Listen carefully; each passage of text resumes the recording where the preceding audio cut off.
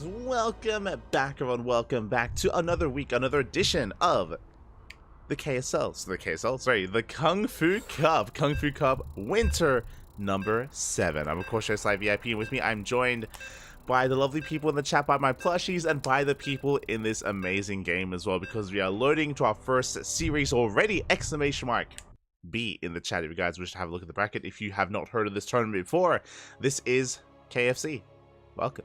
Hope you are eating your your weekly dose of fried chicken, because tonight we have an open tournament that is open to all regions, but with a massive prize pool. So you get the best of the best, the best from South Korea, the best from Europe, the best from the Americas as well. They all come together for this one big tournament every single week. And here we go, spawning in the top right hand corner of our Kione, we have the Chinese Protoss player representing the Starving Camels SSLT.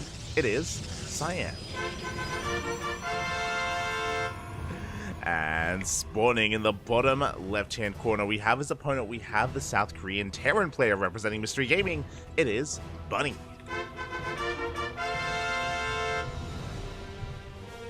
Here we go. Did you play? Oh, no, sorry.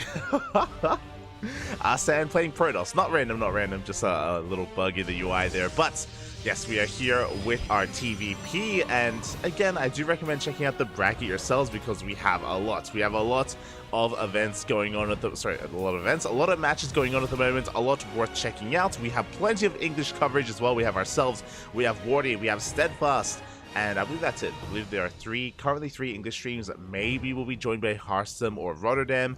They have joined us in the past. We'll see if they do so again. As for now, Bunny is going for the patented eBay block. Very popular in recent days. We've actually been seeing a lot of these just lead into a win recently. Over the past like 3 or 4 days of StarCraft, it's just been so trendy in TVP to go for the eBay block. For those wondering, because there's so much progression on this eBay already, we are going to be forcing the unnatural natural. But Cyan, does he care? Because he's going for a proxy even.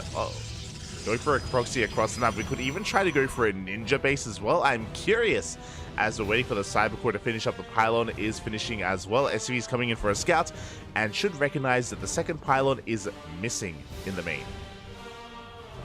Second pylon is not where it should be, so a little bit suspect here. As the Cybercore is done, and we should be throwing down a Stargate. There we go, proxy Stargate. Now this is not all in, this isn't a big commitment, it's just a way to be aggressive across the map. We should be expanding behind this, but the SCV has found that the minerals have been mined out. A big tell that of course there is a proxy on this side of the map, and oh my, he wanted the gold. Oh my god. Wait, are we going for the other gold base instead? Cyan, Bapi. Reaper is on the hunt, is looking for where that proxy could be. Again, we know that it's somewhere here, and we are going for the gold. It's amazing. It's beautiful. Vamonos, Bapi, vamonos. Now, of course, the Reaper is going to be checking the standard location. This right here is where the proxy should be.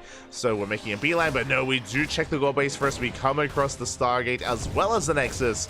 We are aware, we know. And now Bunny can start getting ready here back at home. Of course, has his Cyclone on the way. Cyclone shoots up, it shoots down. We have the Adept here in the mineral line as well. Going to try and delay the CC. One more shot is not going to go off, and it looks like the CC is about to finish up just barely in time. Meanwhile, across the map, Oracle does come out and will not ignore the Reaper. Will shut it down. SCV on the way, Oracle coming in as well. The Cyclone is still a couple of seconds away from finishing. Still a ways off, but it looks like it will come out in time. Oof. Adept goes down. Oracle so far has done nothing, and we are taking up even further. We have additional Oracles on the way, but we also have a Twilight Council, a couple of gateways here. This could be for Blink, this could be for Charge. SCV comes in for a scout, does confirm the gateways as well as the Twilight Council. Recall over towards the gold, and in come those 2 Oracles again. 2 are greater than 1. They can one-shot workers. We have a couple of additional Cyclones on the way though. And how many workers can we get? Oh, we get the Mule. We only get the Mule, and we take a lot of hits to the face. One Oracle almost goes down at the same time, and no damage done here to the natural. We're just hyper-fixated here on that gold-based mineral, on the gold-based mining.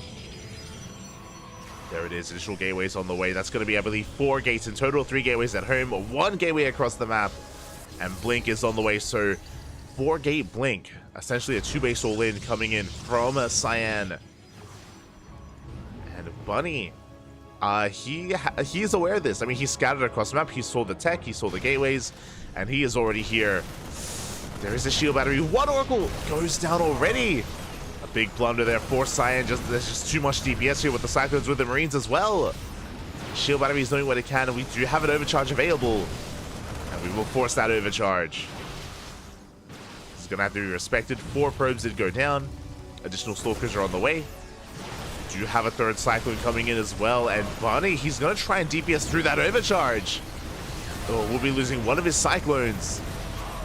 Lose the Cyclone. The boys, they're being pulled. Ay, ay, ay. Every single worker going to be going down. We do have a couple remaining as we are finally getting on top of those Stalkers. Oracle comes in as well, and Cyan, he will hold, but at a price.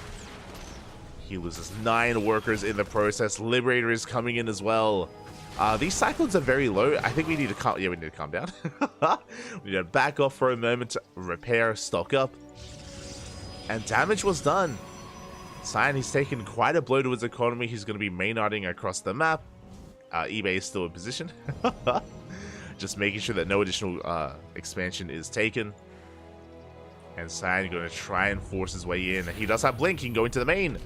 He can go straight into the main base. He can avoid that bunker. And Bunny is woefully underprepared. He's not ready for this. Marines are going to be going down. Rax is denied. Boys have to be pulled. And we just dive on top of the Cyclones. One after another, they are going to be going down. The Marines as well. The SCVs, they do get us around, but we dive on top of the Marines. Once again, the Oracle is going ham. The boys are being pulled. So much damage is being done at the same time, though. We have a Liberator across the map getting 8 probes. An even amount of damage. A tank does arrive. We are down to 3, down to 2 Stalkers. We have to back off, reinforce, and Cyan, he's going for another gold. Take them both. Why the hell not? Let's go, Papi. Let's go.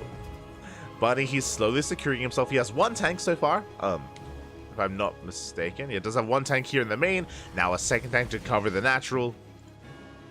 He's building up his forces now with 2 Raxes, soon to be 3. An extra bunker is on the way. He is fortifying himself quite hard. But Cyan is free to take a 2nd gold, so he doesn't have to push in. But he will. Workers are prematurely pulled, so damage is being done already. But we're going straight for the tank. A bit of a misclick, but we do go for it, and we will barely snipe that tank. For 1 Stalker, for 2 Stalkers. 4 Stalkers even. So what's important is that basically Cyan, he isn't looking to kill. He isn't looking to kill his opponent. He's looking to reset the tank count, though. If he resets the tank count, that is going to delay a push, and that means that Cyan can then saturate this gold base. That is the goal. As he rotates around, dips into the main, but there's another tank waiting for him. We can go right for it. Yeah, we ignore the bunker, we go straight for the tank as well. Oh, we're going to be bleeding out some extra Stalkers, though. So an expensive trade here for Cyan. But he will barely keep 5 of these Stalkers alive. Yeah, we're still on 2 tanks. We have a 3rd tank on the way. Drop is moving out unscouted. Now, this does mean that this ground army is more vulnerable, or this position is more vulnerable. You can see the Cyan, he wants that tank. We get a depot. Back at home, what do we have? We don't have a shield battery. We do have a warp in available soon. Did just warp in. Stim is done. +1 as well, so Cyan is going to be going right for that mineral line. He may force a there's no recall available. Dark Shrine is on the way. I like the Dark Shrine. Bunny, he's stuck on 2 orbitals, so he has very limited energy, very limited scans. Warp in is not going to be good enough. The Zealots, they get targeted down 1 after the other. Pylon, no! Not like this! Pylon is going to be going down and depowering everything, and that means we can't warp in. We can warp in 1 unit at a time. We have 1 gateway powered. And now 2. Now 3 as we're going for another Pylon. Okay, it looks like Cyan is going to be able to hold. Going to be able to clean this up. At the same time, the main army pushing towards the gold base. Cyan is caught in a really awkward position. He needs to retreat back to his shield batteries, back to the overcharge. Yeah, Stalkers are going down. We're down to 4 Stalkers remaining. We need to repower these gateways. Tanks are getting within range. We have a charge kicking in. We're going to get on top of 1, on top of 2 tanks. Big pickoffs. 14 probes go down. Overcharge is popped. Oh god, and dealing with these Marines is difficult enough, let alone the tank as well. But it looks like we do have enough. We get the final tank. Final tank goes down at the same time. Probes have been falling. 17 workers. Yeah, we get on top of the shield battery, getting on top of the pylons as well. That some awkward pathing, but yeah, this base is forfeit, and Cyan, he has to back up, he has to retreat. Retreat back to his backup gold. There we go, he's going to be resaturating his gases, going to be main-dotting over elsewhere to another base. We do have a DT. Do we have scans? We do not have a scan. But Bunny's taking a 3rd base, and with this 3rd, Bunny, he's snowballing out of control. He's going to be up in economy. Cyan needs to make some magic happen with these Dark Templar. He's waddling in. Can he get a tank? Oh! Oh, barely not. Turret finishes up just in time.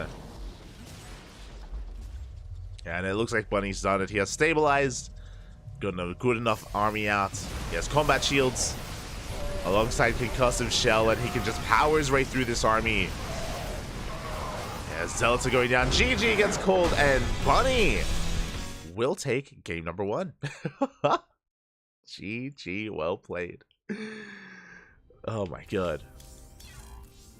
GG, well played. Bunny does take the first game, but that was wild. That was a wild game out of Cyan. Very unpredictable.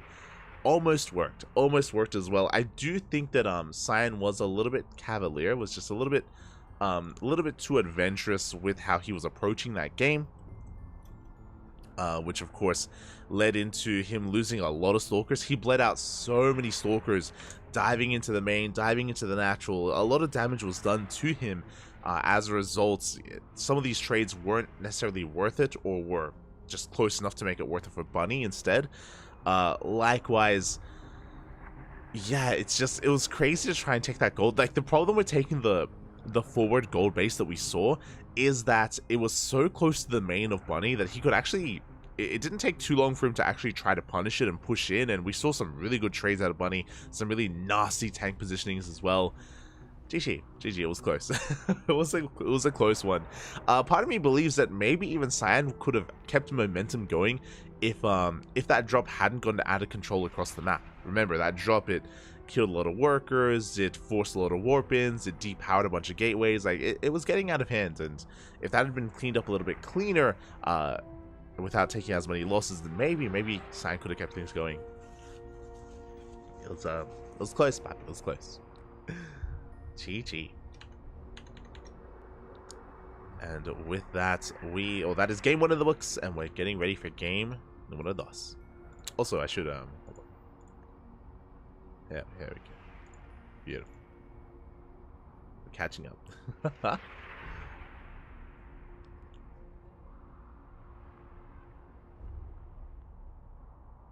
Did someone say chicken? Oh, that's good. For those wondering, there was a bit of a conversation going on in the chat. Earlier today, this morning actually, it was just under 5 a.m. It was like 4:30 a.m. or 4:40 a.m. One of the biggest ISPs, one of the biggest internet service providers, and like just coverage in general, they did go down. They went down this morning for the longest time, I think, in history. They were down for like over 9 hours. And it affected it. It was actually a pretty big deal because it was affecting hospitals. It was affecting a lot of service jobs. It negatively impacted the country in a pretty big way. So yeah, a big portion didn't have either. It was either internet or just reception, like just service in general. So it was a pretty big deal. Was a pretty big deal, and yeah, of course I was one of the many people affected, and I didn't have internet this morning. Lovely. I was really concerned. I was really concerned that I wouldn't be able to cast KungFu Cup today. That was my biggest concern, that I wouldn't be able to cast. Thankfully, everything, I say everything, things are getting better and getting back to normal, and we're able to cast. Let's go. It's beautiful. Beautiful, happy. And here we go. Spawning in the top left-hand corner of Site Delta, we have the Chinese Protoss player representing the Starving Camel, popping off in that last game, throwing a bit of a curveball out, but was not quite enough. Let's see if we can do it here in Game 2. It is Cyan. And spawning in the bottom right-hand corner, we have his opponent. We have the South Korean Terran, representing Mystery Gaming, leading the series 1-0. It is Bunny.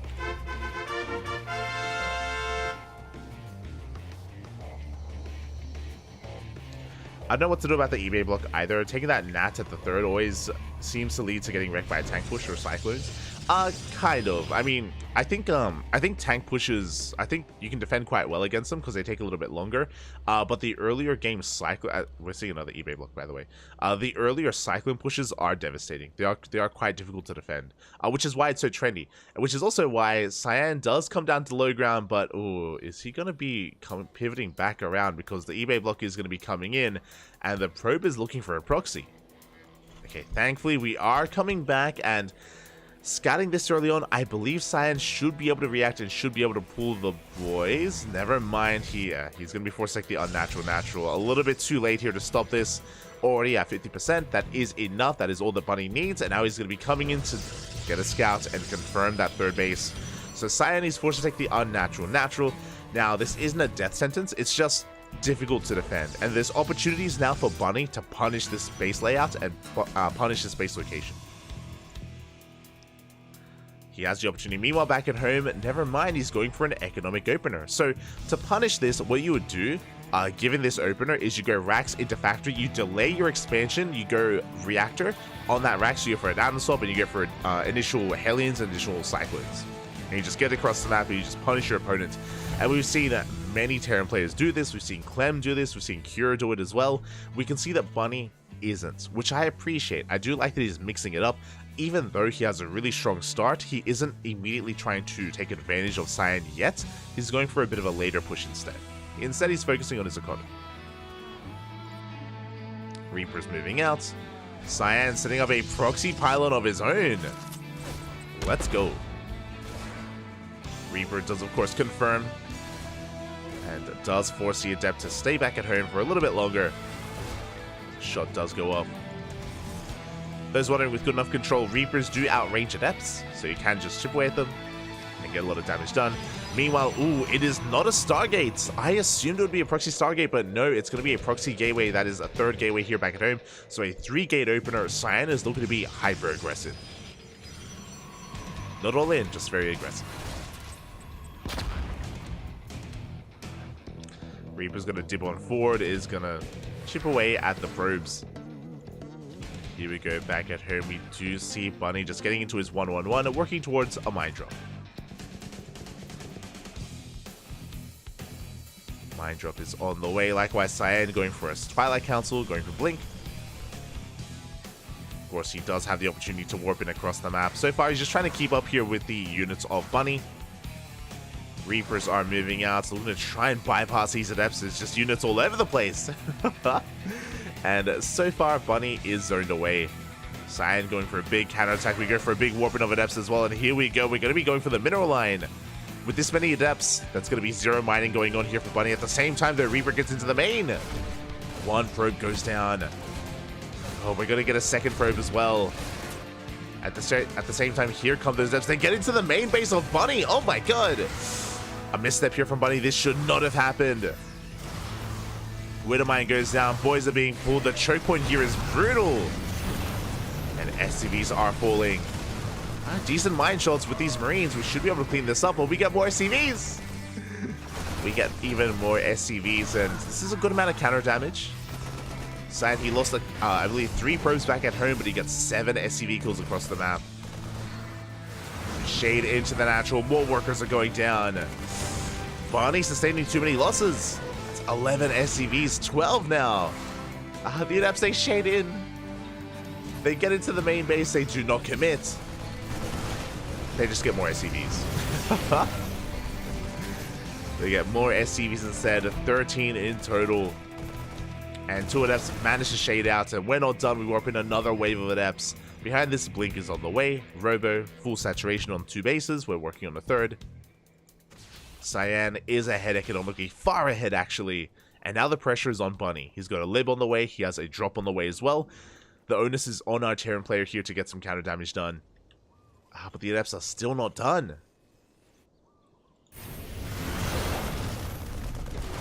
More SCVs. 2 more workers go down. Not like this. Drop is barely spotted by Cyan. He does notice. Stalkers are repositioning. Drop is being zoned away. At the same time, though, we do have that Lib. Liberator going to be rotating towards that 3rd base, but Stalkers likewise are in position. Cyan able to keep up here with everything that Bunny has. The drop as well as the Lib. Back at home, he's fortifying himself. He's working on his tanks. As he works on his tanks, as he's stuck here on 2 bases, Cyan takes a 3rd. Cyan, he's just getting further and further ahead economically. And that is going to translate here in a larger army. The drop! No! Medevac barely escapes. Oh my god. Barely does make it out alive. Adept is on the way. Just getting a scout. Shouldn't commit to the shade. But you can see here we have Charge on the way. Fortra +1. Robotics Bay for Colossus production. We're not there yet, but Cyan, he's getting out of control. Being ahead in economy is soon to be reflected in the army as well. And Bunny, you know, the onus was on him to get damage done, but the drop failed. The Liberator didn't get in either. We blink into the main base. This shouldn't get much done. Yeah, there's plenty of Marines in position. Ooh, 1 Stalker goes down. And not the best move out of Cyan, but only loses 1 Stalker. It could have been worse. Definitely could have been worse. So the Adept does shade in, gets 2 SCVs. Stalkers, they rotate around. Chip away at the bunker. Meanwhile, here comes that Lib, and looks like Cyan, he is slow to react. Uh-oh. He's focusing on the main push, which means workers are going down. 5 probes, not bad. Bunny is pushing. Shutting down the proxy location. Meanwhile, Cyan back at home. He will have 1 Colossus for this attack. The first Colossus will come out in time. Charge is about to finish up as well. It's going to be all about the engagement, all about the fight. Bunny is pretty committed.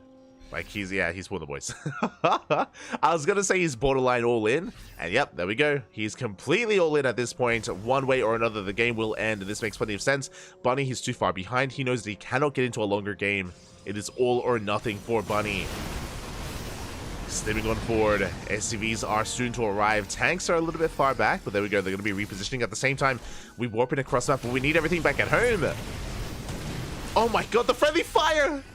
That the mine killed so many SCVs. Oh my god. It wasn't even the tank this time. Feels mine, man.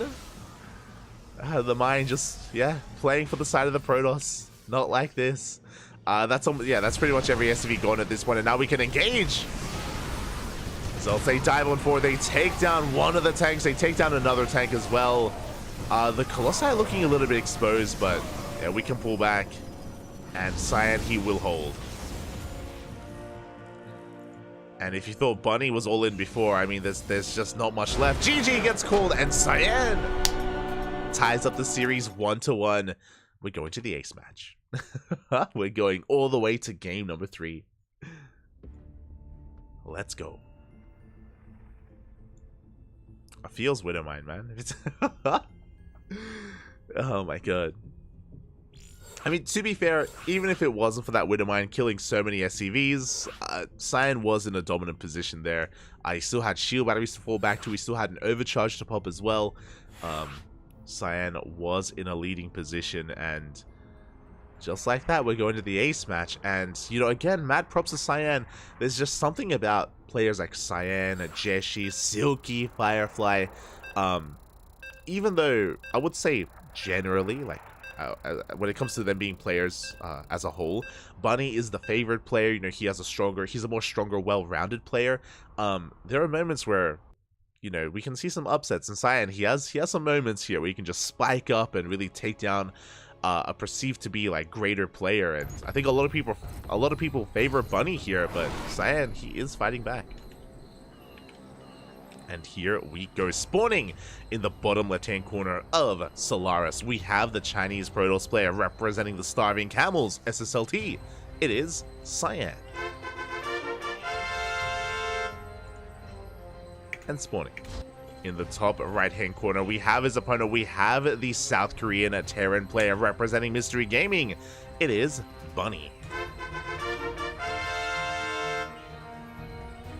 Let us go. Yeah, as is being said in the chat, 100%. Like, the Colossus would have killed the boys anyway.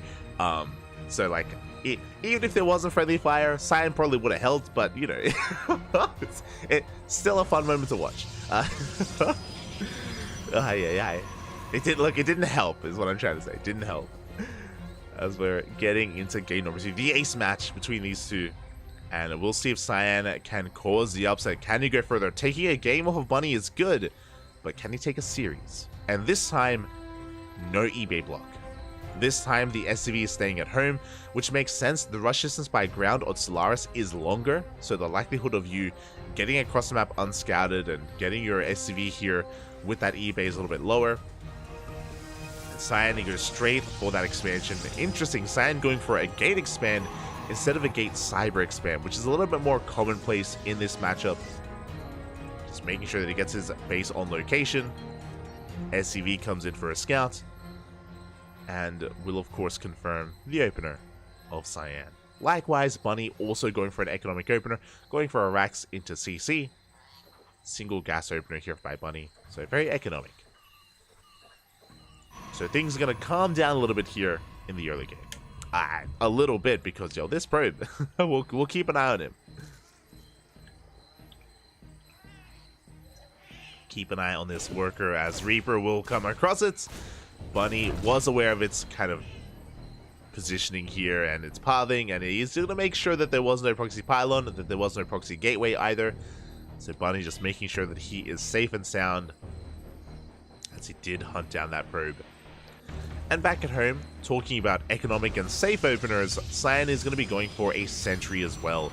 Now with this sentry, of course, it does grant you access to hallucination, which means you're going to get a full scout of your opponent to see if they're going for something like a 3 Rax or a 2-1-1, or if they prioritize their starport or even their factory or Rax production. So Cyan just being very safe and secure here in his follow-up, as behind this he is going for a Twilight Council opener. The other tech of choice is going to be a Twilight Council. Here we go. Meanwhile, Bunny going for a 1-1-1 in his main base. So everything looking as it should. I guess what's interesting here is that Bunny is not going into Widow Mines. He's going into a Hellion first. Okay, there we go. I was like, is he going to make any mines? Mines are on the way. He makes one Hellion to join that Reaper to get across the map to get some scanning information. Hallucination comes in, does confirm the production and the add-ons. So far, a very safe start here from Cyan, getting into the rest of his gateways. What's important to take note of is that this is going to be not just a blink opener, but a 3 gates blink opener, 2 gateways in the natural, 1 gateway in the main, which does mean that Cyan can be a little bit more aggressive here. There are different variations of blink openers. There's 2 gate, 3 gate, and 4 gates. With 3 gates, you know, middle of the ground, should be looking to expand, but oh, is going to be delayed. Is going to be denied. Cyan, of course, is going for an extra warp in of Stalkers. Should be shutting down these units and should be expanding behind this as well. Up! Oh my god. Bunny getting a second probe. Oh my god, he's being so annoying with this Reaper delaying the expansion for so long. Not the biggest of deals, but a good like 10-15 second delay. As well as killing 2 workers at the same time. Here comes that Widow Mine drop. Only 2 mines, but they get across the map. Cyan was distracted by the Reaper, and his Stalkers are in position. 1 Widow Mine will burrow here in the main base. Does get one probe. Second Widow Mine goes into the natural. Likewise, good reaction out of Cyan. Also only gets one probe. Good defense so far. Shuts down the medevac as well. No. But one Widow Mine will be able to scuttle away. Get out of here, Papa. Get out of here. He will be able to waddle back home here using the speed zones. And I think he will escape. Oh, no! Oh, was stuck for a moment. It does go down. Feels bad, man. Feels bad. Does go down in the end. So a good cleanup overall. Meanwhile, Hellion slips in. The Stalkers were out of position. And we will get one probe. Not bad. One probe. Hellions, they do get outscaled over the course of the game. We do manage to slip in. And oh my god. Yeah, Interference Matrix has been researched. Was spotted by Cyan. He's aware. And that won't stop him from getting into Colossus. There's a Bay on the way. Charge. Third base is getting up and running and getting saturated. We're getting into the mid-game. We are getting into that mid-game. Raven is moving out. Was spotted by Cyan. He's getting in position. Going to try and shut it down ahead of time. And it looks like he should be able to. God, he's looking for that Raven. Desperately so. He pulls back. No, he pulls back just at the wrong moment. And he could have caught this Raven. Alas, it will make it into that mineral line. Ay. He was so close. he was right here. Alas, we get a Raven harass towards the south. That is going to pull away the attention. Raven into the third base as well. Probes are going down. Oh my god. 6 of them. 5 of them even. There we go. A 6th as well. And both Ravens will survive. That is unfortunate for Cyan. He was ready for it, at least for one of them. But in the end, he was ready for none of them. And here comes the push. Here comes the push right through the center. Tank, Widow Mine, Marines as well. Stim, Combat Shields, and +1 are going to line up. A very strong timing for Bunny. I must call him Bunny again. God damn it.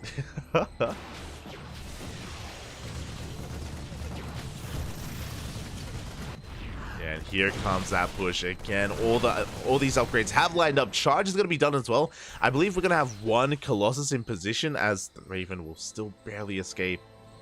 There it is. We have our first Colossus out already. But is it enough? We have the scam. The Colossus! No! It was left idle and it's going to go down. A big pickup here from Bunny and that may just be too much. Colossus goes down. We gain access to the natural. We blink the forward. We take down the tank at least. Tank goes down, but there's just so much Marine Marauder. Yeah, we dive into the natural. We ignore the main army. We go straight for the Robo, and the second Colossus will not come out. And this push has already done so much damage, and we want some more. We want the Immortal. Overcharges popped. We're not going to get the Immortal at least. But Cyan has taken a lot of losses here. He's getting into double Robo production to make up for this. Meanwhile, Bunny's just rallying across the map. He has a minefield set up as well. He does have that minefield set up, and we're going to be forced to kite back here towards these reinforcements. Cyan, he can't overextend. He has to back up. And he's going to be losing a lot of these zealots. Immortal is going to get targeted down, and this is just snowballing out of control. Too many losses too quickly. And Bunny, he just needs to consolidate his army and just keep on pushing. We still don't have a Colossus. We do. Oh my god. Even get some disruption in the main. Mineral field the mines! We're trying to force some friendly fire. We do manage to get some damage done on the Marauders. But the Zealots go down, and Bunny, he's just snowballing out of control. Losing the first Colossus was huge. Imagine this defense with one Colossus, and we would have held quite easily, to be honest. Would have been a completely different game. But alas, Bunny does have too much here. The Marauders, the Mines, they're resetting as well. We're getting extra hits in. And Cyan is running out of room. He pulls back to his main base, which means he exposes his natural. The Mines are even covering the ramp. Oh no! Oof. Yeah, they're going to be taking down the Zealots at least. It was a good effort, a strong effort here from Cyan, but it just barely wasn't enough. GG gets called, and Bunny will take the series 2-1, advancing on to the next round. GG. GG, well played. Oh. GG, as Bunny will take the series 2-1, advancing on to that next round. And Cyan, he's going to be bowing out here. It is single elimination, and Cyan will be eliminated from the tournament. My condolences to Cyan, but a good effort nonetheless. You know, really entertaining game 1. Game 1 was wild. Game 2 was impressive, and here in game 3 was close. It was close, right? There were just these little things that just didn't go Cyan's way when it comes to shutting down the Raven, for example, or having that Colossus exposed as well. These small mistakes, they can snowball out of control. They can lead into a victory for the opposing player, and yeah, just got out of hand in the end. And now we can take a moment here to go over the bracket and try to catch up on what has been going on. Oh, never mind. I know there have been some changes to challenge. Let's see if this will help fix it. There we go, there we go. Exclamation mark B in the chat if you guys want to have a look at the bracket yourselves. We have a lot of updates coming in. Oh my god, a massive upset as well. I was not expecting this. At the very top of the bracket, Coffee towards DNS, that's fine. Yeah, Coffee, he's advancing on into a TVT. Firefly 2-1 DRG. I was looking at that series. I was like, a part of me wanted to cast Firefly versus DRG. I was trying to like balance that out with Cyan versus Bunny, and I went for Cyan and Bunny instead. But Firefly pops off and he takes down DRG 2-1. Very impressive, and this is what I'm talking about. This is why when I was praising Cyan, I was also praising Jeshi and Firefly, because they pop off from time to time. And for Firefly to take down Dongrei Yu, that is an upset. That is a solid result. Scrolling down a little bit further, MaxPax advances on to face off against Skillus, to be expected in that PvP. Winner moves on to the semis.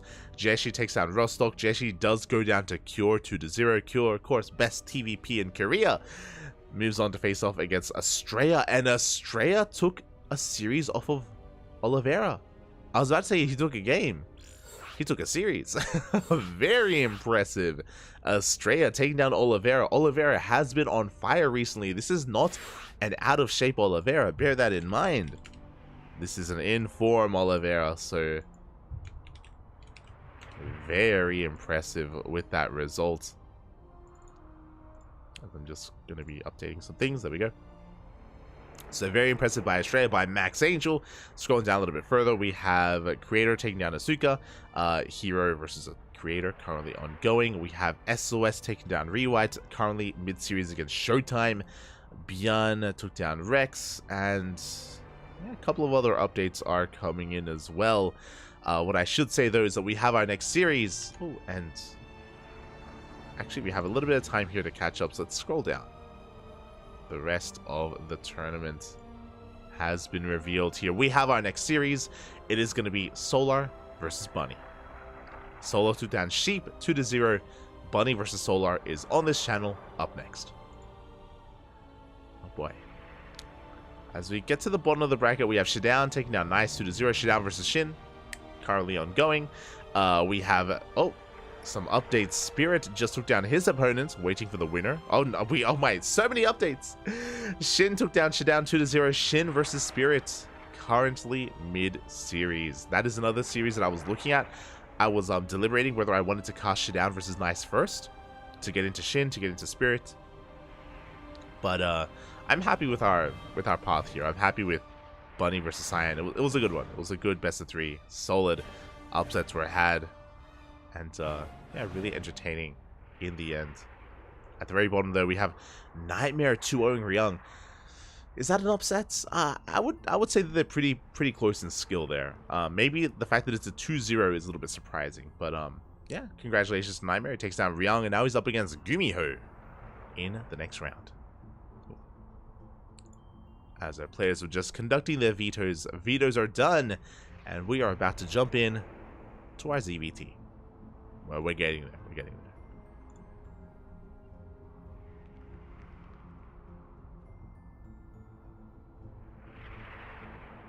Here we go.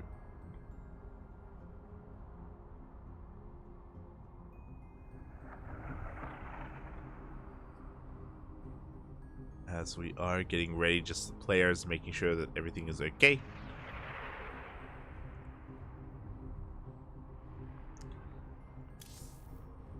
As it looks like we did just have a bio break for a moment, but the players have returned, and we are getting into game 1 of this best of 3. Game 1, ooh, going to be on Golden Aura.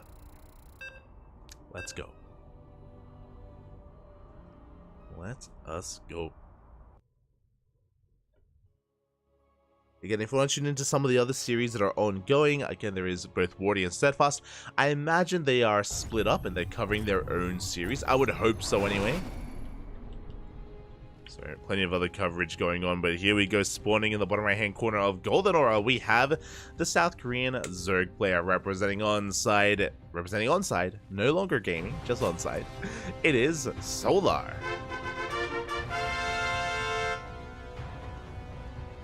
And spawning in the top left hand corner, we have as opponent, we have the South Korean Terran player representing Mystery Gaming. It is Bunny.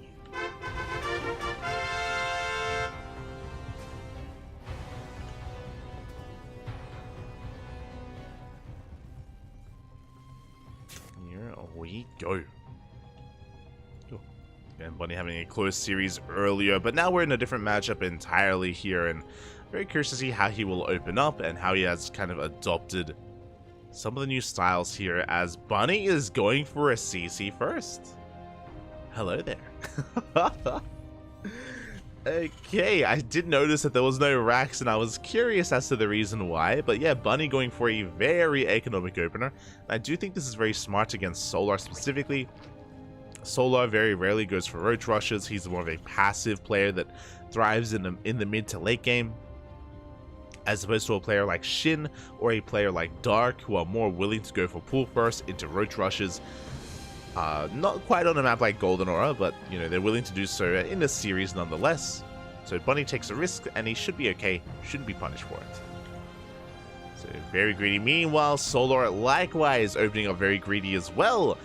This is something that Dark does every single time he loads into Golden Aura, and it looks like Solar is slowly adopting it. This is a gasless opener. I don't want to harp on this too much because I bring this up every single time we cast it, but again, Golden Aura, it makes sense to be greedy like this. Similar to Radisson Station, similar but not the same. This is a very defensive map where you can get away with cutting a lot of corners. You can get away with only defending with queens and slow links. You do not need to rush into link speed because you don't need speed links to keep up with Hellions on this map, because Hellions, they can't really push in. As long as you're able to keep up with your queen rotations, you should be fine, and your drones likewise should be okay as well, which is why we get a very delayed gas. Now, Solar is taking an earlier gas than Dark would. Dark doesn't take his gases until he's fully saturated on 2 bases, then he starts taking his gases. This is a little bit earlier out of Solar, which is a little bit suspect. I think this tells us that Solar doesn't want to play Roach. Usually you open up gasless and you take your gases later on and you go into Roach production. Roach is in a lair. A gas this early on, it tells me that I feel like Solar probably wants to go Ling Bane. But we'll see. We shall see. Behind this, Bunny getting into his 3rd CC on the high ground. So 3 CC before starport. Very economic here out of Bunny as well. So both players just cutting corners, being greedy. It's going to be 3 CC into a starport. No add-on swap, by the way, so it's not going to be 3 CC Banshee. You have a Cyclone in production instead. Likewise, no add-on swap with the factory and the Raxes for Hellions either, which I think is really smart. I mentioned before that I don't think Hellions have as much value in this map, in this matchup as well. So to skip Hellions and go for a Cyclone makes sense.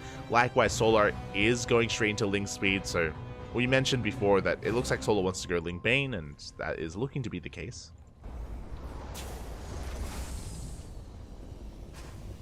As the Rax is floating on over, and Bunny, with the power of this Cyclone, wants to shut down the Overlord. Again, these Cyclone Overlords, they have been popular for this reason. You can gain map control, you can shut down Overlords, and that's going to be a kill on the Overlord of Solar. Ooh, supply blocking him for quite some time. 3 Overlords are on the way. That is a little bit brutal. Meanwhile, interesting. Okay, so there's a lot happening right here. We have an add-on swap. We are making a wave of Hellions after the Cyclone, which is curious. And instead of going for an add-on swap, we go for a Tech Lab manually on the starport, still going into Cloak Banshees. Are we going to throw down an armory? I'm curious. I'm curious if this is going to be a Cloak Banshee Hellbat push from Bunny. As we do have the third base soon to be landed here on location. Hellions are moving out. So they're going to come across the Queens. And yeah, this is also why I'm a little bit surprised that we did commit into these Hellions. We are going to be rotating around. Additional Raxes are on the way. Ling does slip in. Oh, gets into the main base. Does get eyes on the additional Raxes, so we are aware of the bio on the way. Not the mech. Oh, and the Lings, they're going for a big counterattack as well. The Hellions and Cyclones are out of position. We're actually going for the Hellions themselves. Oh my god. I thought we were going for the third base, but no, we catch the Cyclone. And we do get eyes on the Banshee as well. We see everything. And we're not done. And more Lings are on the way. The Marines go down. Hellions as well. We go straight for the third base. These SCVs are exposed. We go straight for the natural even. And Bunny has to turn back around. This Banshee has not paid for itself. We do have a second Banshee. They have Cloak. Bear that in mind. That's going to be for when they harass across the map. Oof. As these Lings have more than paid for themselves. And maybe Bunny was assuming that Solar would go Roaches instead, but was woefully underprepared. And now back at home, Solar, he is sitting back pretty here, getting a fourth base. Getting the rest of his upgrades. We got Double Evo Chamber, Alien S on the way. The lair is done. Solar is in control of this game. And he has plenty of time to prepare for the Banshees as well. Spore Crawlers are in position. Queens at every base. And of course, you have plenty of Queens to rotate between the bases as well. So investing in this Cloak hasn't been worth it yet. Not yet, but we're getting there. Because the Banshees are moving out. They can still one-shot workers. We could maybe slip into one of these bases and get damage done. But the Queens are getting in position. We have mobile detection as well. And Bunny will have to respect this. We'll have to back off.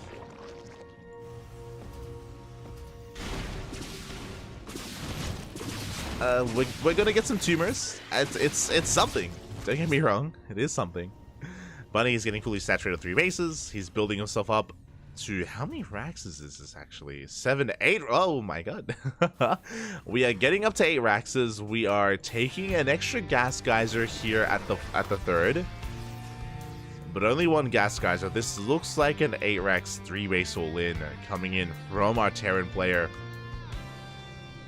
Yeah, this is very popular on Golden Aura. Basically, we haven't taken a second factory. We haven't taken our 6th gas either. We're just rallying everything across the map. Very committed, very all-in. There is no 4CC behind this. The Banelings! Up! Banelings, they are going to just shut down this push. The tanks go down. A little bit too adventurous from Bunny, and he's losing so much momentum already. And again, Bunny's meant to be the one all-in, and he's stuck back at home. Meanwhile, speaking of being back at home, Solar, he's just building up his Link Bane. 1-1 is on the way. Hydrogen was thrown down, which is a little bit greedy. We have a Macro Hatch as well. And now Bunny has to make a choice. Does he throw down a 4th CC? Or does he commit to this drop play? Does he go all in? The longer this goes on, the better it is going to be for Solar. For now, Bunny is going for a split push. He has Banshees towards the south.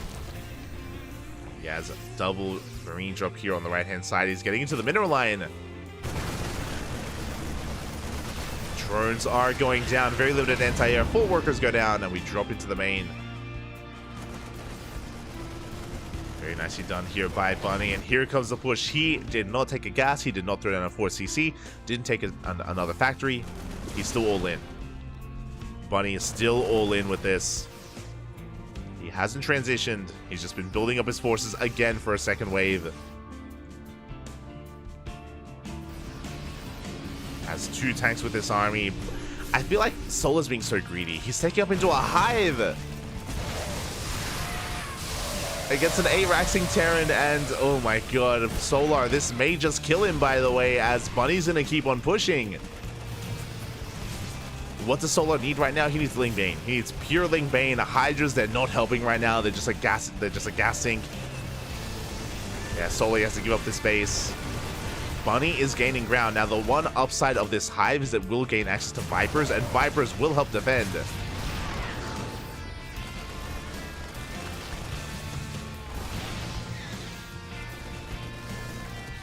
same time, a big lane bane counterattack, and Solar's going for the middle line.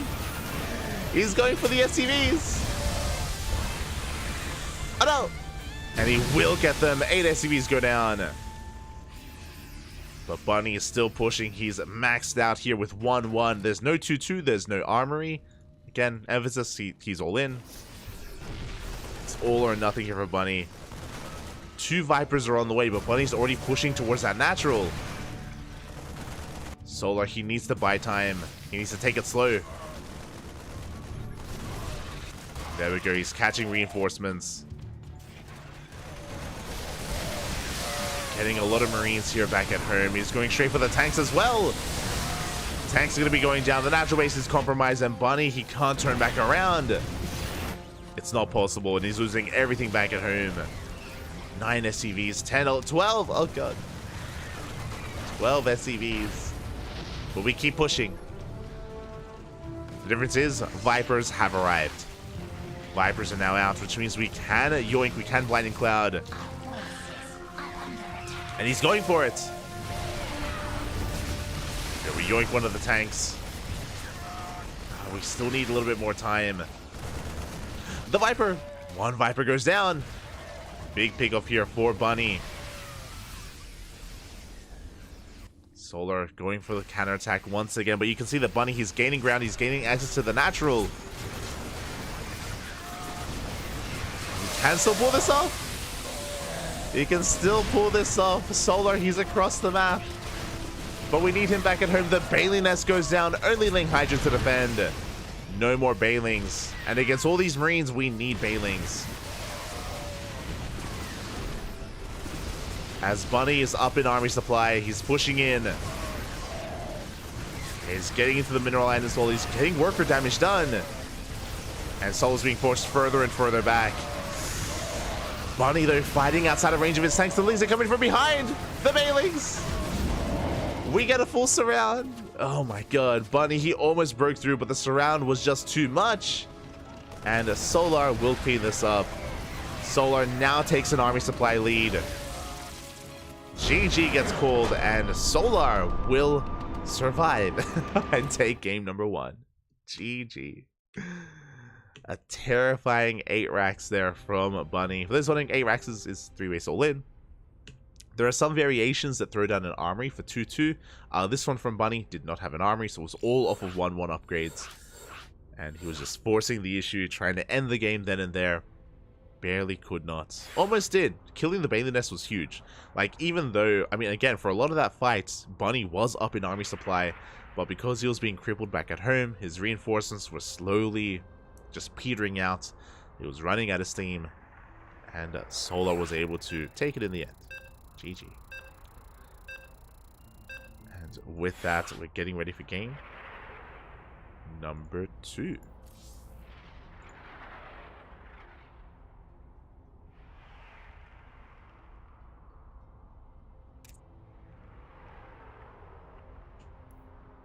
Getting ready for game number 2, just making sure that the lobby is all good and correct.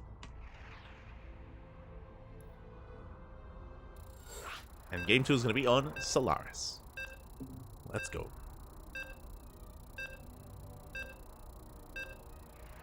Winding it back a little bit, you could also argue that a big, actually like a really big moment was, if you remember, when Bunny commenced the 8 racks, when he first pushed across the map, and when he overextended and pushed really deep onto creep, that's the moment when Solar collapsed on him and he cleaned up the tanks. The first 2 tanks going down was huge because it delayed the push from Bunny for so long. And yeah, you could argue that from that moment, that's when Solar was getting in control. That was a scary moment as well when Solar was teching and Bunny was able to break the 4th base. But after that moment, but that moment could have been even stronger from Bunny if he hadn't lost those 2 tanks so early on.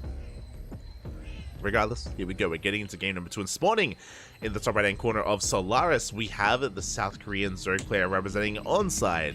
It is Solar. And spawning in the bottom left hand corner, we have his opponent. We have the South Korean Terran player representing Mystery Gaming. It is Bunny.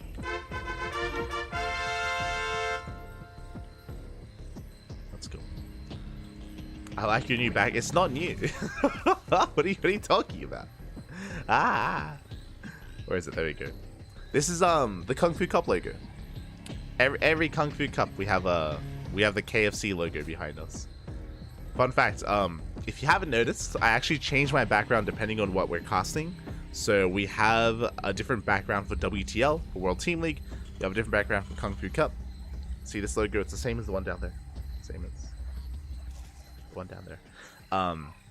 We have the planets. The planets, of course, which is a default one. And I have a different background for ESL. ESL Masters. Personally, I would love a background for each tournament, but that's a little work. That's that's a little work, man. We'll get there. We'll get there. I have a unique background for GSL. GSL, true.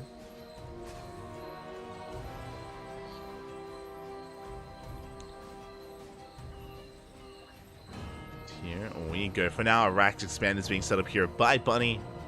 Economic opener.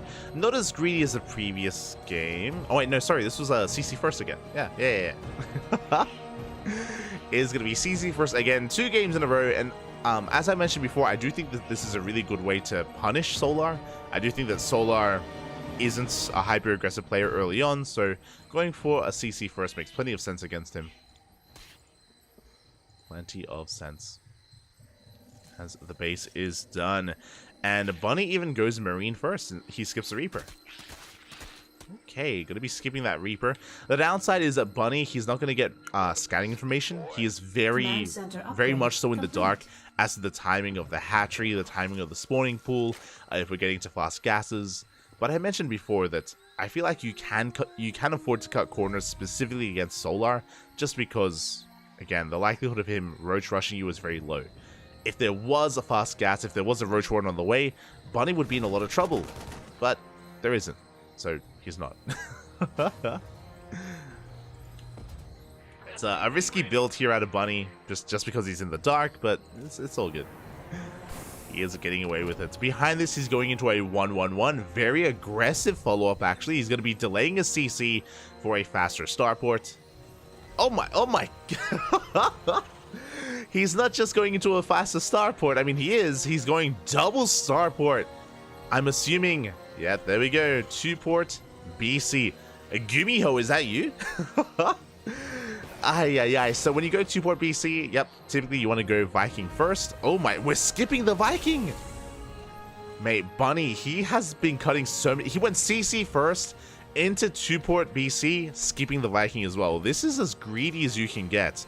The Viking is designed to shut down this Overlord. This Overlord is soon going to go in to get a scout off, and without the Viking, the chances of Solar scouting this is a lot higher. It's not confirmed, it's not guaranteed, but it is higher overall. So Solar, he has a chance here to figure out what's going on. Meanwhile, behind this, Solar, he's just droning up, saturating his third base, getting everything up and running, working towards his eventual gas geyser, and there it is. Still waiting for it. Still waiting for that Overlord to dive into the main base. First BC is on the way. Second BC soon to be on the way as well.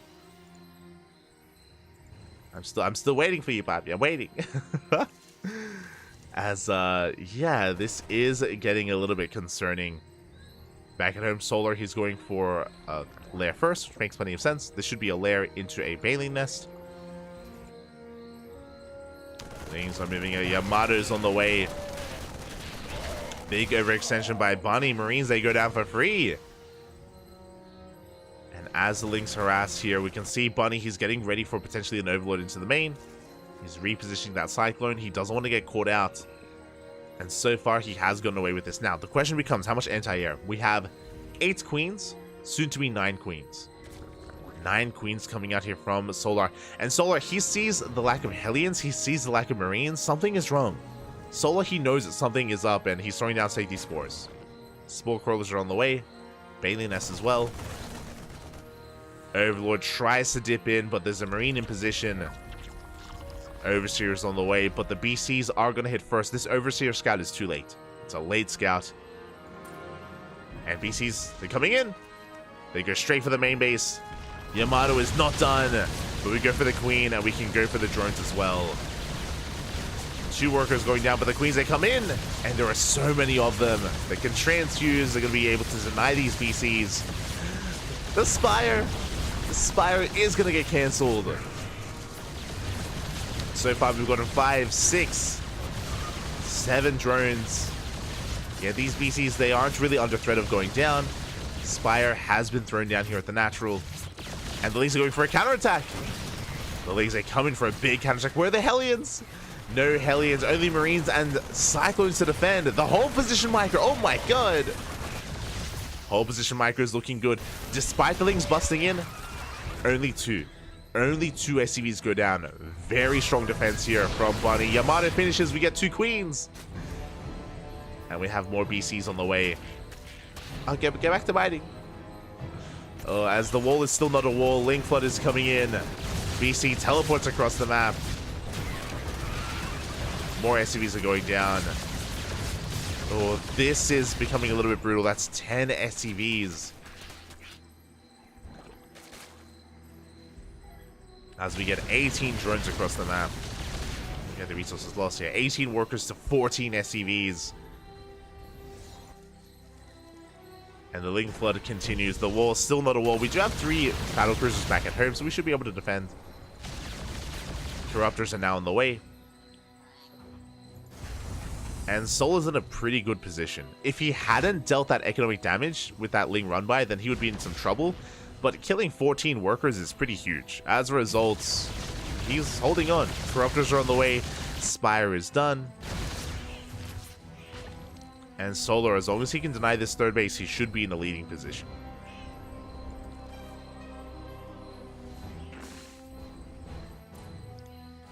As the BC does teleport back home. 3rd base soon to be taken. Now, what kind of army are we working with? So what's really interesting about this and really odd to me, one, if you go 2-port BC, usually you go mech. That's also why I was talking about the lack of Hellions. Usually we have a reactored factory, we have Hellions to support. The Hellions, they would have easily cleaned up all those Lings. Instead, Bunny is going Marines. He's going for a bio composition, not going for a mech army, which is odd. This is kind of a different variation of BC, and I'm not too sure how I feel about it. Stim is done, and if Solar had blindly gone into Roaches, he would be in a lot of trouble. Something that is occurring, though, is that we delayed 1-1. 1-1 here, the Ling Bane upgrades are heavily delayed because of the Corruptors, and that may be worth it for Bunny. As the BC's 1 is going to go down instantly. Oh, yeah. Big overextension from Bunny. He's down to 3 battle cruisers. One of them making their way across the map. The Corruptors are coming in to try to punish the army, but the Marines are in position.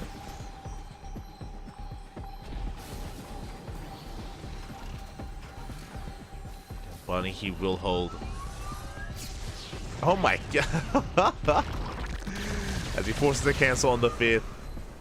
Corruptors are on the way. I'm sure Bunny, he was hoping for a kill, and it almost did. Almost killed the base. Which would have been huge. Here comes the Bio Army. How much Ling Bane do we have? A decent amount. A decent amount of Ling Bane. There we go. More Banelings on the way, which we do need. This move out has been unscouted. Bunny is pushing forward. But it looks like there's just too much Zerg here. We can collapse on the army. The first tank's going to be going down. The Banelings. They will be focus fired. Good control so far. The Bunny Elet. He takes the Baneling to the face. We'll have to retreat. Oh my god. The Marines, they barely survive. So many of these Marines are 1 HP because of that Baneling.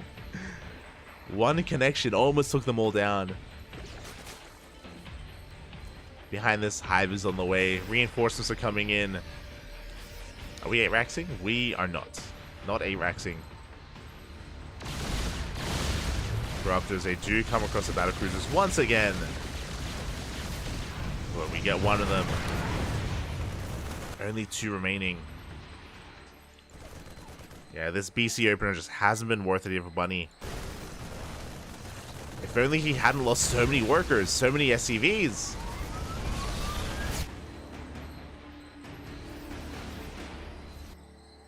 back at home, Solar, he's amassed a massive Link Bane army. There are 2 tanks behind this, but with these 26 Lings in production, we should be able to collapse on this position, even with the reinforcements.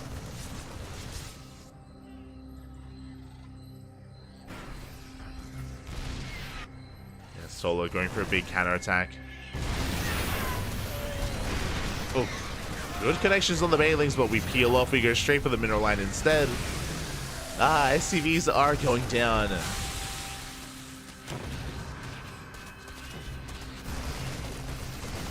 That's 15 SCVs in total. Back across map. Solar, he gives up on this base. He knows he can't quite defend it.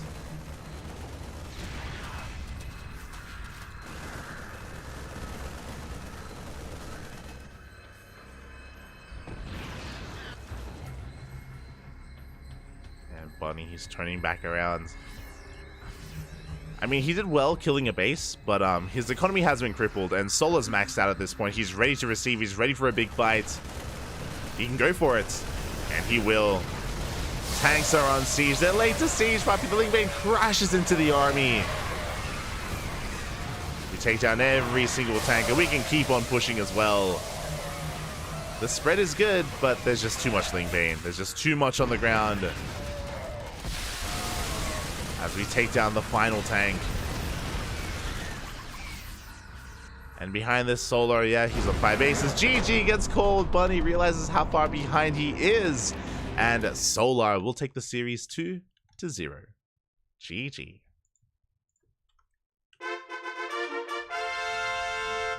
GG, well played. Congratulations to Solar as he takes the 2-0. My condolences to Bunny.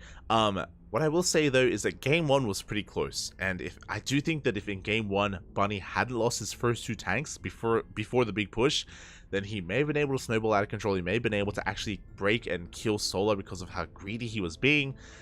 Alas, Bunny just barely wasn't able to. Here in game 2. Again, I like the 2-board BC. It was well hidden. It was very well hidden. And the BCs were doing well across the map. They were doing a lot of damage. But back at home, we had very little to defend. We had, I want to say, 3 Marines, which were caught out in the middle of the map.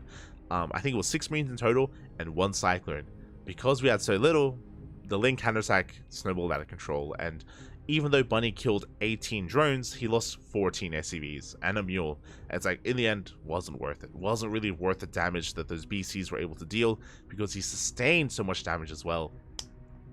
If it wasn't for that, would have seen a different game. Would have seen a very different outcome, or just a very different mid-game, I should say. Regardless, GG, well played. Congratulations to Solar. My condolences to Bunny, as he has been eliminated from the tournament. And Solar, he advances on to the next round to face off against his next opponent. And who is it going to be? Let's go and find out.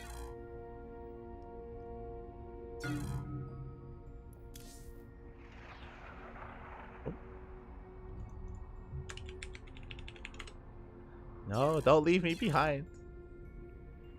Un momento, papi, un momento.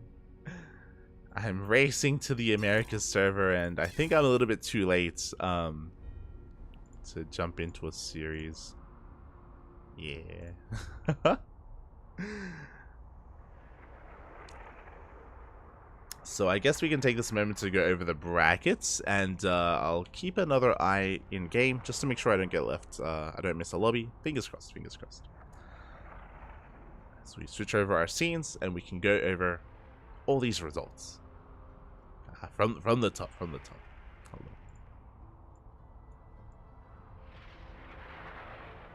There we go. Okay, from the very top, we do have a Clem 2-0 in Coffee, and now he is mid-series against Firefly. Best of luck to Clem. Firefly, he is a hype killer. He's a goat slayer, if you will. So, best of luck to Clem as he's up against Firefly. And again, upsets have happened before. Firefly has taken, I want to say, sorry, was it Firefly? No, I think it was Jeshi. Jeshi has taken maps off of Clem before. We'll see if Firefly can do the same. Scrolling down a little bit, Max Pax does take down Skillless 2-0, advancing onto the quarterfinals. Cure mid-series against Estrella, still mid-series, I might add. Winner faces off against Hero in the next round, as Hero did 2-0 Creator to make it to the quarterfinals. Let's scroll down a little bit further here as well. as we have Showtime facing off against Bjorn. That is what I'm currently waiting for, because the winner of Showtime and Bjorn advances on to face off against Solar in the next round. Oh. And we have a result. We have a result already, I believe, as we are hopping over to the Korean server. Yep, you just saw it updated in real time. You saw the update. Bjorn did take down Showtime 2-0, and up next, Bjorn versus Solar.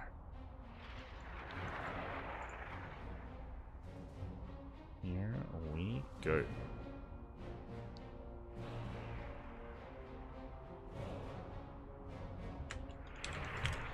And as they get their vetoes sorted out,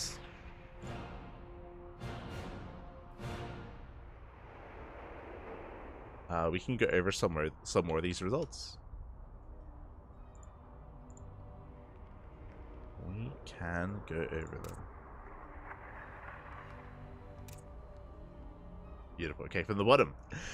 So yeah, Bjorn versus Solar is about to begin. We have that series. Next up, we have Shin versus Spirit. They are mid-series as well. I did see them over on the America server. They were duking it out. Winner plays against Nightmare. Oh my, Nightmare popping off. He 2-0'd Ryung, and he 2-0'd Gumiho as well. Very impressive. Very impressive stuff there by Nightmare. I'm sure he's hoping for another Terran player. As we are getting ready for our next series. Vetoes are done already. Oh my god.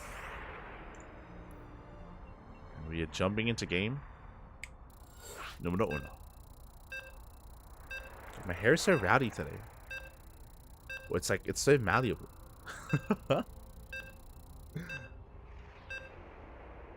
Here we go.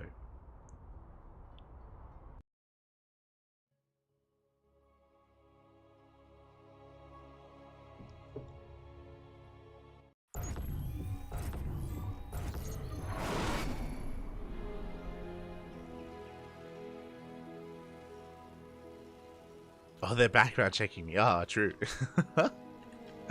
And here we go. Spawning in the top left-hand corner of Site Delta, we have the South Korean Terran player representing Shopify Rebellion. He just took down Showtime 2-0. It is Bjorn.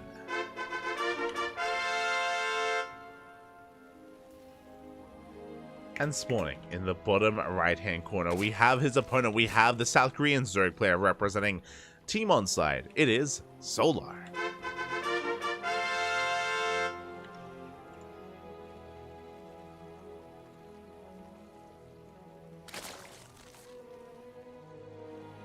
Bjornjua. Oh, it's Bjarni again. One after the other. And here we go. A very different kind of Terran player here. So to wind it back, Bunny went for two different builds in his series against Solar. In game 1, he went for an all-in. He went for an 8-racks. In game 2, he went 2-port BC into Bio, which was, again, a very interesting combination. But why I bring that up is because we're going to be seeing a very different series out of Bjorn. He can 8-racks, don't get me wrong, but even if Bjorn does 8-racks, he's going to get there in a very different way. And I don't think that Site Delta is the best map for 8-racksing, just because of how long this map is, how many bases there are as well. I expect us to get into a bit of a longer game, as for now, the opener is a 2-racks on the low ground. Bjorn has been very fond of this for almost a year. We're nearing up to a year, actually, of Bjorn whipping this out. Initially back last year in November, and we're almost in November here this year in 2023, which is crazy to think about. A year of 2-rackses. As, yeah, Bjorn, he's just going to be getting into this. Meanwhile, across the map, Solar going for a hatch gas pool. Standard opener out of Solar, and he will soon come across the Reapers of Bjorn. First Reapers on the way. Again, Bjorn, he's known for opening up 2-racks, and he's already transitioning. Okay. Interesting. So a very greedy move here out of Bjorn. What I mean by that is that he is going to be opening up double Reaper. Only 2 Reapers. Typically, you go up to 3 Reapers, but Bjorn is cutting a lot of corners. That means that if Solar does go for a 3rd base, he will not be punished. A bit of a mind game out of Bjorn. Playing with his reputation here, playing with his opener, And this is not the first time we've seen this out of Beyond, so I do appreciate it. Again, only 2 Reapers have arrived. He's going to try and get a drone, doesn't quite get one, and Solar should be going for his 3rd base. The longer Solar stays on 2 base, the further behind he falls. Because Beyond, he's already working on his add-ons, already working on Stim, and a 3rd Rax as well. So, very light commitment here to the Reapers from Beyond, and a very big delay of the 3rd base for Solar. Again, he could have taken this sooner. Could have taken this a lot sooner if he had realized how few Reapers are made. Up! We got the Tumor! Oh, we traded Tumor for a Reaper. Not the best trade here from Björn. As he will fall back. So not the best trade with the Reaper, but again, did delay the space for so long. He was just puffing up his chest. He was kind of faking out Solar a little bit. The mind games are real. And back at home, a very fast transition into 3-Vax. This is going to be a very strong timing with Stim and Combat Shields. And this will hit sooner than normal because we made these add-ons so much faster. It means a faster Stim. It also means more Marines, or more Marines faster because we've been pumping them out 2 at a time a lot quicker than normal. So a very nice variation here of 2 racks from Björn. And hopefully Solar's able to keep up. Hopefully. I mean, delaying this 3rd base for so long is a pretty big deal. It does impact the economy and the production and the queen count of Solar. And Solar, he's still making 2 queens at a time. We're on 4, we're going to be up to 6. Gases are being taken.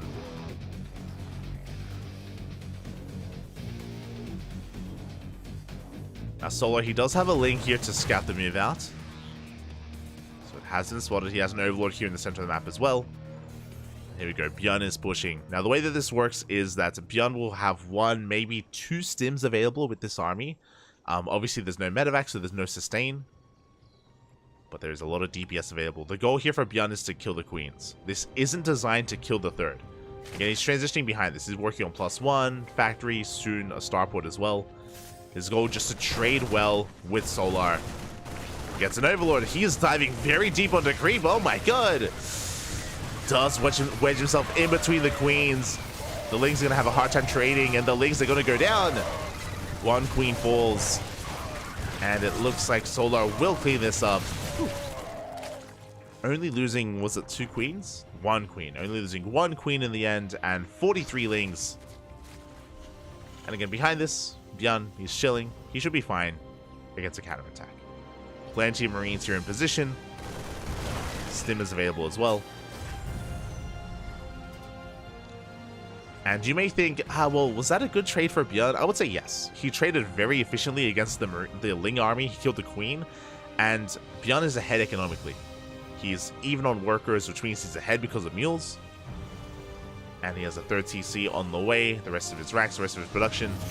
Add-on swap is upon us. Björn about to get into medevacs, about to get into drop play. Again, that push wasn't designed to cripple the economy. It was designed to trade. I do think he would have liked more queens. I do think he wanted a 2nd queen at least. That's the one thing I will say. As Solar, he's just trying to recover, working on another base. He's got 1-1 on the way. Bailing S as well. Lair is still about to finish up, which means bailing speed will not be done in time for the 2nd wave. And again, this 2nd wave is more deadly because it does have medevacs alongside it, which means Björn can stim more freely. He can stim more freely. He has more maneuverability as well. Let's take down a couple of tumors. There's that first stim. That's 1 queen going down. We missed the transfuse. Transfuse is going to be missed.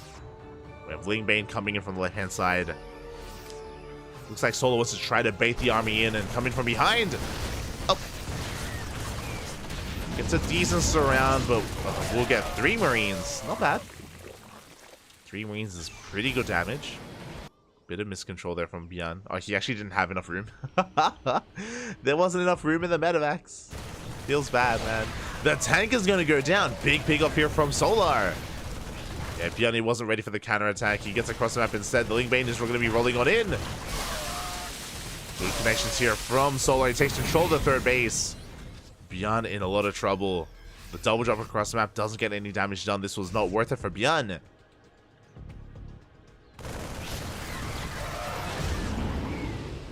Does get a couple of does get a couple of lings.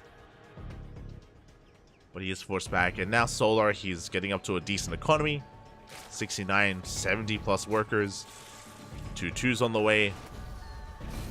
And Solar, he's here once again looking for that tank. He wants it!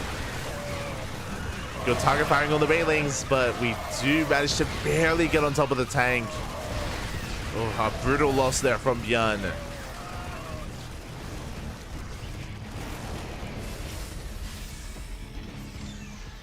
Again, Solar, these are kind of rough trades for Solar because he's bleeding out a lot of Link Bane, but every time he's killing a tank, and that is worth it. Trading mainly minerals for gas.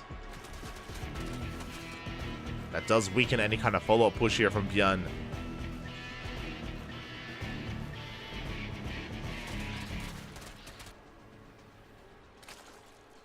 And as Solar is on a 4-base economy, he's working on a 5th. We can see Bjorn isn't going for an all-in. He throws down a 2nd factory and a 4CC. So Bjorn is looking to macro out of this. Whether he can, yet to be seen. As Solar's getting comfortable, we have 2-2. Hive is on the way. 5th base, additional gases on the horizon. And yeah, Solar, he's getting comfortable. The aggression for the most part is subsiding from Bjorn.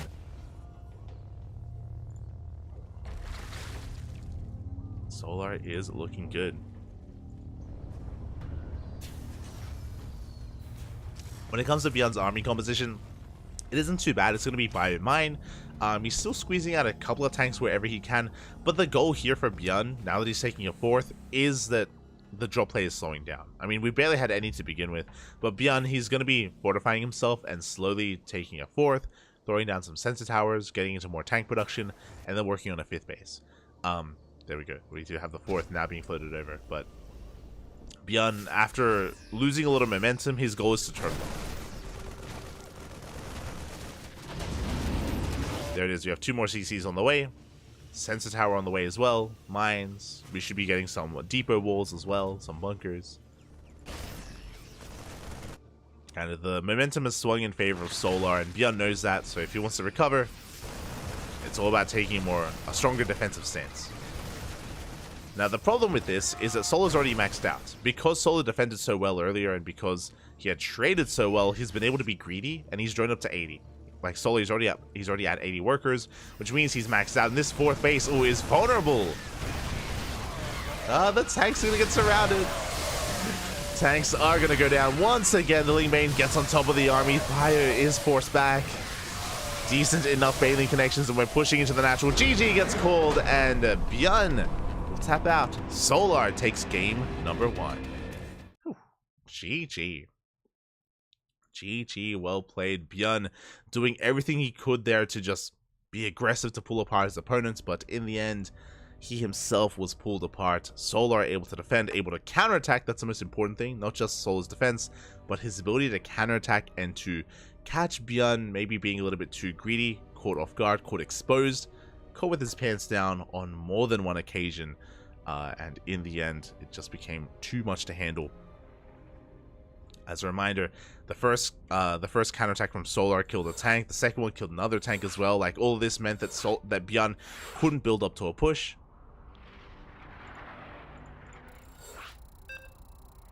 He just didn't have the momentum that he really wanted, and just like that, game 1 is in the books. We're getting into game number 2. Hello, Smoky Boy. I love KFC. Now, which kind of KFC? That's the real question. We talking Kentucky or we talking Korean? I was supposed to get Korean fried chicken tonight, but and I always try to like line it up where I get Korean fried chicken just in time for KungFu Cup for KFC. Oh.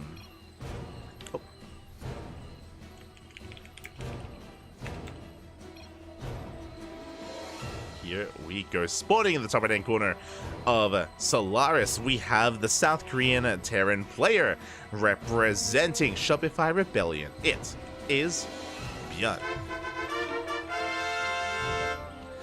And spawning in the bottom left-hand corner, we have his opponent. We have the player currently leading the series 1-0, representing Team Onside. It is Solar.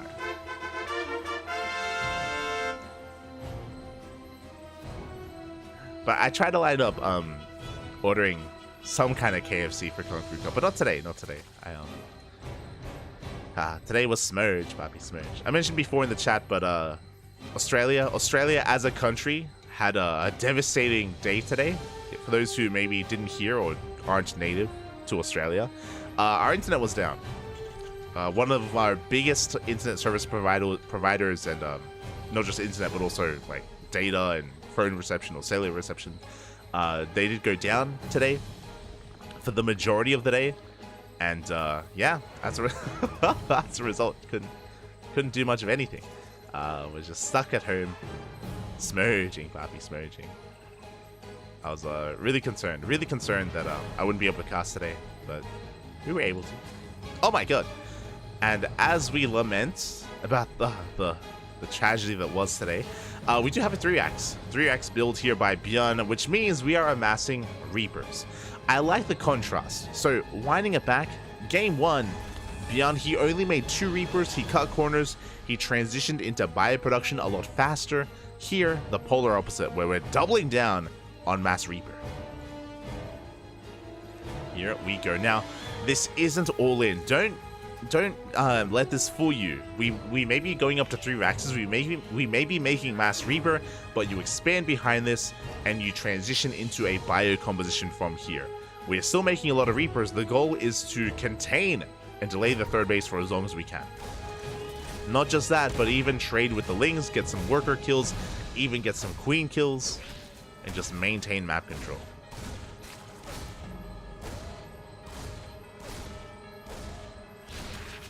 Here we go, the first wave of Reapers have arrived.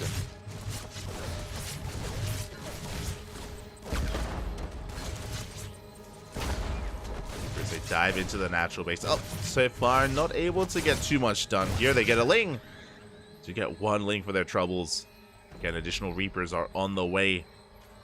This is designed to slowly snowball out of control.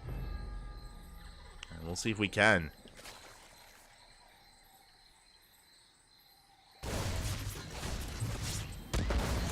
National crisis. Unironically, I mean, it was affecting hospitals and stuff. Like, it was a lot of hospital services went down. A lot of like just general businesses went down. It was actually like a pretty big deal. As the Reapers have arrived, and oh, so far they get 1 queen. Can we get a second?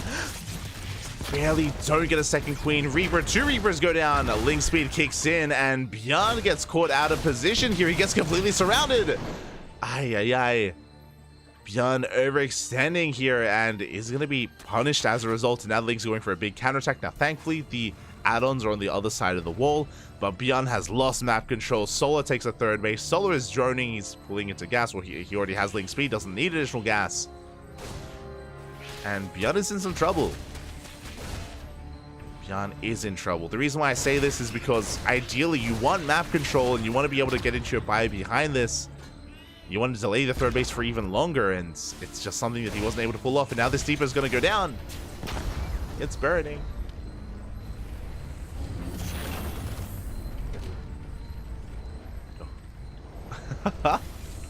As the Marine is stuck between the Tech Lab and the Depot, but you know what? We're able to hold on. We keep the Depot alive.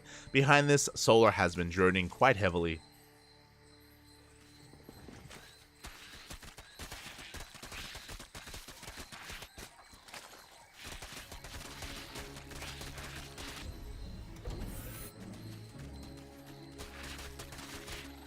Solar is just able to recover from here. The game will settle down, and I want to give the edge to Solar. Again, Byun did not do enough. He did not do enough with his Mass Reaper, with his 3-Rax opener. I would say that at the moment he was set behind. He is now working towards Stim and eventually Combat Shields. He's getting into his 3-1-1 setup. but Solar has so much time to just drone up very freely. Double Evo Chamber as well. Solar, he feels so confident that he is delaying his lair as well. A lot of Zerg players, when they're up against 3-Rax Reaper, they go for a faster lair for bathing speed because they're so delayed, because they're taking so much damage. But Solar, he is just free to focus on his upgrades and yeah, get into his game. Getting into his mid game. And essentially, I bring this up because the pressure is now on Beyond. The pressure is on our Terran player to get damage done, and he has a window. Once Stim kicks in, Beyond, he has potential. He has a lot of Marines available. We're up to how many? 19 Marines. 2 Medivacs, still making plenty of Marines at a time. And we gotta go. We need to get damage done. Now, the Lings, they do spot the move out. Solar's aware. The Queens are brought forward. Lings are on the way. 20 more Lings in production. 1-1 still a ways off. Bathing Nest still a ways off as well. Solar has to defend with purely Ling Queen. More Lings are in production. 4th base is on the way.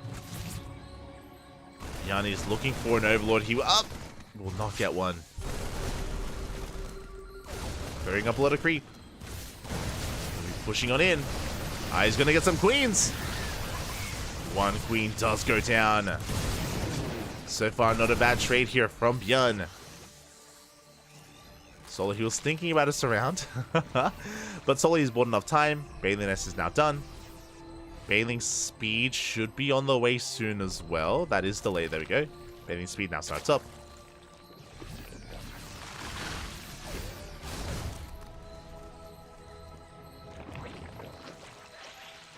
And with the arrival of these Banelings, with the completion of 1-1, Solar, he is fine. He is free to drone. He can drone from here. And he is squeezing out a couple of workers. Here comes the second wave. Now, Björn, his first push, his vanguard, if you will, was clearing up all this creep. Was creating an opening, creating a pathway here for his reinforcements. At the same time, Solar are going to try to catch them. But there are too many Marines in position. Yeah, Solar, he forces a stim. That's a pretty big moment there. Forcing a stim out of his opponent. Solar, he does see the reinforcements. He's aware. He's getting ready. We need more Banelings. Queens are trying to spread creep. Solar going for a backstab, but he's going to have to turn back around. So we go. Björn is committing. Solar setting up a surround as well.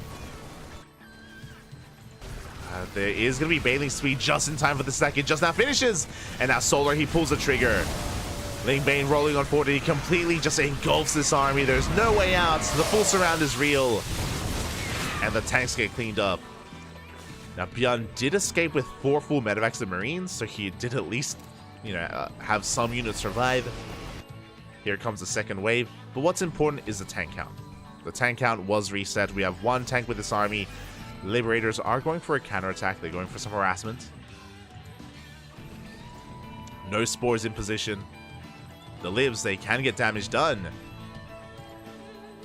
Meanwhile, Solar is taking up, working towards Infestation Pit.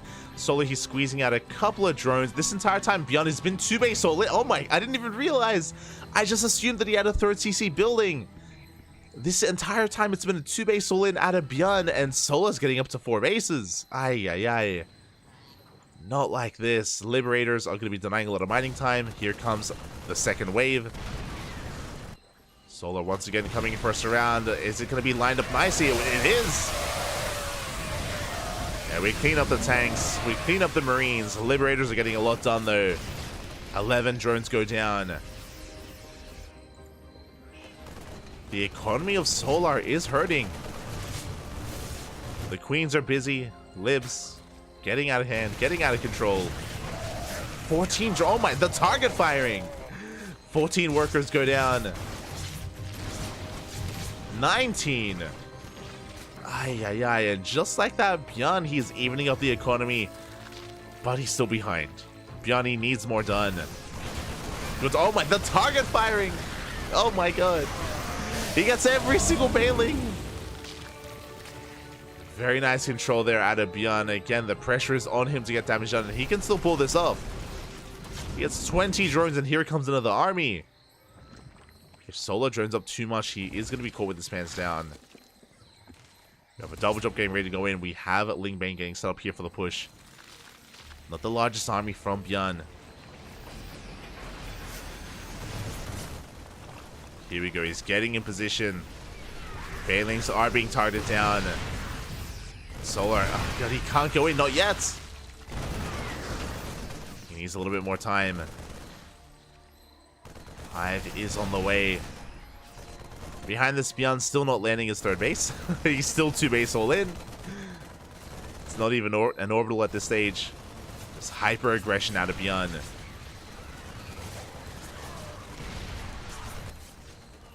Reinforcements are on the way. This hatchery is taking a lot of damage. Liberators are repositioning. But Solar, yeah, he can collapse on this position once again. Only 2 tanks. Just never allowing the tank count to get too out of hand and too out of control. Here we go. Doom drop into the main base. Reinforcements coming out once again. Bjorn, he is doing so much off of a 2-base economy, but the reality is that he is running out of steam. He's running out of money. He can only keep this up for so long. Meanwhile, Solar, he's getting up to Hive Tech. Vipers are now on the way.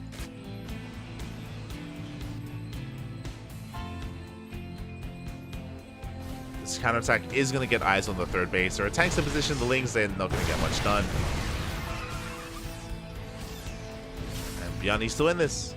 He's getting his third up and running. And now the onus is on Solar to take another base. There we go. 5th on the way. Upon seeing this third base, that kind of cues Solar to get a Hive. Sorry, not a Hive. Hydrogen. Hydrogen is now on the way. We can work towards Hydro Lurker Viper. Or just Ling Bane Viper even. Ling Bane Hydro Viper. Bjorn is setting up for a split push. Can he deny some of these fringe bases? Solar not quite in position. He's hyper fixated on the potential drop into the main. Lings are in position. And Solar, he is here for it.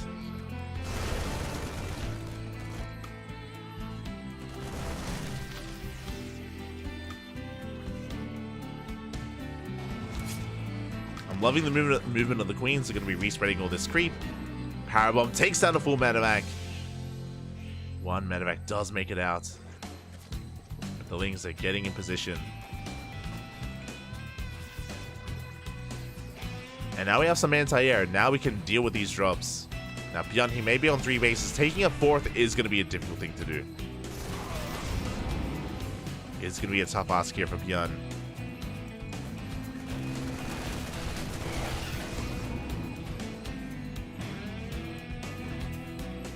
Ah, the powerbomb. And with that, medevac goes down. Solar, he can now focus on his main push.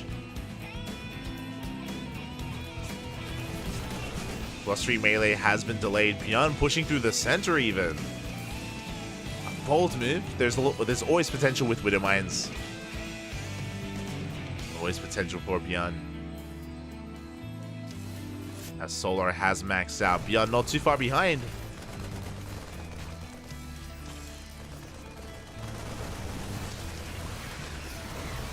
Here we go, the surrounders of the mines! Decent connections with the Widow Mines. And with that, Bjorn, he can push on forward. Yeah, Solar, he has to give up this base. There's no way for him to hold on to it. Too many Marines, too many Marauders. At the same time, Solar just trying to catch some reinforcements. He does get on top of a tank. We'll bring it down.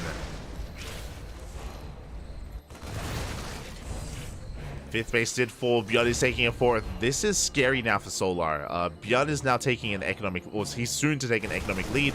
The queens! No! 2, 3, 4 queens go down. And Solar, he's falling apart a little bit. That's a dead hatchery. Dead queens. Delayed economy.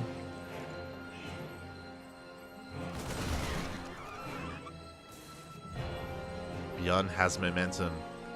Like, if this 4th base gets up and running, that's going to be a huge moment here for Bjorn. This is also going to be a launch pad to push onto these fringe bases as well. Solar is going to have to expand here towards the south instead.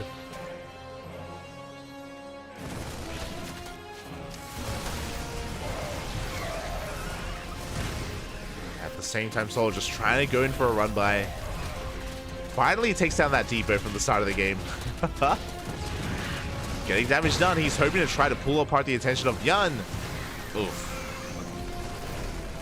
Solar has to back off. He cannot engage. Not off of creep. Not like this. But there it is. Hydra, Lurker, Viper. Lurkers are on the way. With Lunker upgrades, of course. And with this, Solar can finally stop the army of Byun.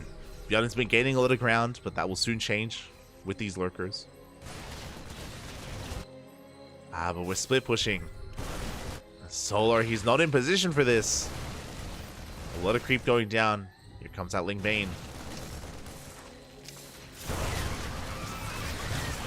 Oh, the mine!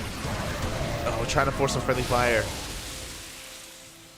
The push is denied. At the same time, here comes that main army. The Lurkers are getting in position. This hatchery will be saved. Again, the Lurkers, they do put a stop to the Bio army.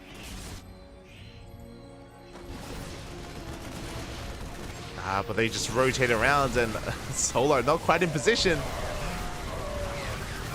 There we go, we get a scan. 2 Lurkers are going to go down. Lurkers are coming from behind.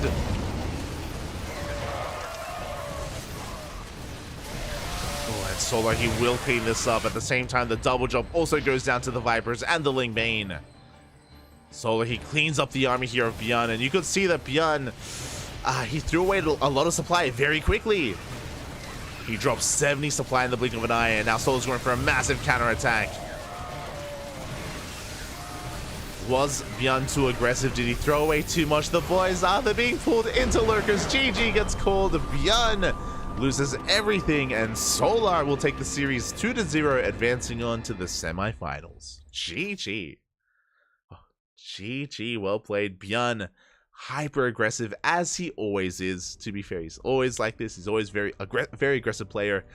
But alas, he wasn't able to break Solar. He came close, did come close, but wasn't able to pull him apart. And Solar was able to stabilize and snowball out of control. GG, well played. Solar will advance on into the next round, where he's going to be waiting for his next opponent. He's waiting for the winner of Shin versus Nightmare. Oh, let's go. Let us go. We have some catching up to do. Oh, there we go. From the top, Pappy, from the top. It looks like we have all of our quarterfinals matches underway. We have Clem versus Max Pax in a Europe versus Europe match. We have Estrella versus Hero in a PvP. Oh my god, let's go. Definitely looking forward to that. To the PvP towards the upper half of the bracket. Scrolling down a little bit further, we have our series as well. Solar, of course, waiting for either Shin or Nightmare. And that is where we are going to be waiting as well. Solar is, of course, in the semis, and we've been following Solar for quite some time. I mean, we started with Cyan versus Bunny, into Solar, into Byun, now into either Shin or Nightmare. As, of course, Shin did 2-0 Spirit to advance on to face off against Nightmare. So we are going to be waiting here. If you want to tune into the upper half of the brackets, which, as a reminder, is these upper matches that are currently ongoing. Can I... these upper matches. I believe the upper matches are being covered by Wardy. I think Wardy is in either Clem versus Max Pax, or he's in Estrella versus Hero. I'm not too sure which one, but he's in one of them, I can assure you. Is in one of them, and yeah, as a result, we're going to be going on a break. Going to be going on a short break. We do have to wait for Shin and Nightmare to finish up, and when we return, we'll have another series for you. We may not have to wait for too long.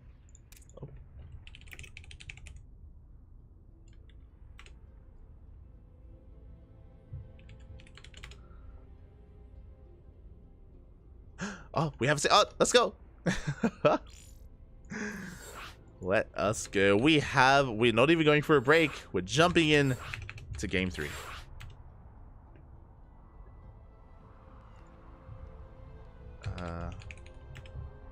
I need to be quick.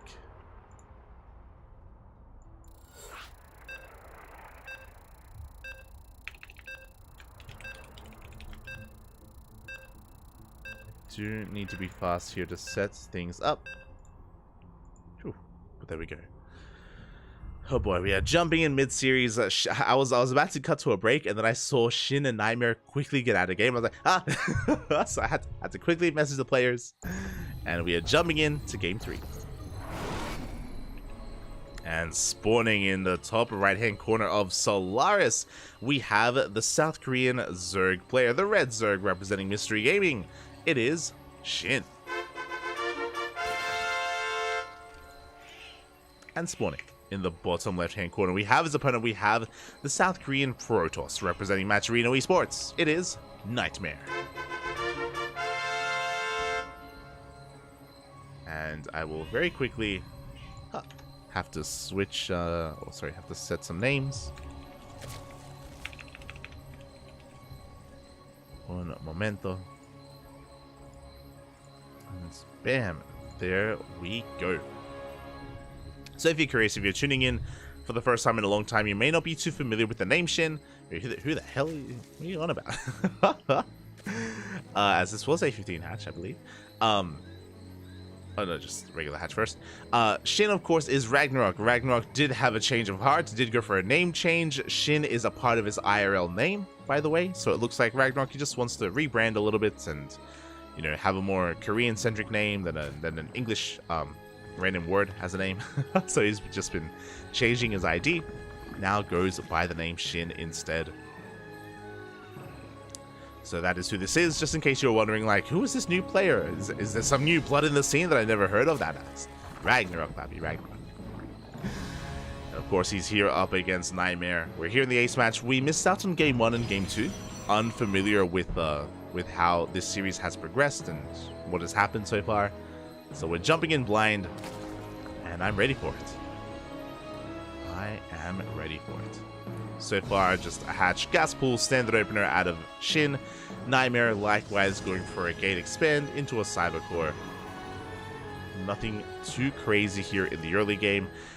And I expect these players to bubble off in the mid game. That's what I'm excited about. Nightmare, he typically thrives in the mid game, and so does Shin. They're both kind of these mid game oriented players, aggressive in their own ways.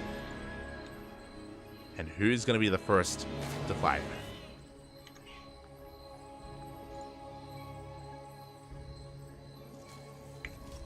It's time all over again. Oliveira. I think what's interesting is that there are still some players that call Oliveira time. A lot of the Koreans, actually. I did notice the other day, like Kyor, Byun, a lot of the Koreans actually still refer to Oliveira as time, which I find funny. It's been a while now, though. It's been a while.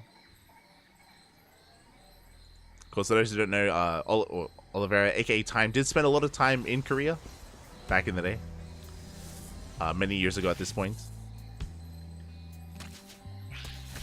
Good friends with a lot of the Koreans, and so far we do see Shin slipping into the main base, getting a full scout, trying to get a read on what is going on. And does, of course, scout to take a choice. It is going to be a Stargate opener from Nightmare, going for an Oracle first, which is confirmed by the link. Everything is seen. Now, Oracle first is quite standard. Behind this, we should be getting and working towards a third base. Working towards a greater economy here for Nightmare, as the Oracle does give him map control and does force Shin to focus on his defenses back at home. Speaking of, we have 2 queens here at the natural. We have a queen and a spore in the main. We are quite well set up. Great position. No one has more name changes than Rattata. No one has more name changes than Special. Special, aka Major, aka Wingy, aka Barbie for a while. I think Special has like 10 names on Wikipedia. I don't think anyone comes close to Special. Este Major. It took me a long time to start saying Special, actually. Like, I got so used to Major for so many years. Light. Special was light for a time, if I'm not mistaken. Am I crazy? I'm pretty sure he was light. Hold on. Yeah, he was light. Yeah. he took my name for a while, Bobby. He took my name.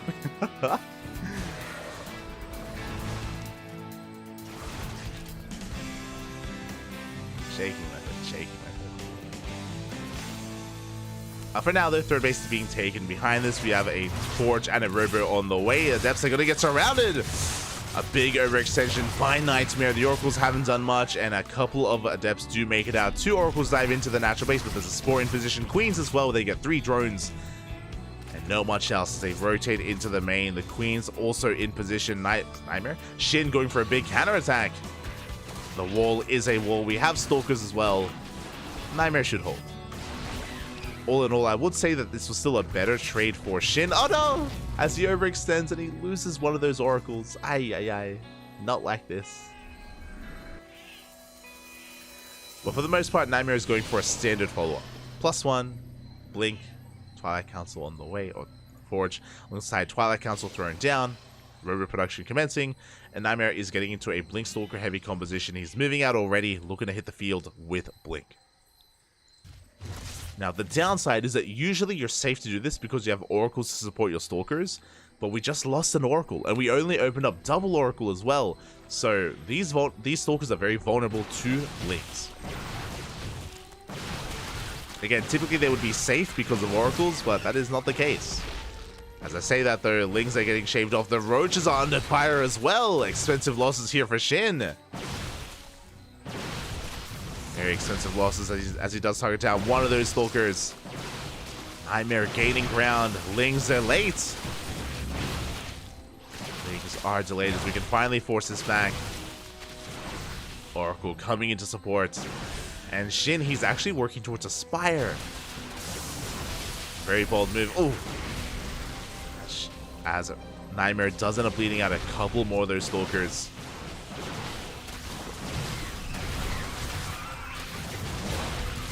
And here we go. We're going to chase this all the way back. But we are just doubling down here on the Stalker aggression. Oh my god. Nightmare just trying to force his way in. I mentioned before that he thrives here in the mid game. It's 5 gateways behind us. We have 2 more on the way, 7 in total. He's being chased back. Oh, a lot of Stalkers are bleeding out here. And Nightmare, he's supposed to gain momentum with this army. He's supposed to build up his Stalker count over time. But he loses a little bit too much.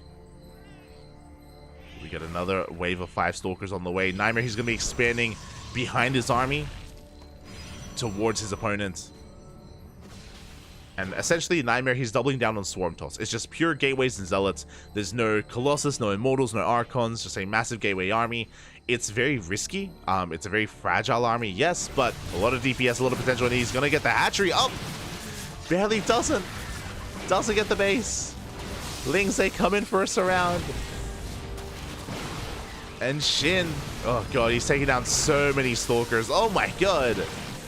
The stutter stepping is just too much. As we mentioned before, Nightmare, ideally he's supposed to snowball out of control. He's supposed to build up the Stalker count over time, but alas he cannot. He's been losing far too much. God, I can't believe this hatchery's still alive. As the mutas have arrived, Shin, he was sneaking out a Spire. The Spire did finish. And the mutas are making their way towards the natural base. And Nightmare has nothing at home to defend. He's been hyper-fixated here on the attack, on the aggression. He was forced all the way back. And here come those mutas. The mutas, they get into the mineral line. Files are going to be connecting. Zealots are going down as well. Good target firing on the Ravagers. Shield Battery overcharges pop, but it's not going to be enough. And every worker is going down. No reaction here from Nightmare. He's going to be losing his entire mineral line.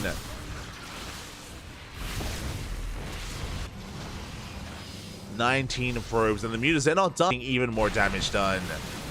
Nightmare, he's losing his economy. He's losing his main army. And Shin, he's getting out of control. 24 probes. 24, papi. Ay. We take control of the 4th base. Nexus is under fire. And now we can focus on the main army as well. Mutas are rotating around. Looking for a mineral line. They could just go straight for this prism as well. Yeah, it's just become too much. Nightmare, he had momentum early on. He was just hyper aggressive and he was getting damage done, but you could see that everything was on a knife's edge, and once things started turning in favor of Shin, it just became too much. Nightmare, he's forcing this back for now, but he doesn't have an economy. He doesn't have an economy behind this. Barely saturated on 3 bases. As he pushes out the mutas, they're coming back in. No. They're coming in once again.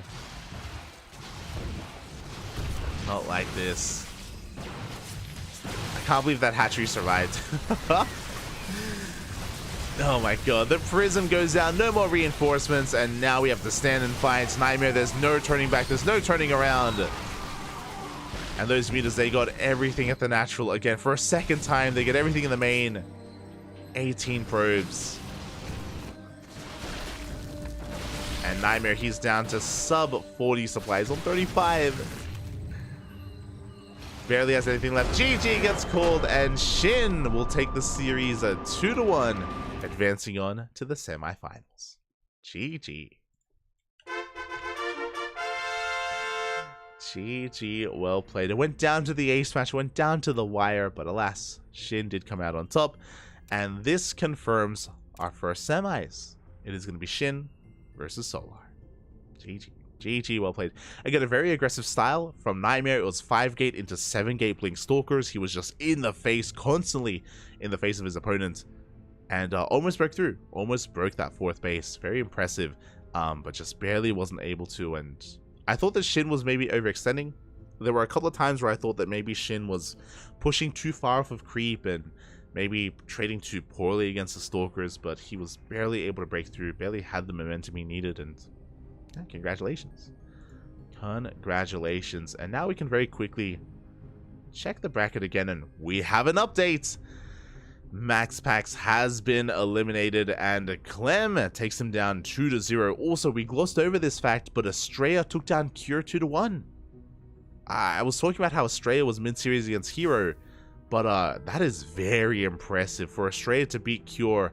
Very big result here from the American Protoss. And he is currently mid-series against Hero. I did have the opportunity to jump on that. I could have gone into that series, but we're focusing on the lower half of the bracket, so I believe, I do hope that that's being covered by another one of the casters, as we are fixated here on the bottom of the bracket. We have our first semifinals, going to be a ZVZ between Solar and Shin. Here we go.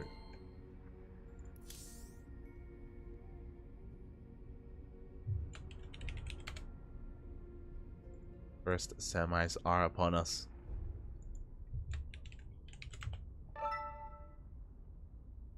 And we're just getting everything set up for it. Beautiful.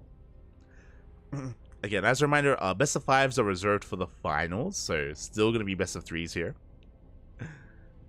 As we are getting into the ZVZ. As a reminder as well, both semis will be casted, so we're going to be covering the lower semis first, and then we're going to be covering either Clem versus Hero or Clem versus Estrella. We're going to be covering a PVT or a TVP in the upper semis after this series. Just as a reminder. And this time we are going on a break. We're going to be going on a short break. I am out of water. I've been out of water for a game already. That's why I wanted to go for a break earlier. So I'm going to take a moment here. Take this moment to hydrate your hydras, stretch your roaches, massage your marines, drain your disruptors, and marinate your marauders, because in a couple of minutes we're going to be back here with our ZVZ, Solar versus Shin. See you soon. See you soon.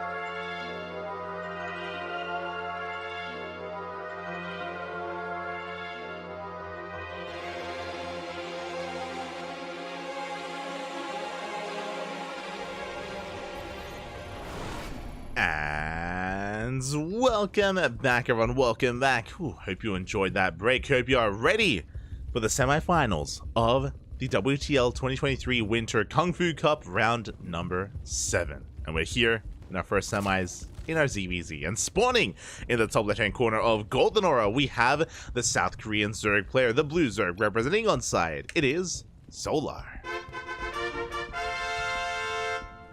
Let us know what's going on. If we have any native Korean speakers, let us know what is being said. As spawning in the bottom right, we have his opponent. We have the other South Korean Zerg player, the red Zerg, representing Mystery Gaming. It is Shin. Ramyo. Just need a moment to... I can see the laugh. I know the laugh. But here we go. We do have our ZVZ before us as well. So far, we have a hatch first from both players. Interesting. We're going to be loading into Golden Aura, and I'm curious what kind of openers we go for here. Gases are being taken, so hatch gases pool for the time being, but Golden Aura would not be a bad map to go 2 base on. Actually, how did I say that? It wouldn't be a bad map to go for 2 base on, but there's no reason not to take a fast third. I feel like you are very well fortified and defended on 3 bases, so yeah, we'll see what kind of direction we go in. We'll see if anyone tries to play 2 base, or if we just go into a third, into Ling Bane, into a more standard ZVZ. I am curious. In general, I think I mentioned a couple of days ago that we actually haven't casted too many ZVZs this patch. I was working through some VODs yesterday, or this morning even, and I didn't realize, because I know Asher, he always memes that like I'm like most knowledgeable about like PvP, and he's like, mate, you're crazy, you know everything about it. I'm like, I just cast a lot, and I was checking the VODs, and literally like 80% of games cast, I would say maybe 70% of games casted on our channel is like PvPs. it is the most casted matchup on our channel, which I just found like just interesting. Yeah, I knew that we casted a lot of it. I just didn't realize how much we casted, and not so much ZVZ. So especially this season. So I'm happy to cast another. Happy to get some ZVZ inside me, and we'll see where this takes us. As so far, Lings do clash in the center. We're gonna be moving out. Third bases are being taken. Everything is looking as it should. Everything is looking normal. Just going to be testing each other. Bailey Nest should be thrown down. There we go. Bailey Nest for Solar and a Bailey Nest for Shin as well. So we're mirroring each other. Everything is looking very stock standard, very normal here in this game so far. The question becomes, when do we throw down the Roach Warren, if at all, and how much do we commit to it once we do take in that direction?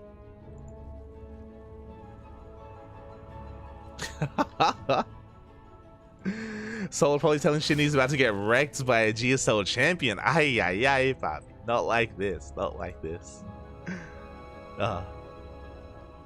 Mate, it's Shin. You can't count him out of ZVZ, okay? ZVZ, it's chaos, papi. It's chaos, and he thrives in the chaos.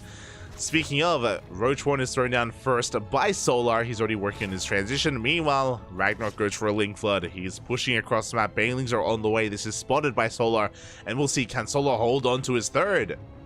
Banelings are just now in production. They're still on the way. Lings are coming in. They get us around. They get a couple of Lings of Solars at least. They do dive on top of the army. Banelings going to be rolling on forward. Oh, not the best trade though. As the Banelings are baited out. One does make it into the mineral line, but 2 Banelings are required to kill workers, and only 1 connects. A big detonation, but where's the follow-up? It's not there. The drones will survive. A drone on 1 HP. Mine's the same as a drone on full HP. So we're good, man. We're good. Up. We are good, as we do see Shin just trying to sneak in. He gets 1 drone with a couple of Lings. Only 1 though. As he desperately wants to clean up these drones, but alas, he just doesn't make it in. He's going in once again, but not the best trade. Pays the price for it, and Solar is successfully getting to roaches.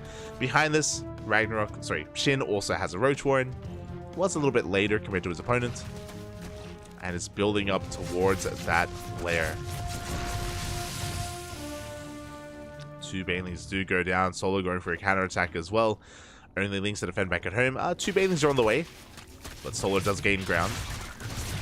Yeah, forces everything back home, and here we go. Solar now working on his Roach push. Remember, he did get a faster Roach Warren. He's pushing across the map, and now Ragnarok is in some trouble. He was droning. He was being a little bit too greedy. And can Solar punish him? As Roaches are barely coming out here for Shin. Just in time. Is it just in time? It looks like it is, as we do see Solar just trying to force his way up the ramp. Solar is slightly ahead in Roaches for now, but we have the defender's advantage, and Shin will hold. Gets away with that droning. He gets away with the higher worker count. Does have his Evo Chamber. Hasn't invested into upgrades yet. Lair is done. A Lair on the way here for Solar as well. And Shin is not droning. Uh-oh. Shin is not making workers, by the way. He's still just making purely Roaches back at home. He's banking them up. Shin is a little bit supply blocked. But once he breaks free, I feel like Shin isn't going to drone. It looks like he's going for a big all-in. Yep. We're just staying here at 49 workers. Solar makes the classic mistake here in ZVZ. He doesn't know what the worker count is looking like for Shin, and Solar has fully saturated his third. He's up to 69. Nice. Drones up 20 workers, which means Shin is heavily up in army supply.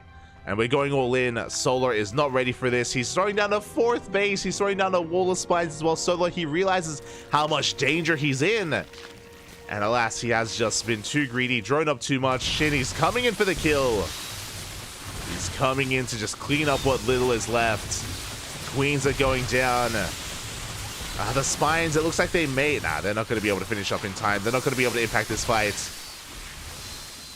As Shin is breaking through. GG gets called, and Shin will take game number 1. GG. Again, it was a close game. It was back and forth. I would have given the edge to Solar initially after the initial defense, after the Lingbane portion of the game. But we saw that Solar was just a little bit too greedy. He droned up to 69, if you remember. It was 69 drones, all 6 gases, 4th base as well. Meanwhile, Ragnarok, or Shin, just wasn't droning at all. Just making nothing but Roaches. And with that, in a mirror matchup, that is a death sentence to the player who's being a little bit too greedy there. GG, well played. And just like that, Shin is 1 game away from making it to the grand finals. Solar, he needs to fight back here and now to make a series out of this, to force the ace match.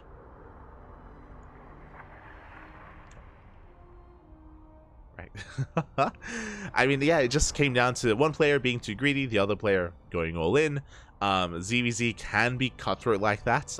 You do have very little time to scout and react to what your opponent's doing. And in all mirror matchups, to be fair, but I think it's a little bit more brutal in ZVZ because your production, or the way that you produce workers, is the same way you produce units. So if you invest in one, you're not investing in the other. And you can invest in one quite heavily, very quickly as well. So just a bit of a misstep, just a bit of a misread from Solar, as he was assuming that Shin was droning. He did make an assumption. And here we go. We're getting into game number 2.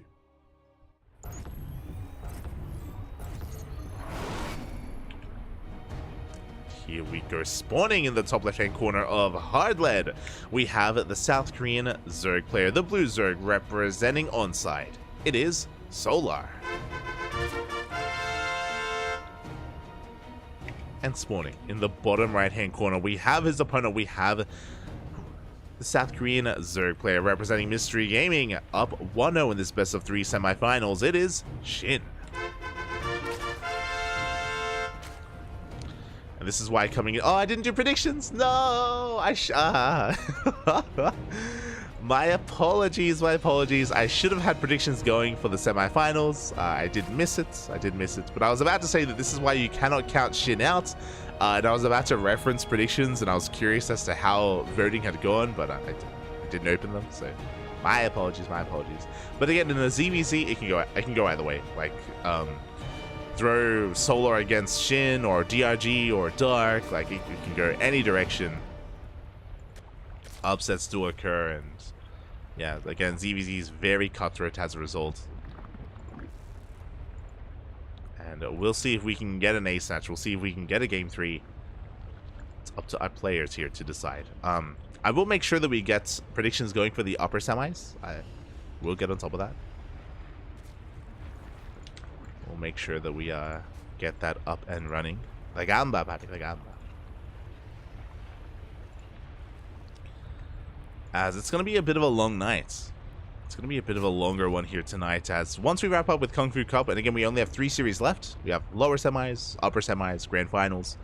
Once we wrap up in 4 hours time, or in 3.5 hours from this message, we're going to be live again with a Polish event with the House Open Cup number 3. Number 3, of course, a weekly tournament, or sorry, a bi-weekly tournament, region locked to the land of Poland. So if you want some more StarCraft action later on tonight, we got you covered with Spirit, with Laser, with Mana, Geralt, Christiane, Rodzin, Papi, Papi, Ziomek, Aristory, Trifax, to name a few. They're going to be featured later on tonight in a couple of hours. Thankfully, I think there's going to be a small break in between broadcasts, so I'll be able to quickly get some food. Maybe boil some water and get some instant noodles going. Let's go. It'll be a long night tonight. Yeah. Look, we have to make up for the fact that I had no internet this morning. Okay, we gotta make up for it. All the casting. But now, standard openers. Hatch gas pool into a third base, into a Bailey nest. No signs of aggression yet. Everyone is looking normal. No one is suspect for the time being. And we are on hard lead, and this is going to be a little bit different, a little bit spicier. For those wondering, hard lead has one of the shortest rush distances in the entire map pool. So aggression is that much more difficult to keep up with because it doesn't take too long at all to get across the map. And there it is. Shin is the first to make links. We have a wave of Lings on the way. Shin once again wants to be the aggressor, at least initially. Solar sending out a couple Lings of his own, going for his own counterattack as well. Moving towards the left-hand side. Likewise, Shin is getting ready back at home. Defensive Bailings are on the way, and Shin throws down a very fast Roach Warren hidden behind the mineral line, behind the natural base. Here we go. So Shin, he's going to be getting into Roaches very quickly. Meanwhile, Solar is droning back at home. Uh-oh. He has his own Roach Warren on the way, but it is a little bit later compared to Shin's. So there's going to be a window where one player will have Roaches, the other will not. Solar, upon seeing all these Lings, he backs off. He doesn't commit. Ling comes in. Up. And Solar, he's going straight for the main base. He gets eyes on the fast lair. But he doesn't get eyes on the fast Roach Warren. So Solar is not fully aware of what's going on. He has an inkling. He has a piece of the puzzle. But not everything. As Ragnarok, upon rushing into a fast lair, this should be for fast Roach speed. We could even go for a Spire, but we only have 3 gases. This still screams Roaches. There it is, +1 ranges on the way. And this should be for Roach speed. Now, Shin should be droning. He should be droning up behind this, should be saturating his bases, and building up towards a speed timing with +1 range. Meanwhile, Solar is not droning. He is main-notting over to his third base. He's making it look like he is saturating his bases. So even if Shin saw the third, he would see workers here, so he would be fed false information, and Solar is going all in. Meanwhile, Shin is going for a Spire. How the turns do table. A bit of a role reversal here. Essentially, Shin is being too greedy, and Solar's going all in. Roaches are pushing out. Shin now realizes what's going on, and it may just be too little too late. Gonna be trading 1-for-1 with these Bailings. Shin is getting on top of these Bailings as well, but they will finish. And can Shin survive? Spine Crawler on the way, a mass amount of Bailings as well. But it may just be too little too late. The Bailings, no, they crash into... not the best connections here. Most of these Bailings, they will finish. But against Roaches, not the best trades. Good enough splits, and Solar, he's busting into the natural. Bailings, they roll into the mineral iron. Every worker here is going to be going down. We dive on top of the Roaches as well. Again, Shin was just a little bit too greedy. Going to be losing everything here. GG gets called, and Solar takes game number 2. Tying up the series 1-1.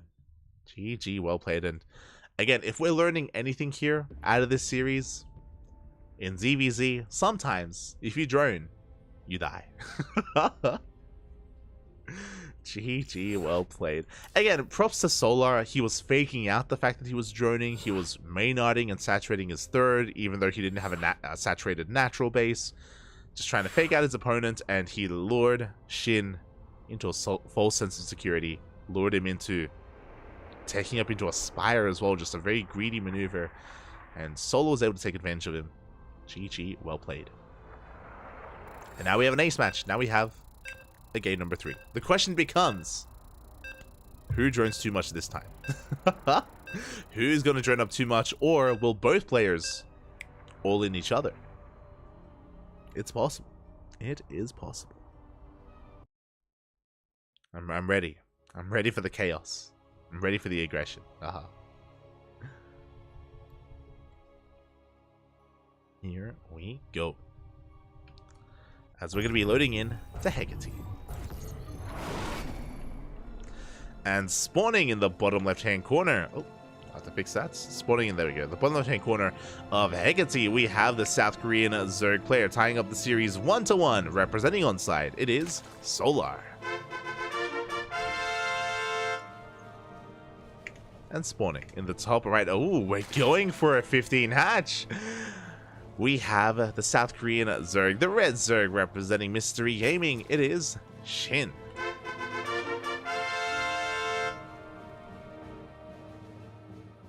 There it is. Drone too much, you die. Drone too little, you die. You need to drone just the right amount. But even then, sometimes you also die. You but yeah, really interesting. Okay, so it's a 15 hatch opener versus a 15 hatch opener. Yeah, kind of. Okay, pool first. Sorry, hatch first. So last. So very interesting opener here out of Shin. So what this means. This should be gasless. 15-15. 15-15 out of Shin should lead into delayed gases here, should lead into a wall-off at the natural. We skip link speed, and we open roaches. This should be 2-base play. I'm assuming we open roaches. We could even go 2-base Spire and 2-base Mutas, but 2-base Roach is the safe bet here for Shin. Meanwhile, Solar is going for a hatch gas pool. Standard economic opener here out of Solar. It's just Shin who's cutting corners and being greedy. Again, with this build, because you have really late gases, that means you typically want to skip link speed and go straight into Roach production instead. You can go into a faster layer as well, as gases are just now being taken, and Solar has already been happily mining gas for quite some time. So that's why if you go gases like this, or if you go for 15-15, it leads into Roach play.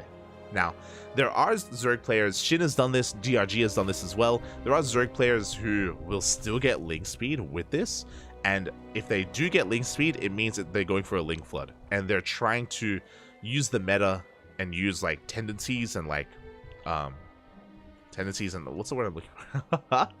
And just logical deduction against the opponent, because Solar he checks and he should be recognizing that it's 2-base play, and if he notices that his opponent is going to be skipping link speed, then he should be skipping his Baneling Nest and going for a Roach Warren, and then suddenly bam, link flood comes in and then you just die. It's killed a player like Dark many a time where he skips a Baneling Nest assuming that it's going to be Roach versus Roach, and then he just dies to a link flood. As we can see, we're just building ourselves back up. Droning up on 2 bases. Wall is on the way, and we are not investing into link speed. So it should just be 2-base Roach. We're not going for the link flood variation. Behind this Solar, he's just taking a third, droning. Oh my god, Solar is actually making a wave of 24 links. My god.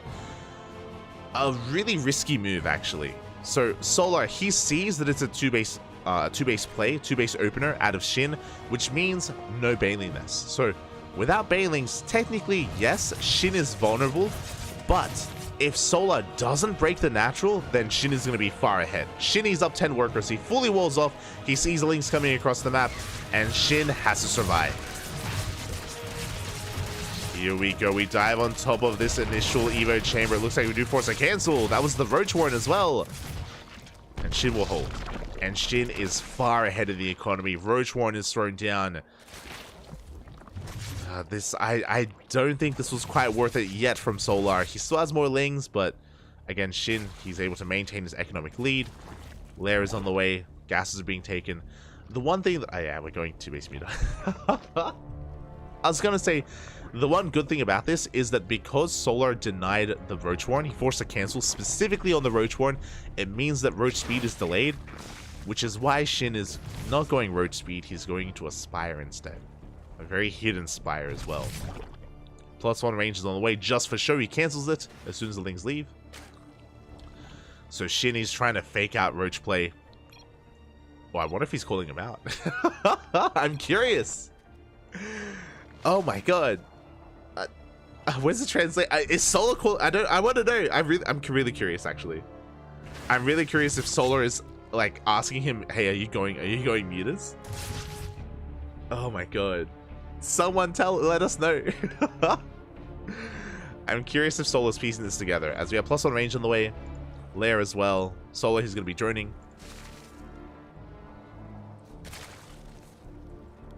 And we do see that Shin is producing Roach Speed here. We have Ling Speed on the way as well. Lings, I believe, have been revealed. And Solar is getting ready back at home. Trying to get a scout off, but is unable to.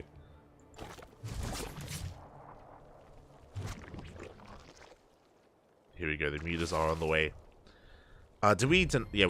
We did cancel Roach Speed, so it was just a fake out. It's just Ling Muta from Shin. Oh, Ling Speed is still not done. There we go. Ling Speed now kicking in. We do see Shin just trying to Viper map control. Overseer is going to be spotted.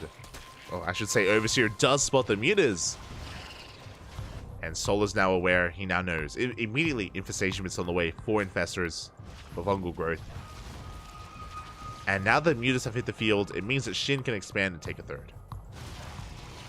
Shin has map control and should be containing Solar to 3 bases. It's a lot of exposed overlords. Queens are bunching up. 5 queens in total, soon to be 7. And we're going to barely be able to get 1 more overlord. Supply blocking Solar.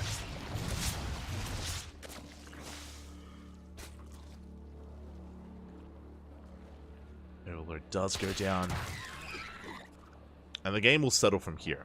Essentially, we do have Shin committing to Ling Muta, and Solar is trying to get into Hydras. It's a longer road here for Solar, and obviously he's going to be stuck at home as a result. But we'll see if he's able to pull this off. We have 4 Infestors on the way. Each will have 1 fungal available. +2 range in production as well. But we do cancel one of those spores.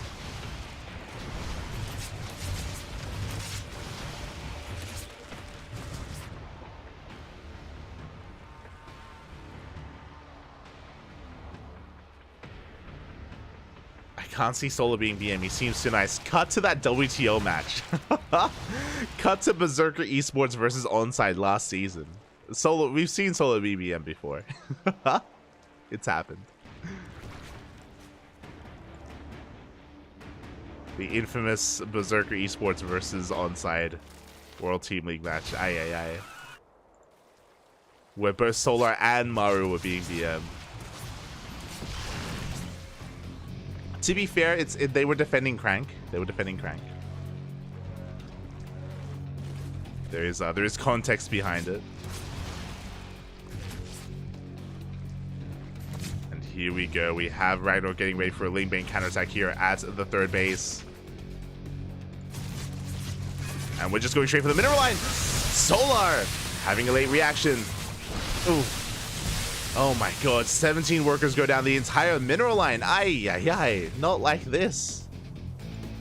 Not like this, Papi. 17 workers go down. So far, a good amount of damage is done. But at the same time, 1 fungal is all it takes. 1 fungal. It was amazing. it was amazing. It was, yeah. One of the highlights of WTL of the summer season. Here we go. The Muse rotate around towards the main base. Gonna get a spore. Solar ignoring the army, though, going for a counterattack. He knows he's saying too many losses. Shin is up to 80 workers, by the way, and Solar is going all in. He still doesn't have a fourth. He's going for a big counterattack. At the same time, Shin trying to catch some reinforcements. He turns back around. And it all comes down to this. All comes down to this final push. Solar, he wants to force Shin to engage. But Shin, he finds some free Hydras. Hydra's Roach is going down. Ideally, Solar baits out some Fungals with the Lingbane. As there are 5 Infestors. So much energy available. We're going to take this slow. And here we go from every single angle. We're collapsing in. The Fungals. They will connect, but the Lingbane connects as well. The Hydras go down. That's a lot of Fungal, but Fungals, it doesn't do too much damage. Not anymore. The base will fall. But the Mutas, they get out of control. They take down every single Hydra and every single Infestor. It's close. The Mutas are very low. But they clean up the army. At the same time, the Roaches are breaking in. And Shin, he may have killed all the Hydras and Infestors, but what about the Roaches? They bust into the natural. They bust into the main base. Oof. And Shin is losing his economy. Every worker going down. It looks like it's just too much. Smooch, Pappy Smooch. As eventually these roaches will go down. The question becomes, will Shin have an economy? I'm not so sure. Not anymore. I'd love to know what the conversation is between these two. Again, I'm pretty sure I'm pretty sure they're talking about the build itself, and that's what Solo was asking about at the beginning. Oh. As Shin is chasing down these roaches, we have another Roach Hydra army pushing out here through the center. I know he's laughing. I know that. He's laughing, but... As the Mutas, they're trying to catch whatever they can. And it looks like we have done enough here. Even the Queen's waddling across the map as well. Mutas on their own, they do struggle. Especially with one Infestor remaining here. We have one Fungal left. Oh, the Microbial Shroud. Let's go. Microbial Shroud and ZVZ. I don't think I've seen that too often. GG gets called, and Solar will take the series 2-1, taking down Shin. GG. GG, well played. Oh.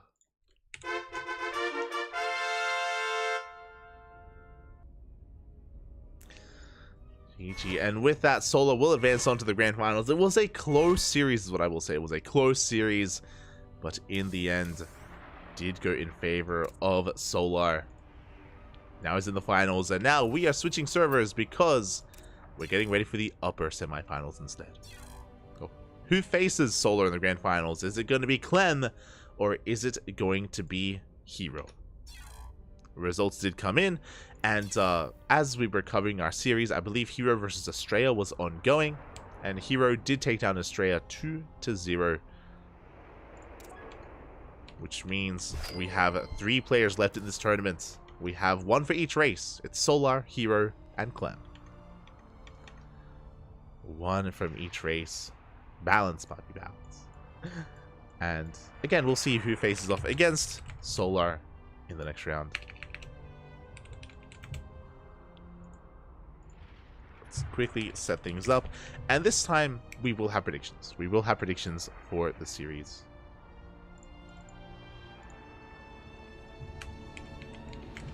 Just need to set up the teams and set up the players. Beautiful.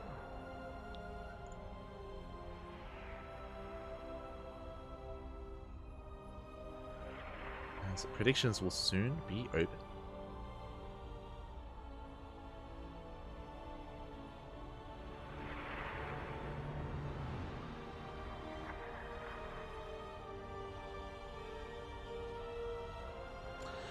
Okay, it looks like vetoes for Clem versus Hero haven't actually started yet, so it's going to be a little bit before they can really get things going. Which means we are going to be having a small break.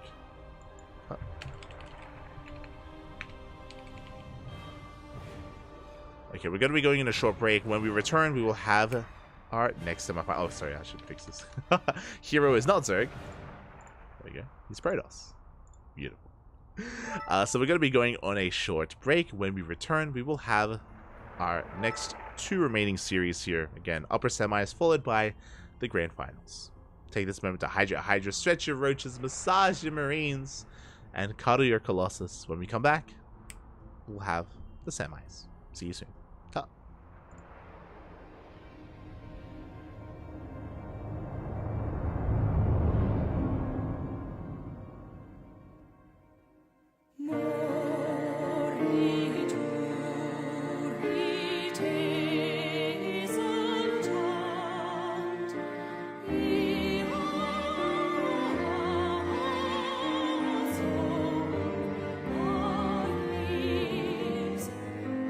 Oh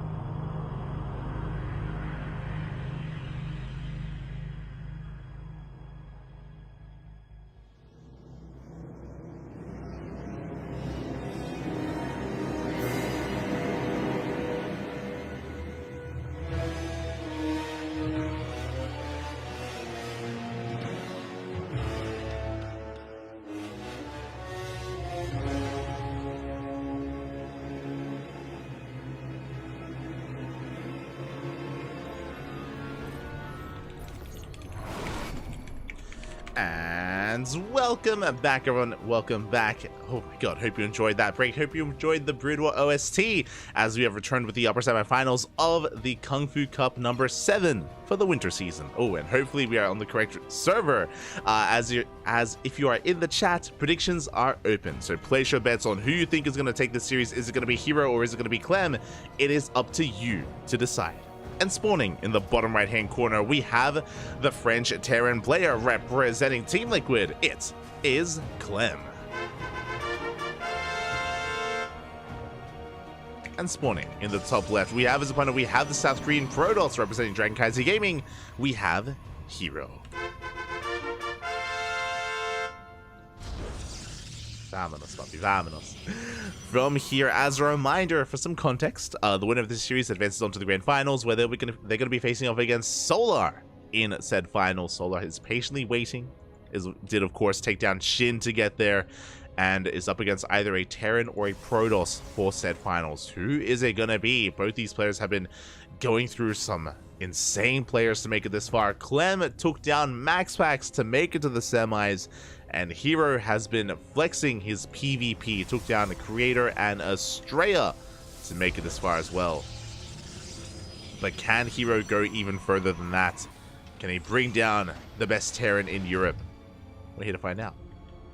For now, Probe Scout is coming in. The goal here is to delay the expansion. Clem is going for an economic opener, single gas, interacts into CC, and the CC is forced off center, I believe. So not too bad, just being as annoying as possible. Hero is, as he will eventually be forced back and force the hell out of the natural. So again, disrupting the economy here in the opener of Clem, but only by a little bit. Of course, we can always just lift and recenter our bases without too much issue. Reaper comes out. Reaper is looking for the probe, by the way, as Hero comes back in. He wants a kill on the SCV. Oh! Reaper is making its way back home. We get a couple of hits in. A second SCV does arrive, and can we get a kill? We cannot! The SCV will survive, and the Reaper will hunt down this probe. Was close, though. Did almost go down. Alas, behind this we have our tech of choice, and it is going to be a Twilight Council from Hero, not a Stargate. Going to be a Twilight Council into Blink. So I do have a quite a robust opener here out of Hero. Of course, so far unscouted. Because of the probe, this Reaper has been kept at home. This Reaper has not been able to scout. The Adept does slip by, does avoid the army, gets into that mineral line, and can delay the CC a little bit further, but it will just barely finish in time. Good juggling here with the CC, keeping that SCV alive.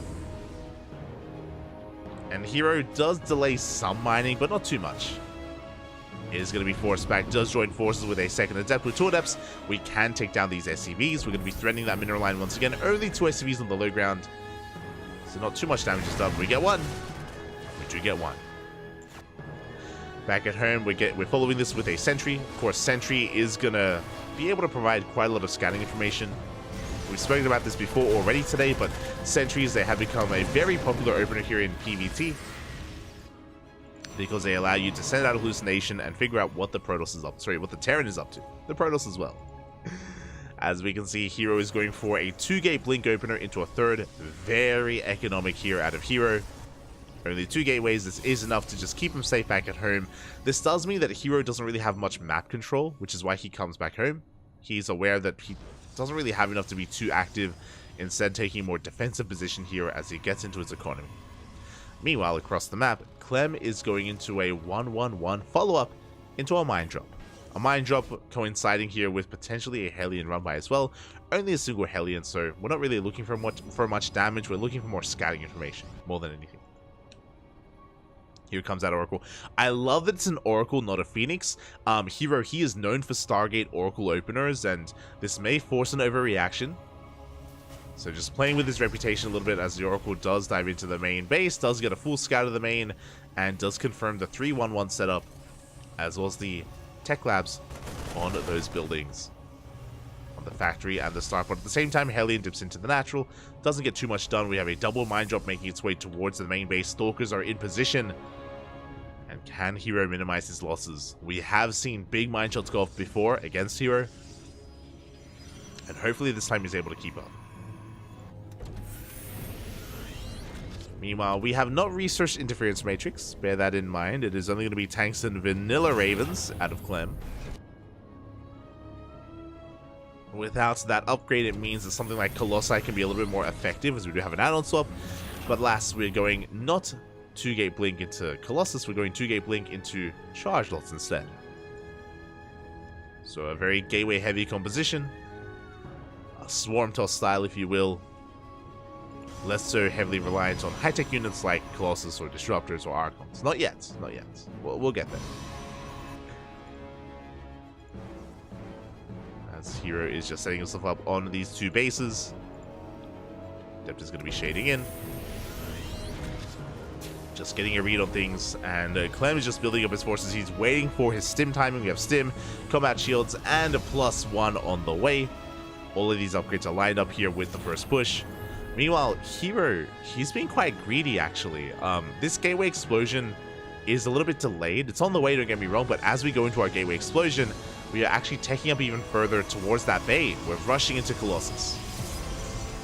A lot of Protoss players will actually stay on just a gateway-heavy composition a little bit faster, a little bit further, and they go into Templar Archives and Storm as a more natural transition. Get into Colossus from here is a little bit greedy, is risky, and we'll see if the Colossus can come out in time, because here comes the push. Raven taking a... Oh my god! Up! A big overextension from Clem, losing the Raven for free! Did not get a single spell off. Clem is going to keep on pushing as he distracts the main army. We do have a drop into the main. Hero, does he notice in time? He does have Stalkers in position, but the drop comes in. Late reaction. Up. Ooh, massive connection. 7 workers go down. And now Clem can keep on pushing. Ay, ay, ay. Again, it was a late reaction from Hero. A late pull away. He's already taken some heavy economic losses. Oh my god, big force fields. The pickup, though, the hot pickup here saving most of the army, but the tank is exposed. The tank is gonna go down. Oh, the scan snipes the observer just barely in time.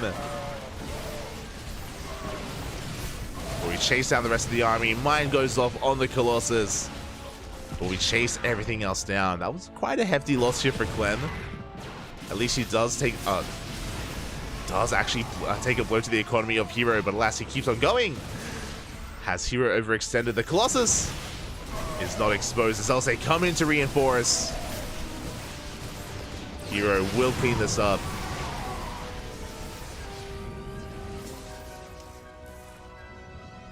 He will retreat. Behind this, Clem was getting a star base on location, now being morphed into an orbital.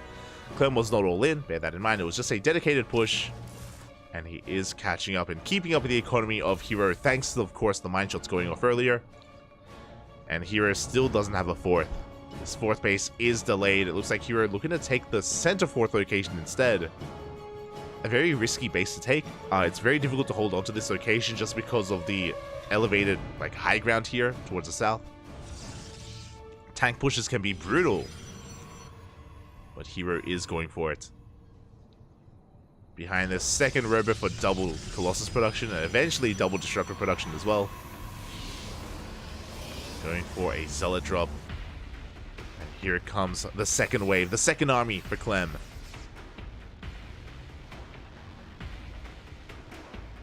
Ghost Academy is on the way, Viking production is commencing. Clem is taking up even further. And I don't know if I don't know if Hero can hold on to this. This 4th base is so late. Interesting. We're actually... Okay, that robot is just still in production. Oof. Bit of a misclick there from Hero, killing one of his own Stalkers. A rough moment. Prism comes in, but the Vikings are in position. Only 3 Zealots make it in. We have reinforcements. The Zealots will be cleaned up. Hero's going to keep pushing. He needs to find some damage. But alas, he will not. Hero is in a rough position here as Clem is getting ready for a surround. Hero has to back off. The Zealots take down 4 SCVs, which is a good amount of damage.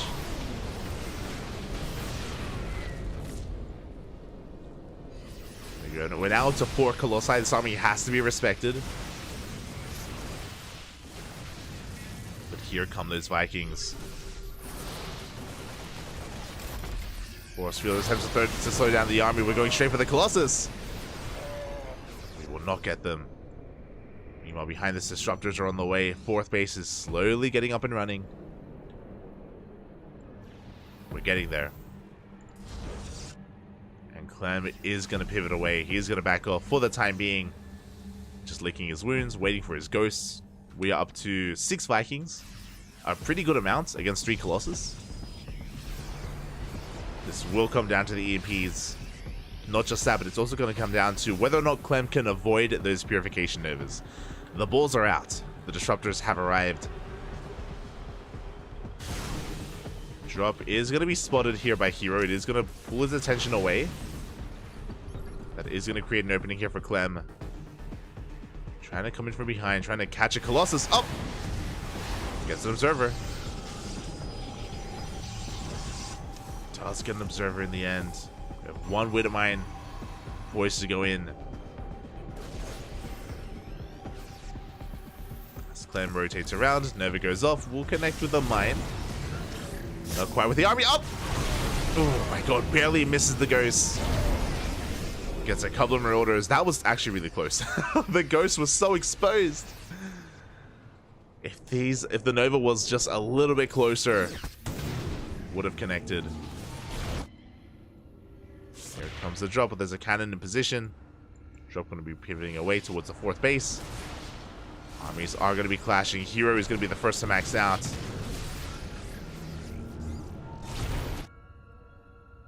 That mine drop going to be coming in, getting 6 probes at the 4th base. Not bad. Clem getting eyes on a would-be 5th. Clem has his own 4th base up and running. Planetary is done. So Clem is keeping up in the economy, but can he actually fight this army head on? The Novas go off! Ooh, 2 ghosts go down. Big connection. No! Another ghost as well. These are high energy ghosts. Not like this. Just amazing connections from Hero. The Colossi still stand strong. One of them is very low. One of them is deep in the red. But still going to be standing here. And these Novas, maybe they've just been too much.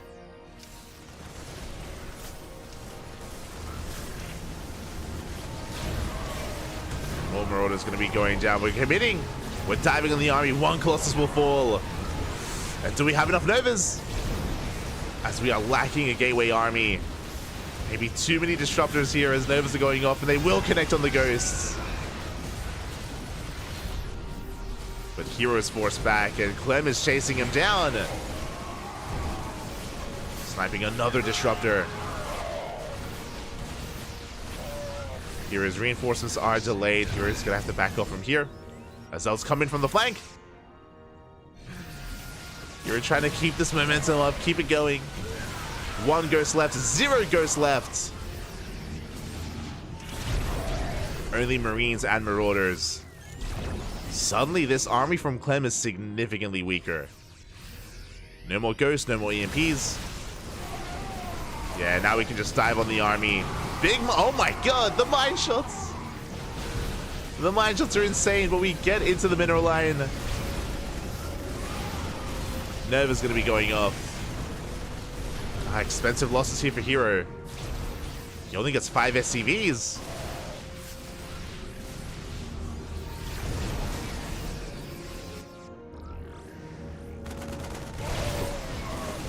Yeah, only 5 workers. Bleeds out another disruptor. I would love for us to actually go back into Colossus. I understand that there are Vikings, but I feel like we could maybe protect them. It feels so close here because we're relying so much on Purification Novas, and if we ever miss, then Clem can push in. The ghost count getting higher and higher.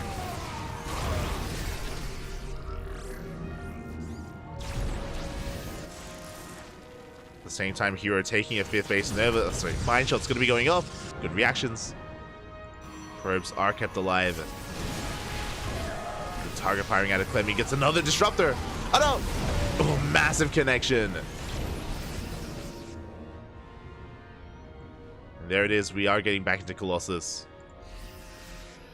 Part of me would also like, actually, at this point, Hero, he has a lot of gas, maybe even going for a sky toss transition, but you can see that he's just very aggressive. He's very in the face of Clem. The mine shots they go off again. Oh, 8 workers going down. Not insignificant. Here he's rotating over towards the right-hand side. Clem is out of position. A lot of his army is not here, not quite on the right-hand side. There is an opening here for Hero, but enough time has passed. Clem, he does arrive. Does make it back home.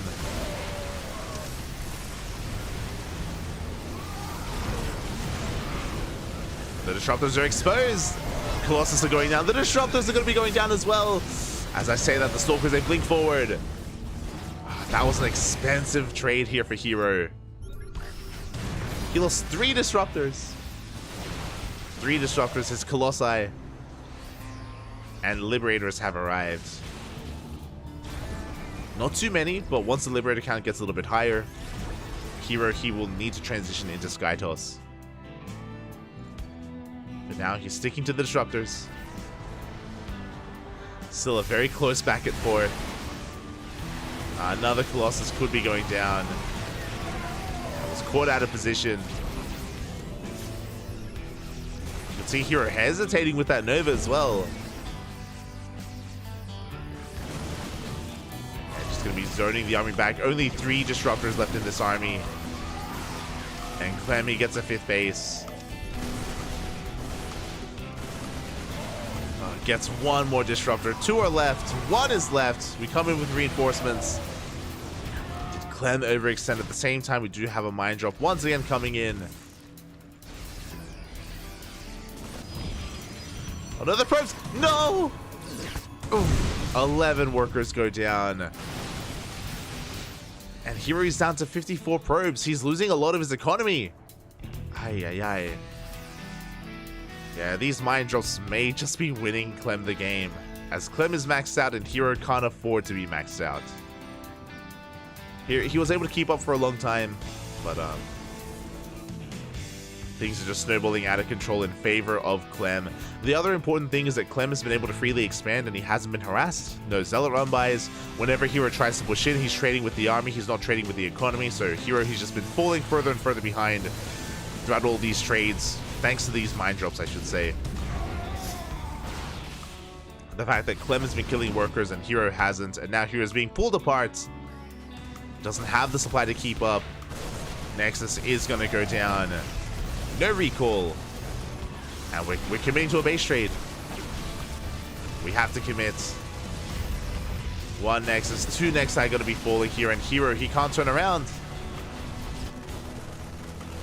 Losing his 2 for... Oh, he tries to recall. Ay, ay, ay.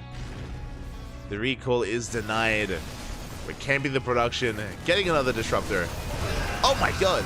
Big connection. But Clem is still maxed. Another disruptor is going to go down. Can Clem snipe another Nexus? Not this time.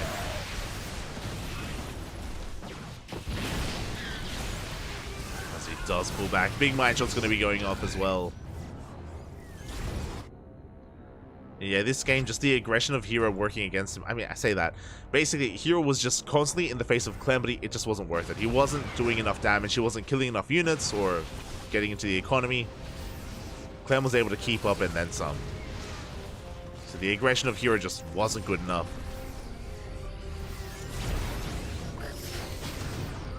Mine shot's going to be going up. Hero, he can still take a fight. Well, he did just take an EMP to the face. Novas are coming out. Colossus is going to be going down to the Vikings. We have a lot of disruptors, but there's just so much to connect with. The spread is real. The concave is real. Yeah, and Hero's going to be losing everything.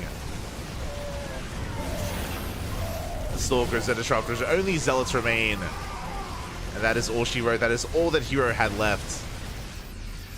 GG gets called, and Clem will take game number 1. Ooh, GG. GG, well played. Oh. As Clem will take that game again. Hero, he was keeping up for a while and he was putting so much pressure on Clem, but it just was not enough. There was that moment, that one moment when Clem lost all of his ghosts. I thought then and there maybe Hero could keep pushing, but alas, the Marine Marauder army just was able to stand too strong. Hero didn't have enough disruptors behind it, or he didn't have enough of a Zealot army behind it, I should say. Too many disruptors at that time. And yeah, Hero could not break in, could not break through. GG gets called and Clem takes game 1. GG, well played.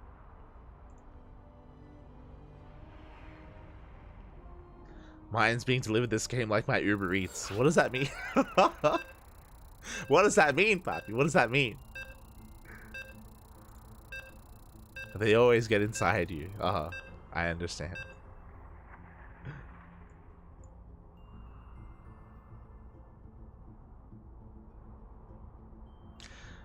I'd probably have 2 times as many points if I actually bet on who I actually thought would win. Okay, copium, Bobby, copium.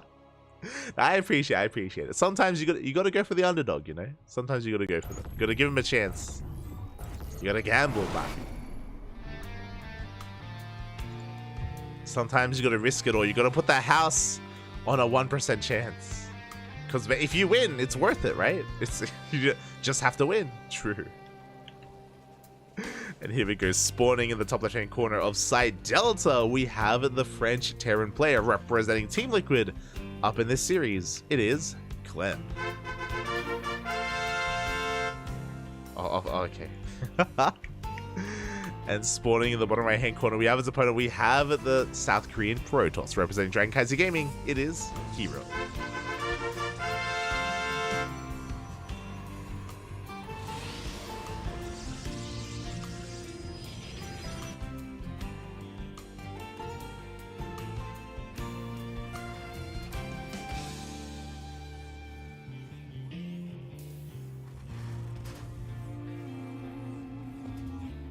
Someone bet on Hero. Oh, did most people bet on Clem? Clem has been more on fire recently. I do think like Hero, he's an amazing player. You know, he's the best Protoss in Korea, arguably the best Protoss in the world. But he is a little bit inconsistent at times. But he's always a lot of fun to watch. Like in that last game, for example, there was totally an opportunity for Hero to calm down, to back off, to secure his bases, and to tech up.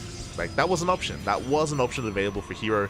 But because it is Hero, he's just constantly in the face of Clem, constantly vying for map control, pushing towards those planetaries, and yeah, I mean that's just his playstyle. And you know, if it works, it works, right? If he's able to take a better trade, if he connects with one amazing Nova, then he can snowball out of control, kill a base, and take the game.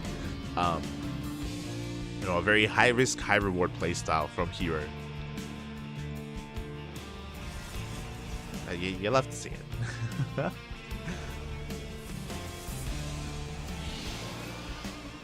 As behind this, do you see Clem just going for a rack to expand? Once again, an economic opener out of our French Terran.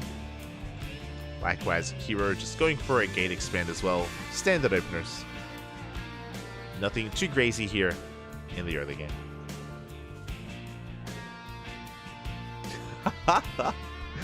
I bet on Clem this time because I lose nearly every time I bet against him. Not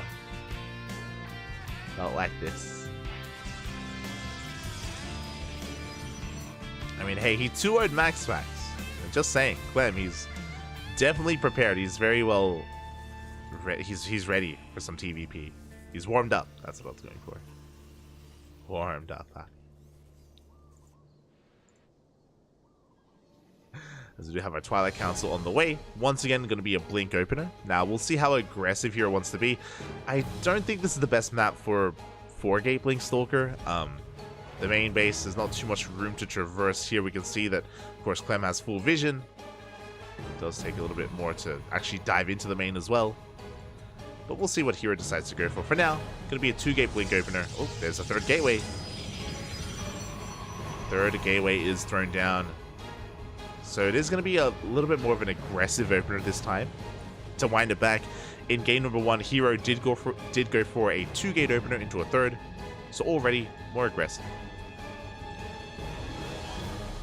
More aggression out of Hero. Once again, going for the Oracle Scouts. Getting across the map.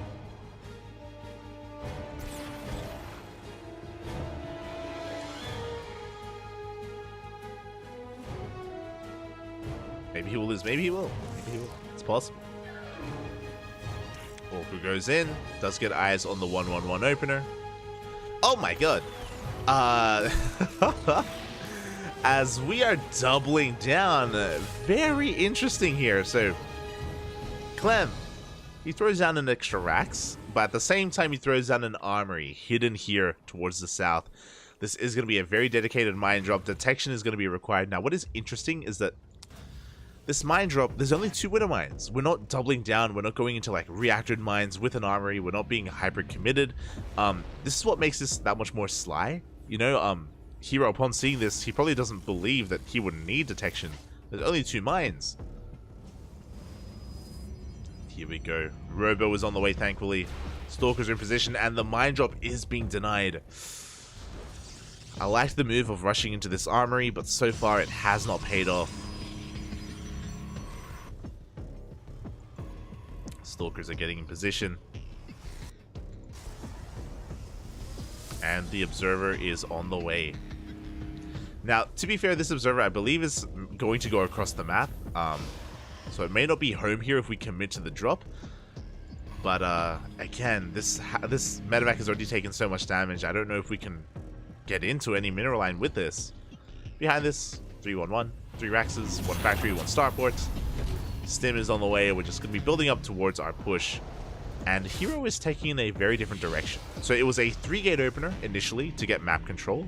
Then we expand, we take a 3rd base. And we are going not just into charge, but we have a Templar Archives as well. We're getting into fast Archons. Archons are going to be on the way.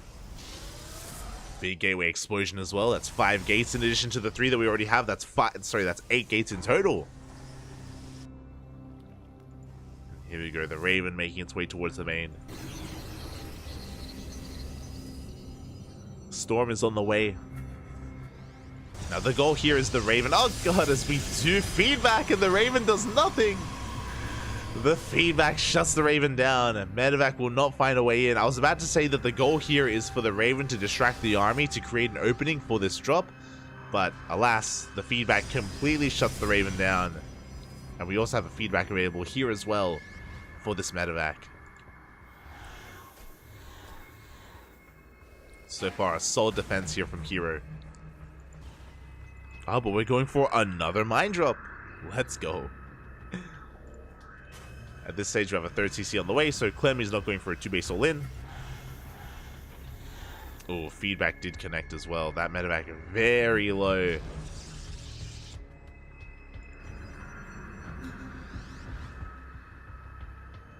Here we go. The drop is heading towards the main base. At the same time, we have a prism moving out. And we'll see who's able to react first. As the mine drop comes in. Oh! 2 workers go down. Reaper dives into the 3rd base as well, trying to focus down a probe. We'll get 1. Oh, but the medevac will fall. So far, not the best trade. Detection is coming in, and these Widow Mines will be cleaned up. At the same time, we do have Zelt harasser. Sorry, the storm jump! Ah! No! Not worth it in the end. We get 4 SCVs, and the prism goes down. Not like this. Ay, ay, ay. 2 High Templar. 2 High Templar in that War Prism. A massive loss for Hero. It's always risky going for a storm drop like that, and alas, was not worth it at all. A big blow. The Raven across the map doesn't quite get a lot of damage done. At least Hero has been able to keep up with the mine drops, but losing 2 High Templar is massive. Ay, ay, ay. Behind this Hero, he's throwing down a 2nd Robo. We have a Bay on the way for a double Colossus production. Eventually, Disruptors. Hero's pushing out. We only have Zealots here. No High Templar this time. Only Zealot.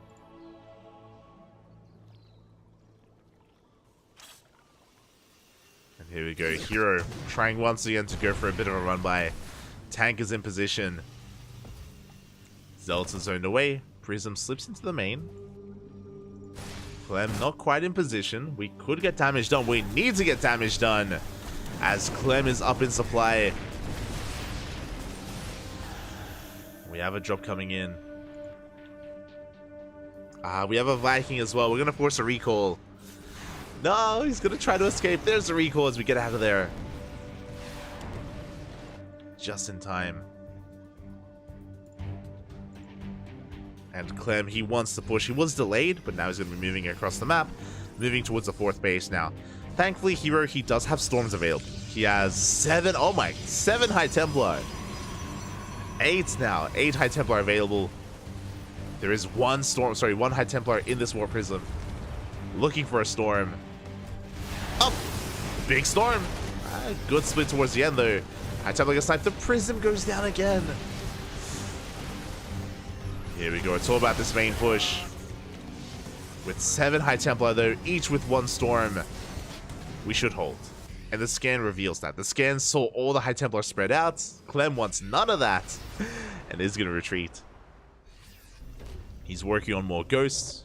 Working on a 4th CC.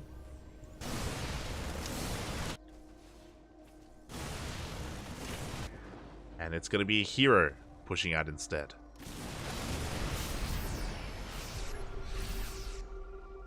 The High Templar does move out. Good feedback here on the Ghost. Not the best Storm. That is 2 High Templar morphing into the Archon. Now we're down to 5. 5 High Templar remaining. At the same time, a big counterattack. This 4th base is going to go down. And Hero does not turn back around. He's committing. Storms will zone back the army. That's 3 Storms. We still have a couple more left. On the Vikings, on the army. Oh, as the EMP did connect, we have 1 Storm remaining here for Hero. At the same time, Clem is going to keep pushing. Depowers the gateway, denies the warp in. And Hero is racing back home, but he is going to lose that natural base. Oof. And Hero, he's up in army supply, but as I say that, the Colossus go down. They were left behind. Hero is supply blocked. He's lost 2 bases. Didn't quite get the economic damage that he wanted. Now, he did take an EMP to the face earlier, but he has 1 High Templar here with energy. Decent Storm. But that's the last Storm here for Hero. The final Storm. The Vikings are going hand. The Bio Army as well. And Hero is going to be losing everything here. As the Vikings land. He did kill most Ghosts. Disruptors have hit the field. Oh! The Disruptors have arrived. Additional Disruptors are on the way.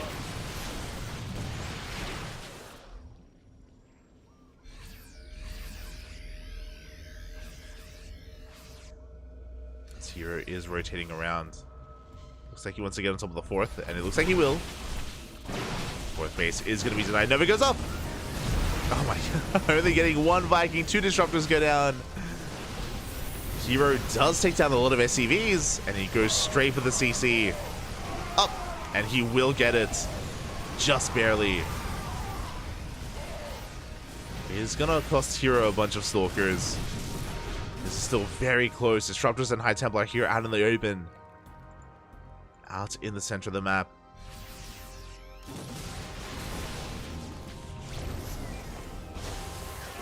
Clem is going to be forced back.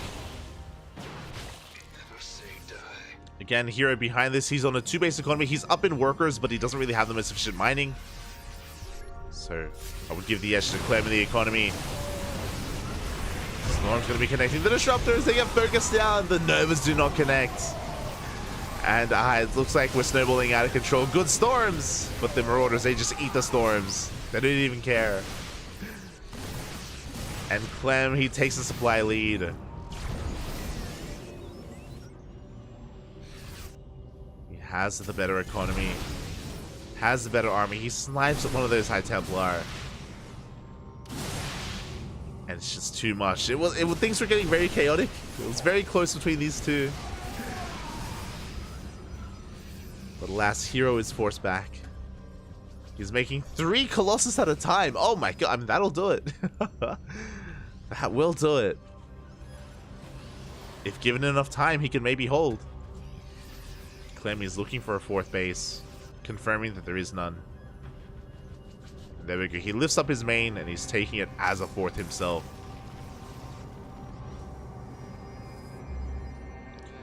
So with the arrival of these Colossi, Hero is still in this game. He's down in army supply, but he can still take a fight. A lot of the supply here of Clem is in medevacs. He has 13 medevacs. Jesus, that is so much.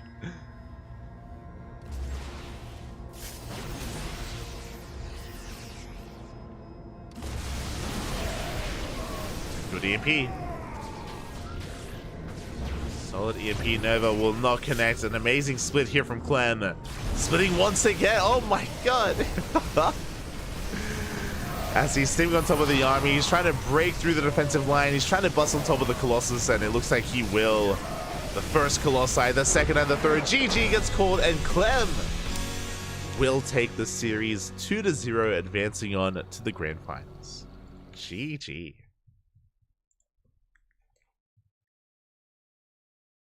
GG, well played. Congratulations as Clem does advance on. My condolences to Hero, as he is going to be eliminated from the tournament.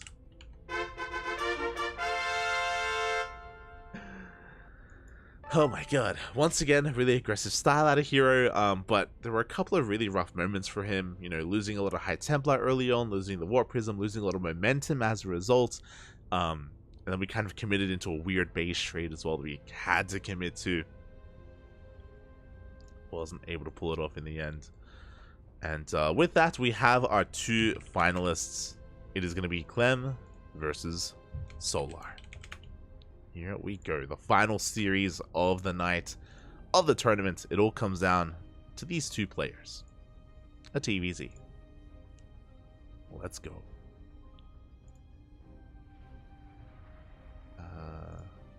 Bam. Just going to be getting those predictions going. Vetoes are now commencing. And whew. Oh boy, this really could go either way. I want to give the edge to Clem, but Solar has been popping off recently. He has been looking good. Has been on point. Could go either way. Once the vetoes are done, once the lobby is made, I will post the predictions. So, soon TM.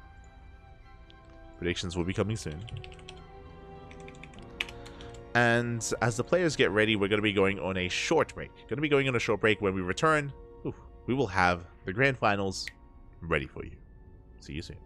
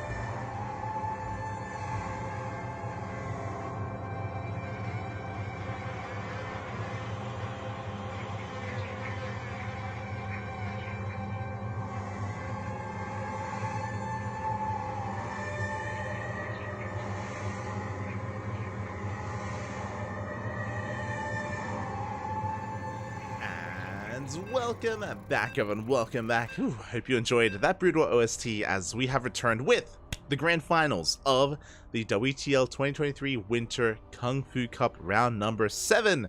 We're here with Clem versus Solar. The vetoes are done, the lobbies have been made, and predictions are now open. They are now open. Place your bets in the chat for how you think this series will unfold. How does it all end? Predictions open. Let's go. Spawning in the bottom left-hand corner of Hecate, we have the South Korean Zerg player representing Team Onside. It is Solar. And spawning in the top right, we have as opponent, we have the French Terran player representing Team Liquid. It is Clem.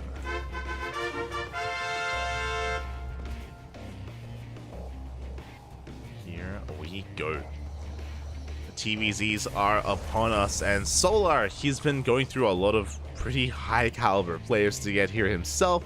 He went through Shin, he went through Byeon, he went through Bunny as well. Similar to how Clem was very much so warmed up for Hero, likewise Solar is warmed up for Clem. Solar's been taking down some big name Terran players to make it this far. He took down Bunny and Byeon. Meanwhile, Clem has been mainly focused on the TVP matchup, actually heavily reliant on it. Almost exclusively. I was just checking. Clem, he took down Hero, Max Pax, and Firefly. 3 big Protoss players to make it this far. Coffee at the start of the tournament as well in a TVT. So this is his first Zerg player of the night. How will this unfold? So far, Hatchgas pull out of Solar. Clem not going for a low ground 2 racks, like of course Byeon would. We have a racks expand set up instead. Very standard opener out of Clem.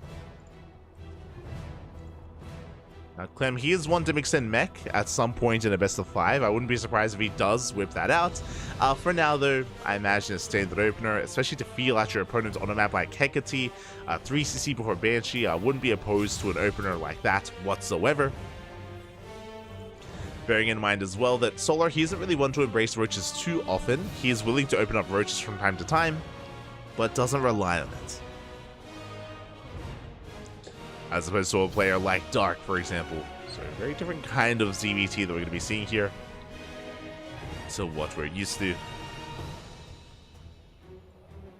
As Clem comes in for an SCV scout, he does confirm the timing of the natural base at least. Reaper comes in. He's going to be dancing with these things, and oh, he will not get one. Oh, just barely. Doesn't get a link. Queen is on the way, and the Queen comes out just in time to fend off the Reaper. Meanwhile, third base is being taken. And Solar is just getting into his opener. Again, hatch gas pull into a third. Queens are rotating around. We're going to be droning, going to be saturating our bases. And Solar is looking pretty here on a 3-base economy, or soon to be 3-base economy.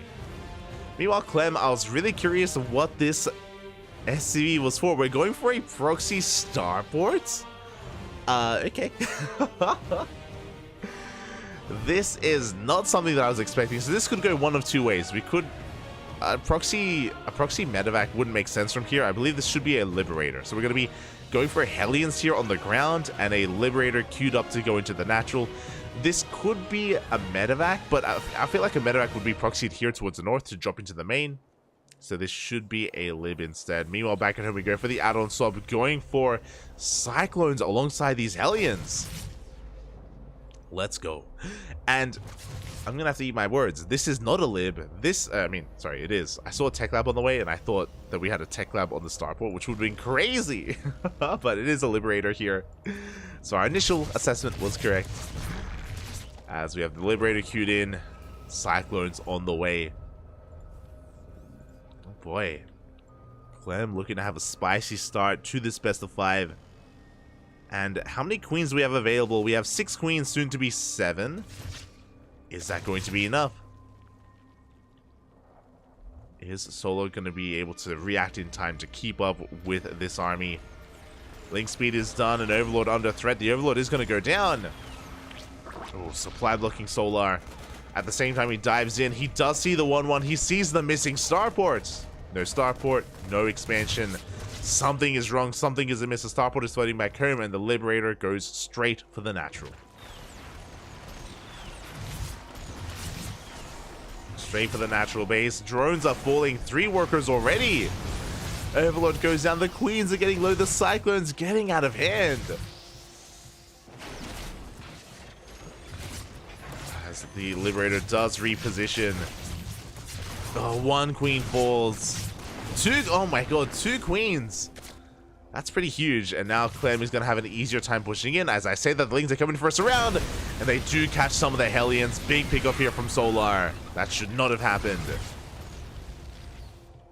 Clem had a good start. Did fumble a little bit. Only losing Hellions. At least he kept his Cyclones alive. But the game will settle from here. After all said and done, it was 3 worker kills alongside 3 Queens. I would give the edge to Clem. I do think Clem did trade a little bit better overall. Oh, as he is going to be getting back home, getting into his opener. Delayed 3rd CC. That's something else to bear in mind, is that Clem did open up with a 1-1-1, which meant that he had to do economic damage because of his late 3rd. So, bearing that in mind, I kind of wanted to give the edge to Solar, but Clem, he knows that he's a little bit behind, so he takes his CC. He's going to be landing it on location before he even has an orbit. It is a risky thing to do, but he's going for it. And it will be spotted by Solar. Does get eyes on the 3rd CC. He is aware that it's being taken. Likewise, Solar back at home, getting into 1-1 upgrades. We have a lair on the way. Bailey Nest is done. Bailey speed soon on the horizon. And Solar is going Ling Bane. No roaches. Nah. Not from Solar. This is a little bit premature and quite greedy here. As we start off the Bailey Nest, Hydrogen is already on the way from Solar as well, so being very tech heavy here. Quite greedy as Solar is taking additional gases, saturating his bases, droning up. Journeying up to 73 already, as Clem back at home is getting into the rest of his gases. That's a 2nd factory on the way, so Clem, it doesn't look like he plans on going for a 3-base all-in. Looks like he's going to be working towards a 4th CC momentarily as he pushes across the map.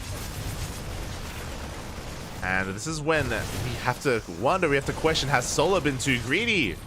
He's got plenty of Ling Bane. As long as the mine shots aren't too severe, we should be okay. Up, up, retargeting. Queens are going to go down. Good connections with those mines. As the Ling Bane is waddling on in, but the target firing is too good. Without Bathing Speed, we cannot connect. Bathing Speed is going to finish up in a couple of seconds, and now we can dive on in. Yeah, we're going to be diving on the army. The mines are not ready. Good target firing once again. Clem is forced to pick up, but that was an efficient trade from Clem. Losing mainly Marines, a couple of Widow Mines. Drop back into the main. And at the same time, here comes a 2nd army towards the right-hand side, towards the 5th.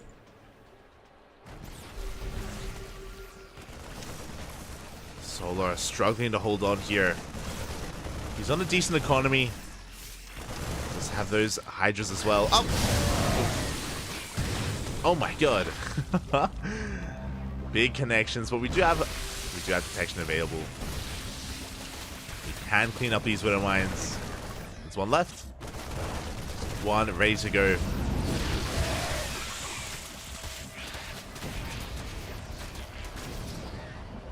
Solar doesn't want to waste any of his Banelings there. Cleans up the army, holds onto his 5th base, but now we have a secondary force pushing towards the 4th. We have left a couple of Lings in position, but the Banelings aren't ready. Banelings are not ready. Clem, he's gaining ground. He's going for the mineral line. Gets 1. Gets 2 workers. As he picks up, drops into the main.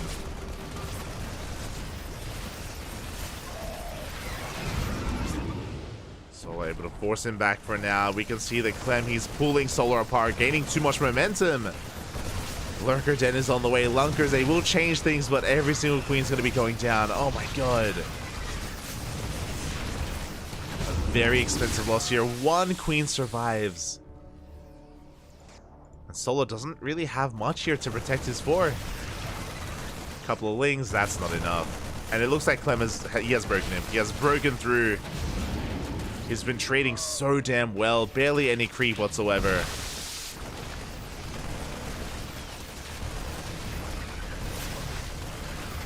It has become too much. I appreciate the hive that's on the way and the lurker den as well.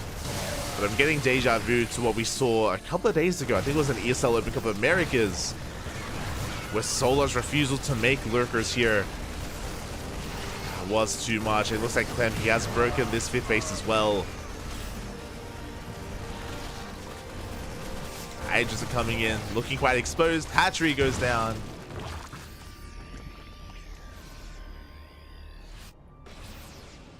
And again, Solar, typically he waits until he gets his hive upgrades before he makes any lurkers. Even lair tech lurkers would have helped here just to hold on to these positions. Forcing Clem back. We have another RB coming in. It is becoming too much. So against Marine Mine, Hydras are a good option, but they're a good option just because they lead eventually into lurkers, and we just weren't able to get there. We're trying to hold on though. Can we force some friendly fire? Oh my god, the drag! Oh my god. Massive connection on the Ling Bane. Clem is maxed out at this point.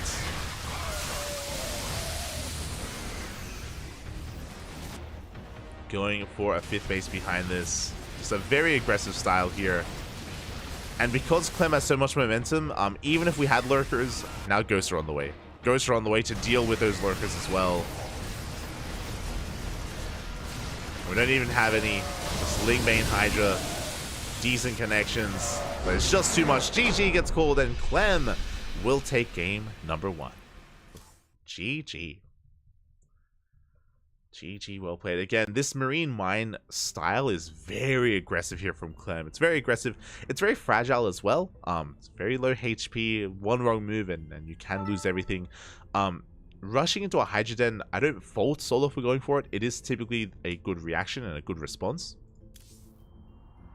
It's typically a good response against Marine Mine, but it's a good response just because you can get into lurkers, and lurkers just shut it down. Because the Terran player isn't making tanks, is delaying ghost production and not making any medevacs, not making any liberators, lurkers can completely shut that down. But we can see that even though Solo was taking in that direction, he never had the freedom, he never found the room to actually make any lurkers. So yeah, just was one step behind, wasn't quite able to get there, wasn't able to stabilize, and Clem takes game 1. And we'll see how things differ here in game number 2. I don't expect Clem to play like that every game. It's typically ill-advised to do so. Once or twice in this series, and it was a really solid game 1 here out of Clem. We'll see how he approaches game 2 though, as we're going to be loading into Alkione. As opposed to what we just saw, this is a much better map to turtle. This is a much better map here if Clem were to go for a more defensive style to get up to 3, 4, 5 bases with a more tank heavy composition. We'll see if he goes in that direction. We'll see if Solar tries to make use of the gold bases as well. Oh, hold on. There we go. Up on her. So we're getting into that second game.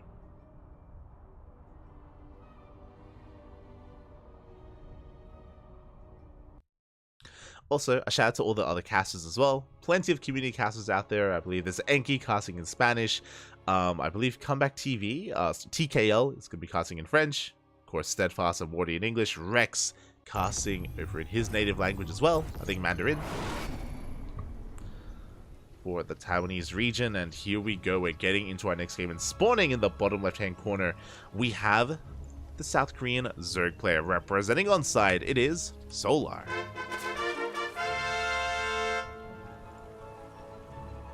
And spawning in the top right hand corner, we have his opponent. We have the French Terran player representing Team Liquid. It is Clem.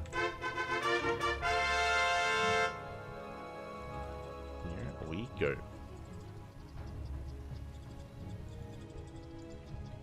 There's no counterattack whatsoever. I mean, Solar, he didn't really have the breathing room to go for a counterattack. There were some really nasty Widow Mine shots. Really nasty Mine shots going off from Clem. And Solar, yeah, just didn't have the room for that. But a big reason for that is also because of the delayed lurkers. You know, once he's able to stabilize, then we can maybe see some counterattacks and some run-bys. Just because of how aggressive Clem was, Solar was just stuck at home. So much of that, and we're going for a very interesting proxy. So we have 1 Rax back at home, 1 across the map. A pseudo proxy 2 Rax here from Clem. Interesting. I mean, technically this is going to be a little bit more aggressive. We'll see if it's able to get damage done. We'll see if he can delay the third base a little bit further. And maybe get a couple of drones. We'll see if this is going to be worth it for Clem.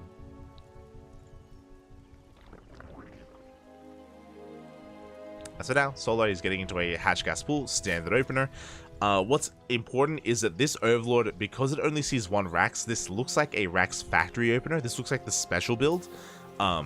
So Solar, he may opt to go for the wrong reaction. If he goes into a fast third, then he can be punished. Which I'm sure this is designed to do. There we go, 1 Rax is revealed. Solar, yeah, he goes for the third base. And if he invests too quickly into this, then Clem can punish him for it. As CC is on the way. Drone is going to be pulled over to the right-hand side. Reaper is on the way. And with the revelation of the second Reaper, Solar should be aware of what's going on. There we go. He is going to be making an extra pair of lings. 1 ling already going down. The second ling as well. Uh-oh. Drones are going to be pulled back in time.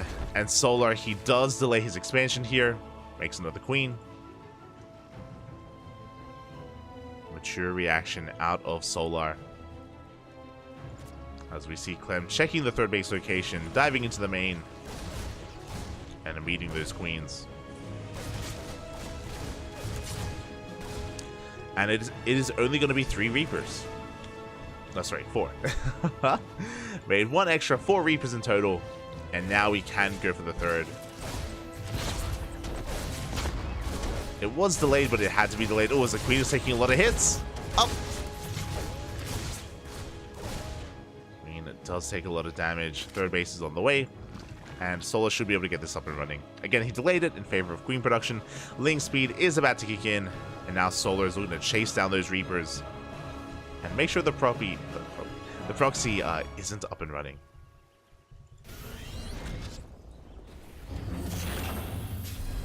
Back at home, Clem is transitioning. Interesting transition here. So typically we would be going for a faster tech lab on the starport, on the Rax to get into stim and then combat shields.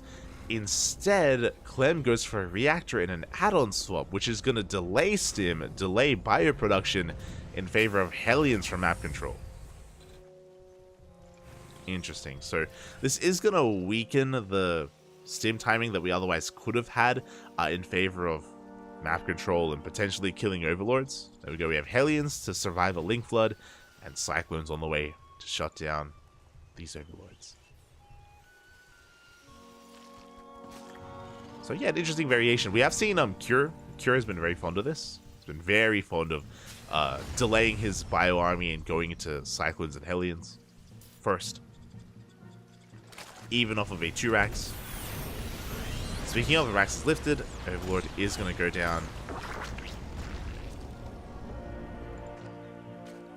Back at home, Solar is getting into his double Evo chambers, getting into his Ling Bane, getting his third base up and running, and Clem is expanding behind this.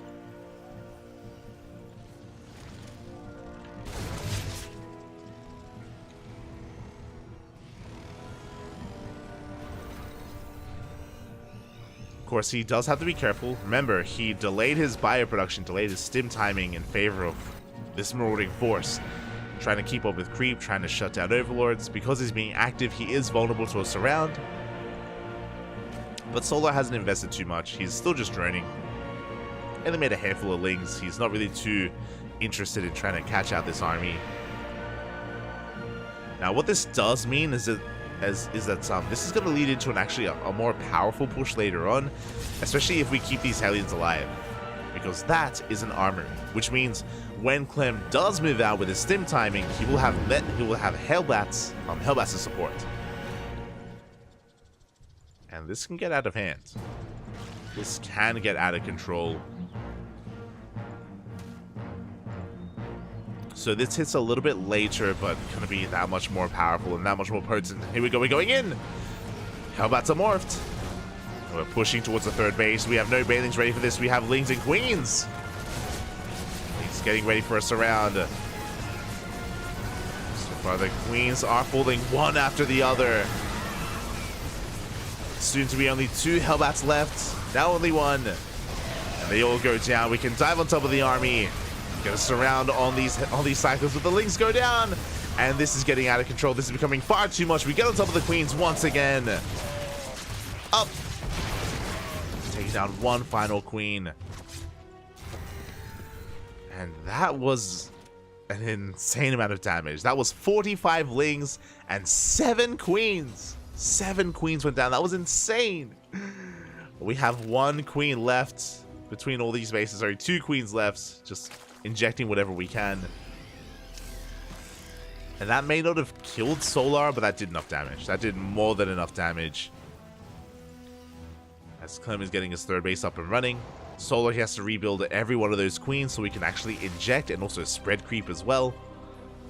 Does get away with a 4th.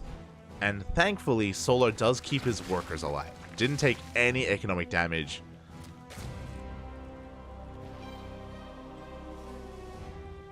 As Clem is looking to slow that economy down, going for a medevac drop, a Widowbite drop even, on the right-hand side, pushing over on the left.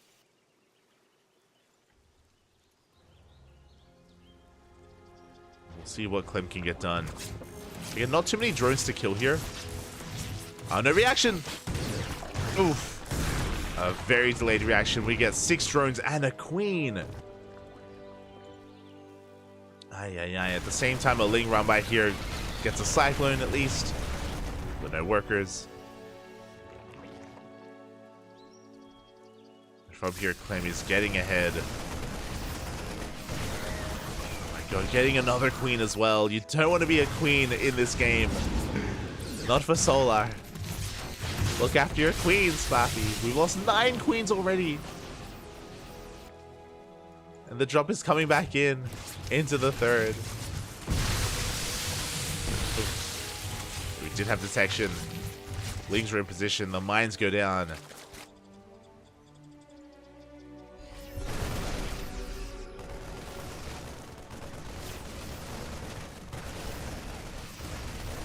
Meanwhile, Clem, he's doubling down on mine production. Getting drilling claws. Clearing up a lot of creep. How many Queens we have? We have 8 Queens. A decent amount for Solar. As he is supply blocked. Clem pushing through the center. Now is not the time to be supply blocked.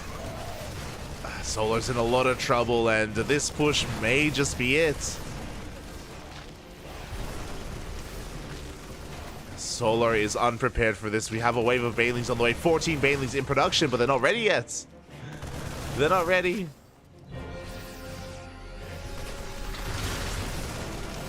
Setting up all those Widow Mines. Decent free spread here as well from Clem. And it looks like Solar, he should have enough. As long as the Widow Mine shots aren't too good. Going for a run by at the same time. Clem likewise rotating around. He wants to apply pressure to the 4th base and to the 5th as well. This is the advantage of Alcyone, and this is why it's that much more easier to establish a 4-base economy. This 4th is so difficult to push into without busting through these rocks. As the rocks will go down.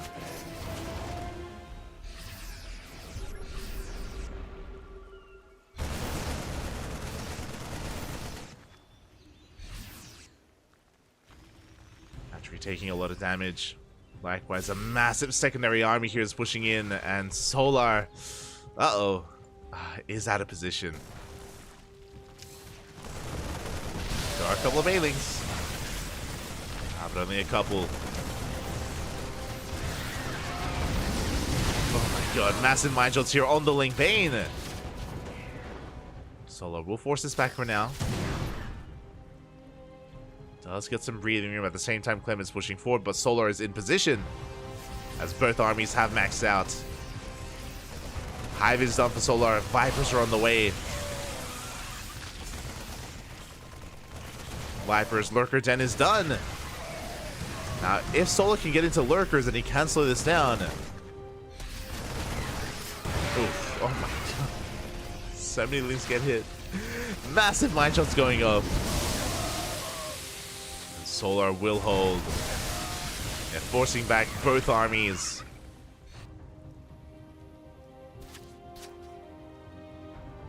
And unlike the previous game, Solar, he's on a 5-base economy. He's at 84 workers. He's maxed out.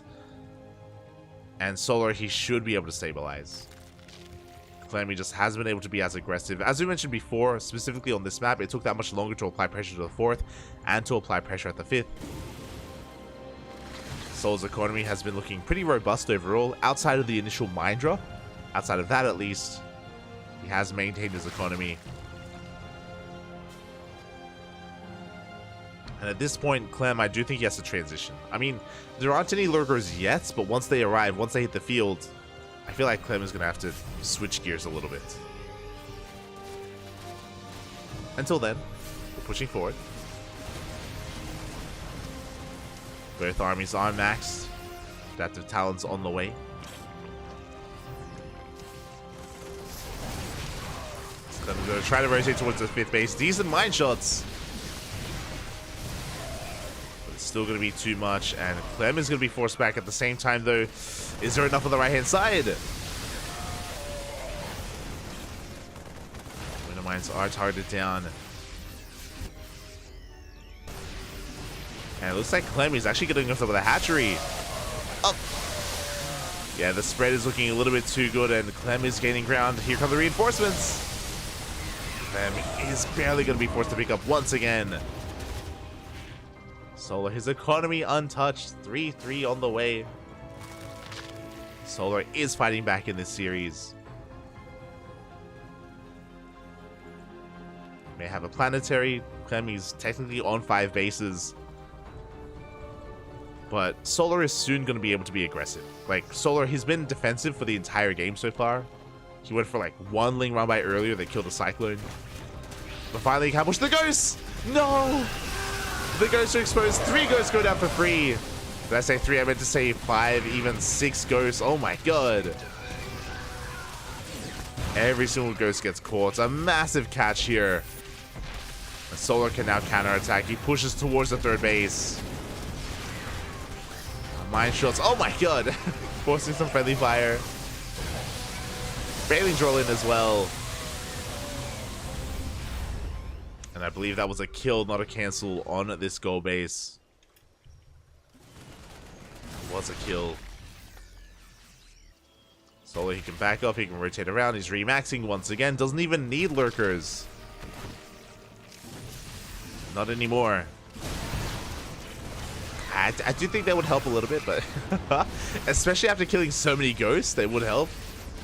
But for now, just Ling, Bane, Hydra. Big power bomb here on the Medivacs. Good split here from Clem. But the Ghosts, they get caught once again. Over and over again, the Ghosts, they just keep getting caught out. And the Solar, he has snowballed out of control. He's broken the bases here, broken the economy. These Hydras are on their own, though. Uh-oh. This is not an efficient trade here from Solar. He's beating out so many Hydras. And he may lose everything, actually. Yeah, only 3 Hydras do remain. That was 19 Hydras going down. But he can barely keep pushing. So that was a very expensive trade out of Solar. Just not really what we wanted. But he was trading nonetheless. And Clem, he's struggling to hold on.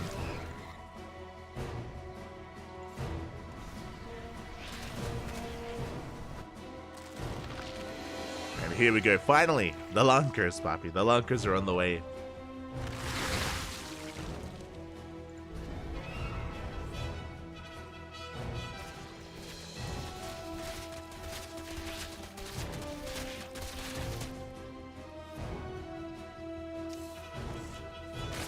Can Clem recover from here? I do think drop play is definitely a good option. Mine drop doesn't quite get much. He has a medevac drop here. Does get a kill on a hatchery. Not too bad. Clem's economy is looking quite robust. But the quality of the army is kind of where I'm most concerned. Sneaky up! Oh my god, massive mine shots on the Bailings. Meanwhile, on the right-hand side, here come the Lunkers. This is what I mean. We've been losing too many ghosts, too many liberators as well. Planetary under fire. We're going for the snipes. We're getting one. At the same time, base on left-hand side is going to go down.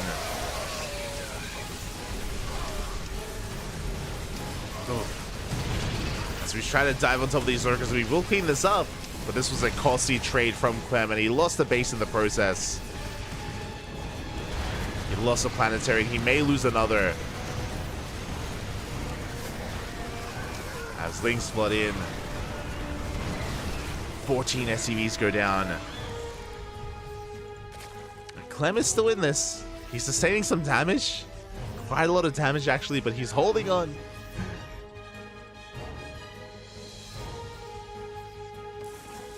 It was an expensive trade for Solo to lose all of his lurkers, and if he had maybe reinforced on the right-hand side instead, he may have been able to keep them alive. There have been a couple of moments here where Solar has been trading a little bit inefficiently. Ace under fire. Lings coming in. Big mine shots. Oh my god. Clem, he is gaining ground. There are no Widow Mines left. Can keep on pushing at the same time. Liberator getting 9 drone kills across the map. But we're going for the planetary. Yeah, we're going for the economy. That's going to be a kill on the 5th base. Clem forces this back, but Solar, he has an economy. Clem doesn't. I say that Solar did just lose 11 workers. 11 drones did just go down, and he may just lose his hatchery as well. But if we can engage. Oof. Big mine shots. We get on top of the ghost. We force back the army. This base is going to be attempted to be taken. Lots of long distance mining going on.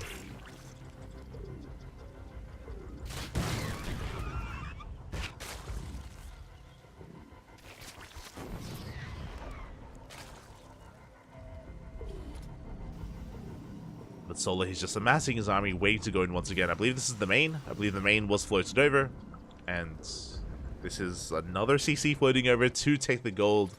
Just how desperate the situation is here for Clem.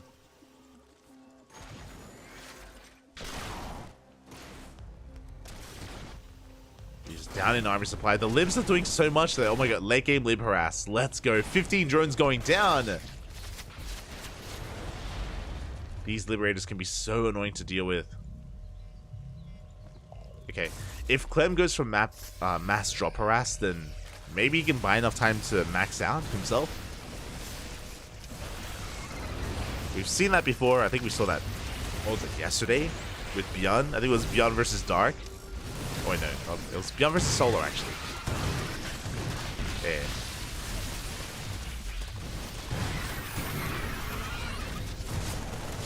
Here we go. Marines going for a counterattack. The Queens are trying to stand strong. No transfuse!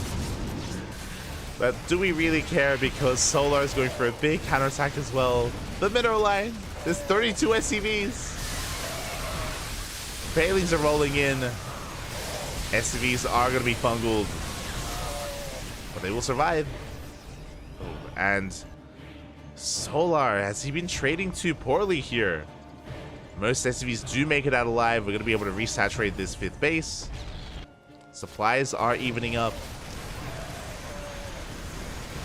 Clem, he's just been trading very efficiently. Again, the constant drop harass, the constant economy harass here on Solar.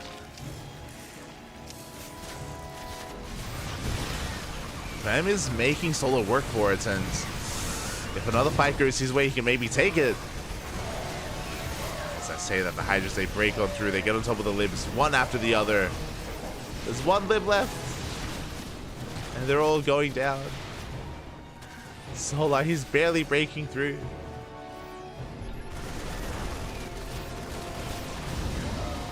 He's trading well with the army. This time, much better positioning here from Solo. We've seen him overextend in the past. That's a lot of medevacs. A lot of the supply here for Clem is in medevacs. Fungal connects as well.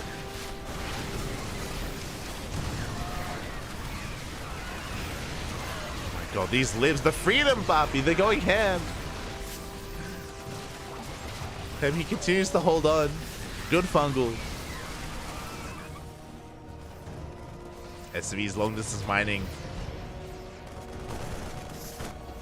Scan reveals lack of hatchery towards the north. Reveals just how close this really is. But technically, Clem can still win a fight and win a game. Here comes another Liberator coming in. We catch an Infestor. But we still have to give the edge to Solar. It looks like he's going to be denying this goal base. A good choke point is being made use of here by Clem. But the Lings, they come in from behind. They get a surround.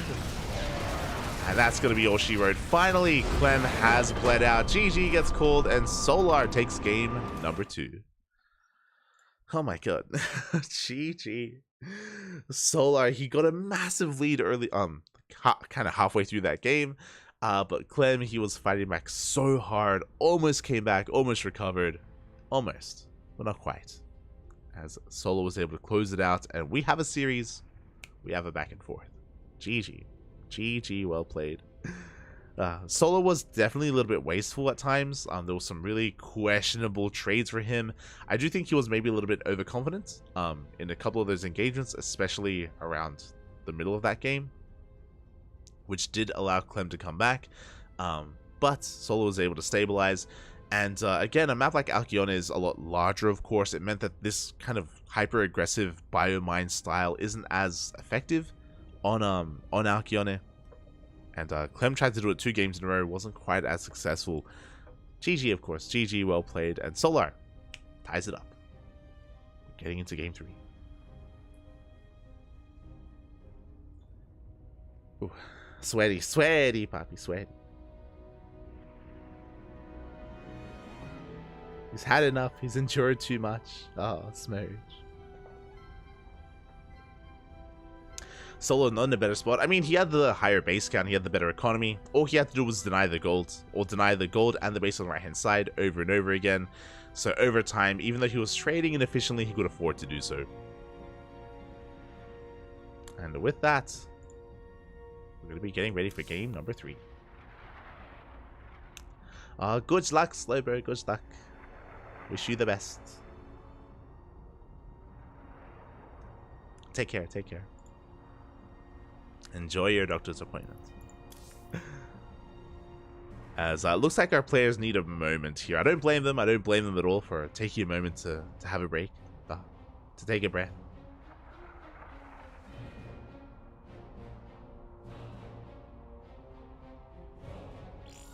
Take a breath here, as it looks like we have our next game. It's going to be on Site Delta.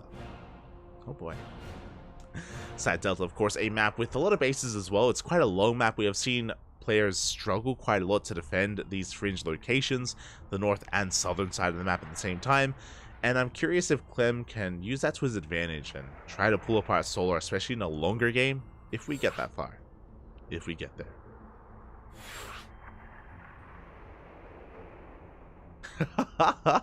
He wasn't overconfident. He was stepped on by Sweaty Terrence for so long. I know how he feels. True, true. It's less about being overconfident and more about like just wanting the game to end. It's like when he's just pushing in too much, and he may be losing a lot of Hydras, but he's like, just die, Papi, just die. It did feel like that. It did feel like that, especially when he was pushing at the natural in between the when he was pushing from the 4th base towards the natural, and when he had like almost pure Hydra. We've seen it before. We've seen it before.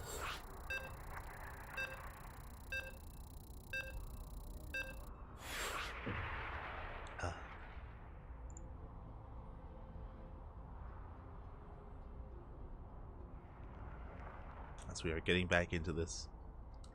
Just making sure the races are correct. Making sure that everything is looking as it should. We almost loaded into a game with Solar picking Terran, so we're, we're just fixing that. And then we will be good to go. As a reminder, this is a best of 5. Best of 5, not a best of 3, so plenty of games are ahead of us. Plenty of games.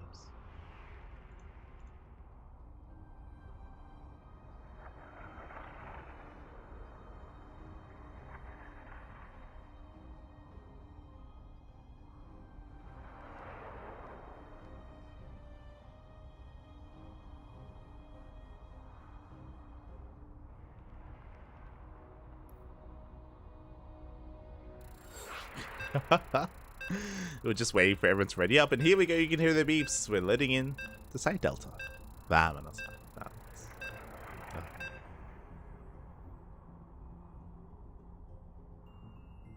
Again, remember earlier when we were starting our finals, I was like, oh yeah, like, you know, we have a cast in like 3.5 hours. We'll be fine. Well, now we're down to like 1 hour and 45 minutes. We're going to be live once again here in 1 hour and 45 minutes with our next broadcast. Oh boy, we could go the distance. I may not have a break in between casts. Oh no, not like this. As we're getting into game number 3 and spawning in the top left hand corner of Site Delta, we have the South Korean Zerg player, the red Zerg representing on side. It is Solar. And spawning in the bottom right hand corner, we have his opponent, we have the French Terran representing Team Liquid. It is Clem. I'm just double checking. Okay. Our next cast, yep, 1 hour and 42 minutes. Ah, let's go. And this series could go for another hour. Easily could go for another hour. Oh boy. I'll do my best. I'll do my best.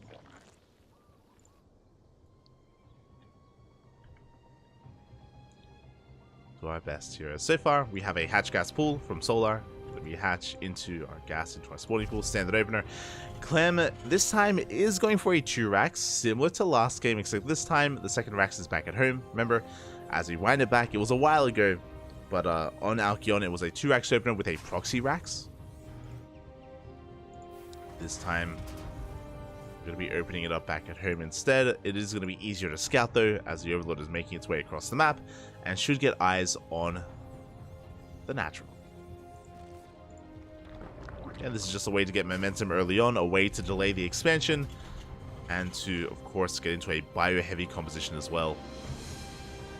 Of course, Solar very well practiced against this. Plays against Beyond on a regular basis, so shouldn't really be too much of a surprise, too much of a shock.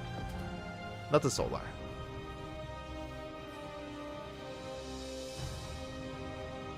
Light's natural habitat. No sleep, only cast. Ah. I said it before, I would like a little bit of time in between the casts to make some noodles. I would appreciate like having a little bit of food, but outside of that, yeah. Pure casting, but here we go. Reaper gets across the map. Overlord does confirm the opener, does confirm both Raxes. Solo will back off from here. Forcing out quite a lot of lings already here from Solar. One ling does go down, but overall, Solar's able to keep his workers alive. Clem going to be rotating between the bases, just making sure that no third is being taken, as that drone is well hidden for Solar over towards the north. Oh, as Clem is going to be going straight into a third CC behind this. Oh my, that's an insanely fast third CC. Reapers barely will escape, and what I mean by that is that Clem, he went for the third CC before factory and before add-ons as well. So a very greedy transition here from our blue Terran. Of course, Solar being on this pillar, he does see that we are transitioning, so he knows it's not 3 racks. It's not 3 racks mass Reaper. He's aware that only three Reapers were made. He sees them moving back, and Solar will expand. Of course, Clem is also aware of the link speed timing. Link speed just now finishes up, and Clem does make it back home in time And just like what we saw in the previous game, just like what we've been seeing a lot from in Cure, we're going for an add-on swap into Hellions and Cyclones. And again, we're not really too concerned with making too many Marines here, just because we are going for a much faster 3rd CC. So the stim timing isn't as important.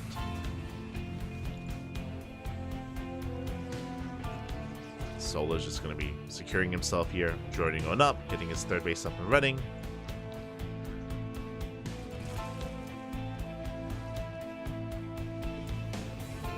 And we are getting into our game.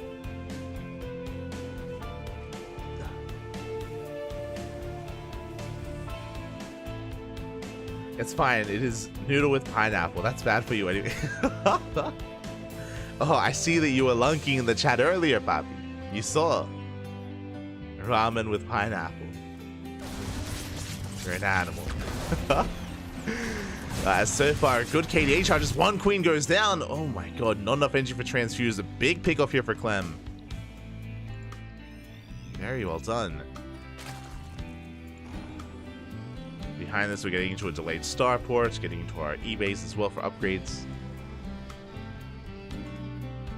So far, a good start here from our Terran player. Sharking around, looking for another queen if possible. And Solar is getting into his own 1-1 upgrades as well.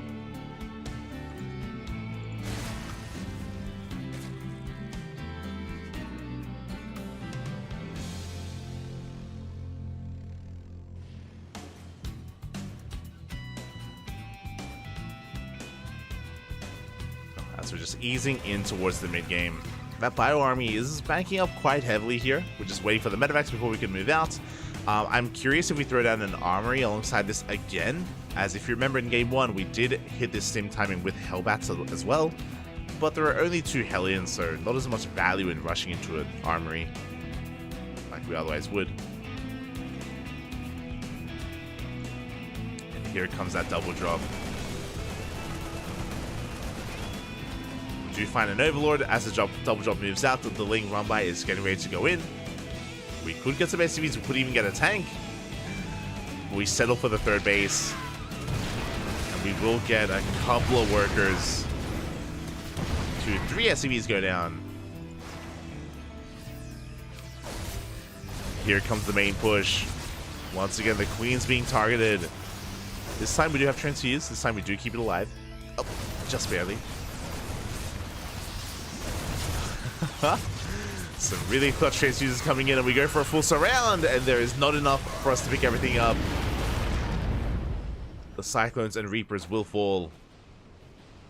A good cleanup from Solar, and Clem only survives with his Marines. And as it does settle, Solar, he holds on to his 4th. He maintains his worker count. He double expanded. Kept most of his Queens alive, and now 1-1 is kicking in. So far, a really solid defense here from Solar. Behind this, Clem is just getting his 3rd base up and running. 1-1 soon to kick in.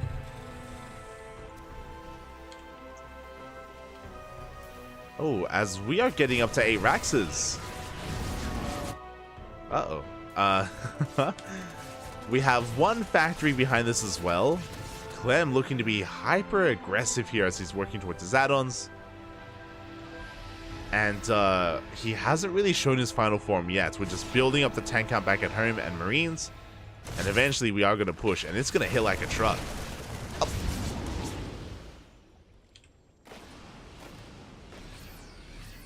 Okay, there we go. 4th CC.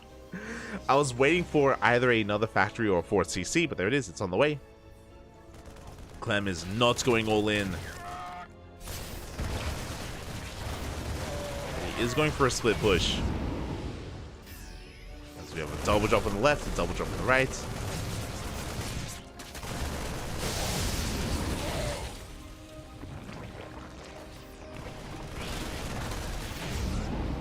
He's being forced back. At the same time, we do have another drop towards the north, but again, Solar, he's in position.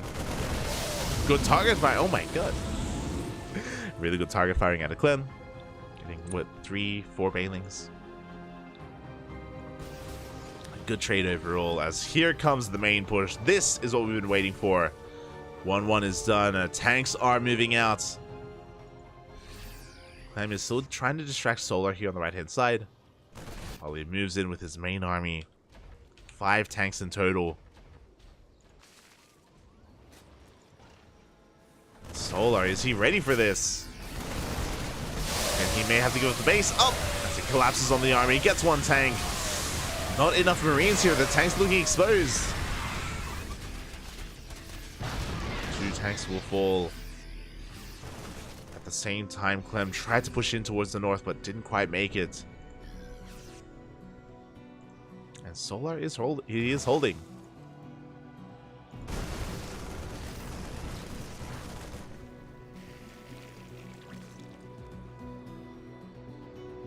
At the same time, though, Clem is gaining ground. His tank count wasn't reset. He only lost 2. We have 3 left. And Clem can keep on pushing. But did unsiege for a moment, which means we can get on top of the tanks. Both of them, all 3 of them will go down. Good trade from Solar, but at the same time, Clem, he has a decent marine army. He's pushing in. And Solar, he may not have enough. Up! Oh my god, we barely do connect. The Banelings, they shut down the army. And Solar holds. Barely fine.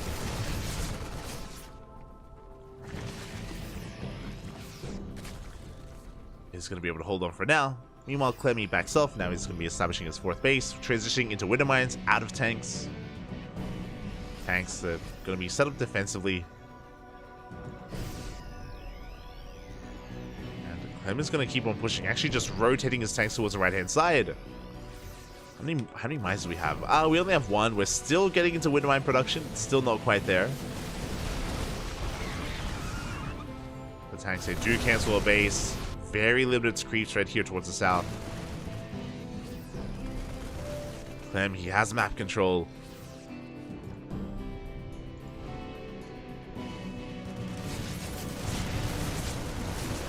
Solar could try to go for a run by, but we have a couple of Marines in position. Here we go, we're coming in from behind. Good blinding cloud, and Solar, he collapses on this army. Tanks are going to be going down. No Widow Mines. We're actually still making tanks. Despite getting drilling claws. Oh, the first mine. Decent connection, but we keep on pushing. 4th base is going to go down, and Solar is snowballing out of control. After killing the base, he gets 2 CCs. He gets 2 bases and 14 SCVs.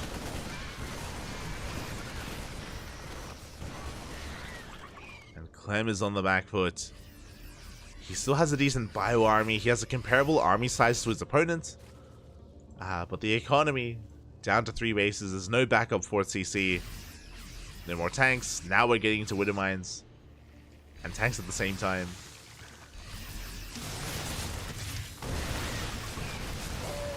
And we're trying to bait out those shots, and we do. Widow Mine shots, they baited out. We dive on top of the army once again. Get another tank. And there's just too much Zerg. Solar is snowballing out of control. Up. And there's nothing left. GG gets called. Solar will take game number 3 and take a lead in this series. GG.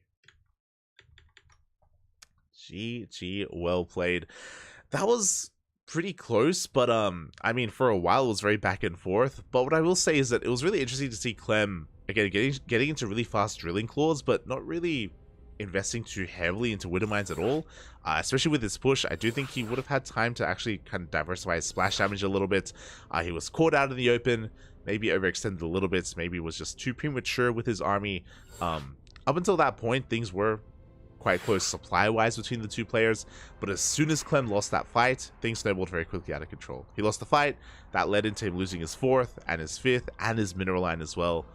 You know, the dominoes, they started to fall one after the other after one bad fight, and that's StarCraft for you. Sometimes one bad fight can be the end of the game, even when you're on 4 bases. And GG, well played. Solar, he needs one more, una más, to take the series. Clem needs to win this game here and now to force the ace match. The pressure is on Clem. He needs to keep this going. Likewise, Solar just needs one more. One more. No shot. Ramen with pineapple is a thing, apparently. No shot. No shot. What are you on about? I need to see this. Vegetarian pineapple shio ramen. No. Oh my god. Crazy. Spawning in the bottom left hand corner of Solaris, we have the South Korean Zerg player. For onside, it is Solar. And spawning in the top right, we have his opponent. We have the French Terran down in the series. Needs to fight back here and now. It is Clem for Team Liquid.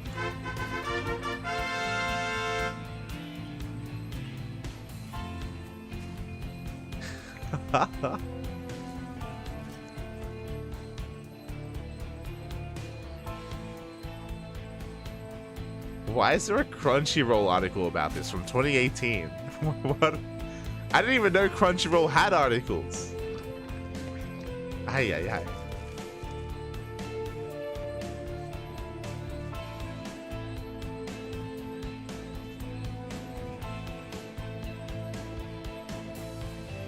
Oh, it's like an anime thing.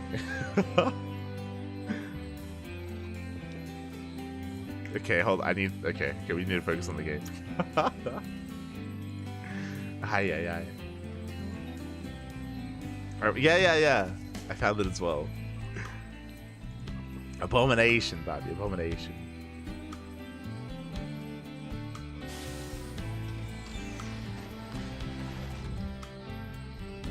And for now, as we do settle into our next game, so far, pretty standard openers. These past couple of games, Clem has been very aggressive with a 2 racks on the low ground or even a proxy as well in the previous game, in game number 2. Here we have a racks expand, very standard setup here by Clem. From here we can go into a faster OTC, we can go into a 1-1-1. Clem has a lot of options, this build is very flexible. We'll see what he goes for. Across the map, Solar getting into a hatch gas pool. I'm sure Solar's going to be a lot more comfortable getting into a standard third base timing for the first time this series. It's happening. Third base is on the way. And there's no Mass Reaper. No Mass Reaper. Solar is opening up very safely though. He made a wave of 6 lings instead of 4. So maybe a little bit scarred as to what's been happening so far this series. 1 ling does go down. A bit of a dark defense, if you will. Behind this, Solar gets his third base up and running. Going to be joining, getting his queens. And behind this, it's going to be a 3cc before Starport opener here by Clem. Very economic. We should be seeing our Starport momentarily as well. Oh my, this, I don't know, I can't explain this. This feels so refreshing. It's like, oh, wait, we're going back to basics, Papi. I love it so much. No, we've been trying to be fancy with all these Mass Reaper openers and with mixed success. I do agree with this as well. I'm not too fond of seeing, you know, either Clem or Hero Marine or some of these other players go into Reaper play against players like Dark and Solar, just because they're so well practiced, because they play against Beyond like on a daily basis. Like they're so well prepared against that sort of thing, and it's so difficult to really get damage done.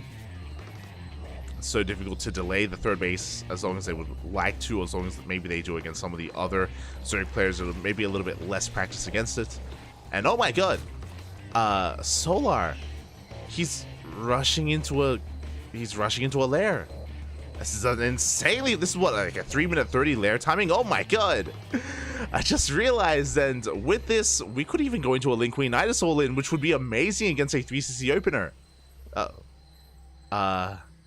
Queen production is commencing, is continuing even, Lings are on the way. There it is, Link Queen Nidus all in, as the Nidus is thrown down. This is designed, I say designed, this is ideal against really economic greedy openers like this. Obviously, Cloak Banshees could pose an issue to the Queens, especially if there's no detection, but we have an Overlord coming in, soon to be an Overseer. Marines are getting in position. Clem, he has been Link Queen Nidus all in so many times by Dark. He's going to be ready for it. Hopefully. Ling's coming in from the right-hand side. Where is the Knights going to be thrown down? Looks like we're going for the main base, but there are Marines in position. At the same time, Hellions going to be pushing towards the center. Trying to keep up with... Oh no! Trying to keep up with the Queens.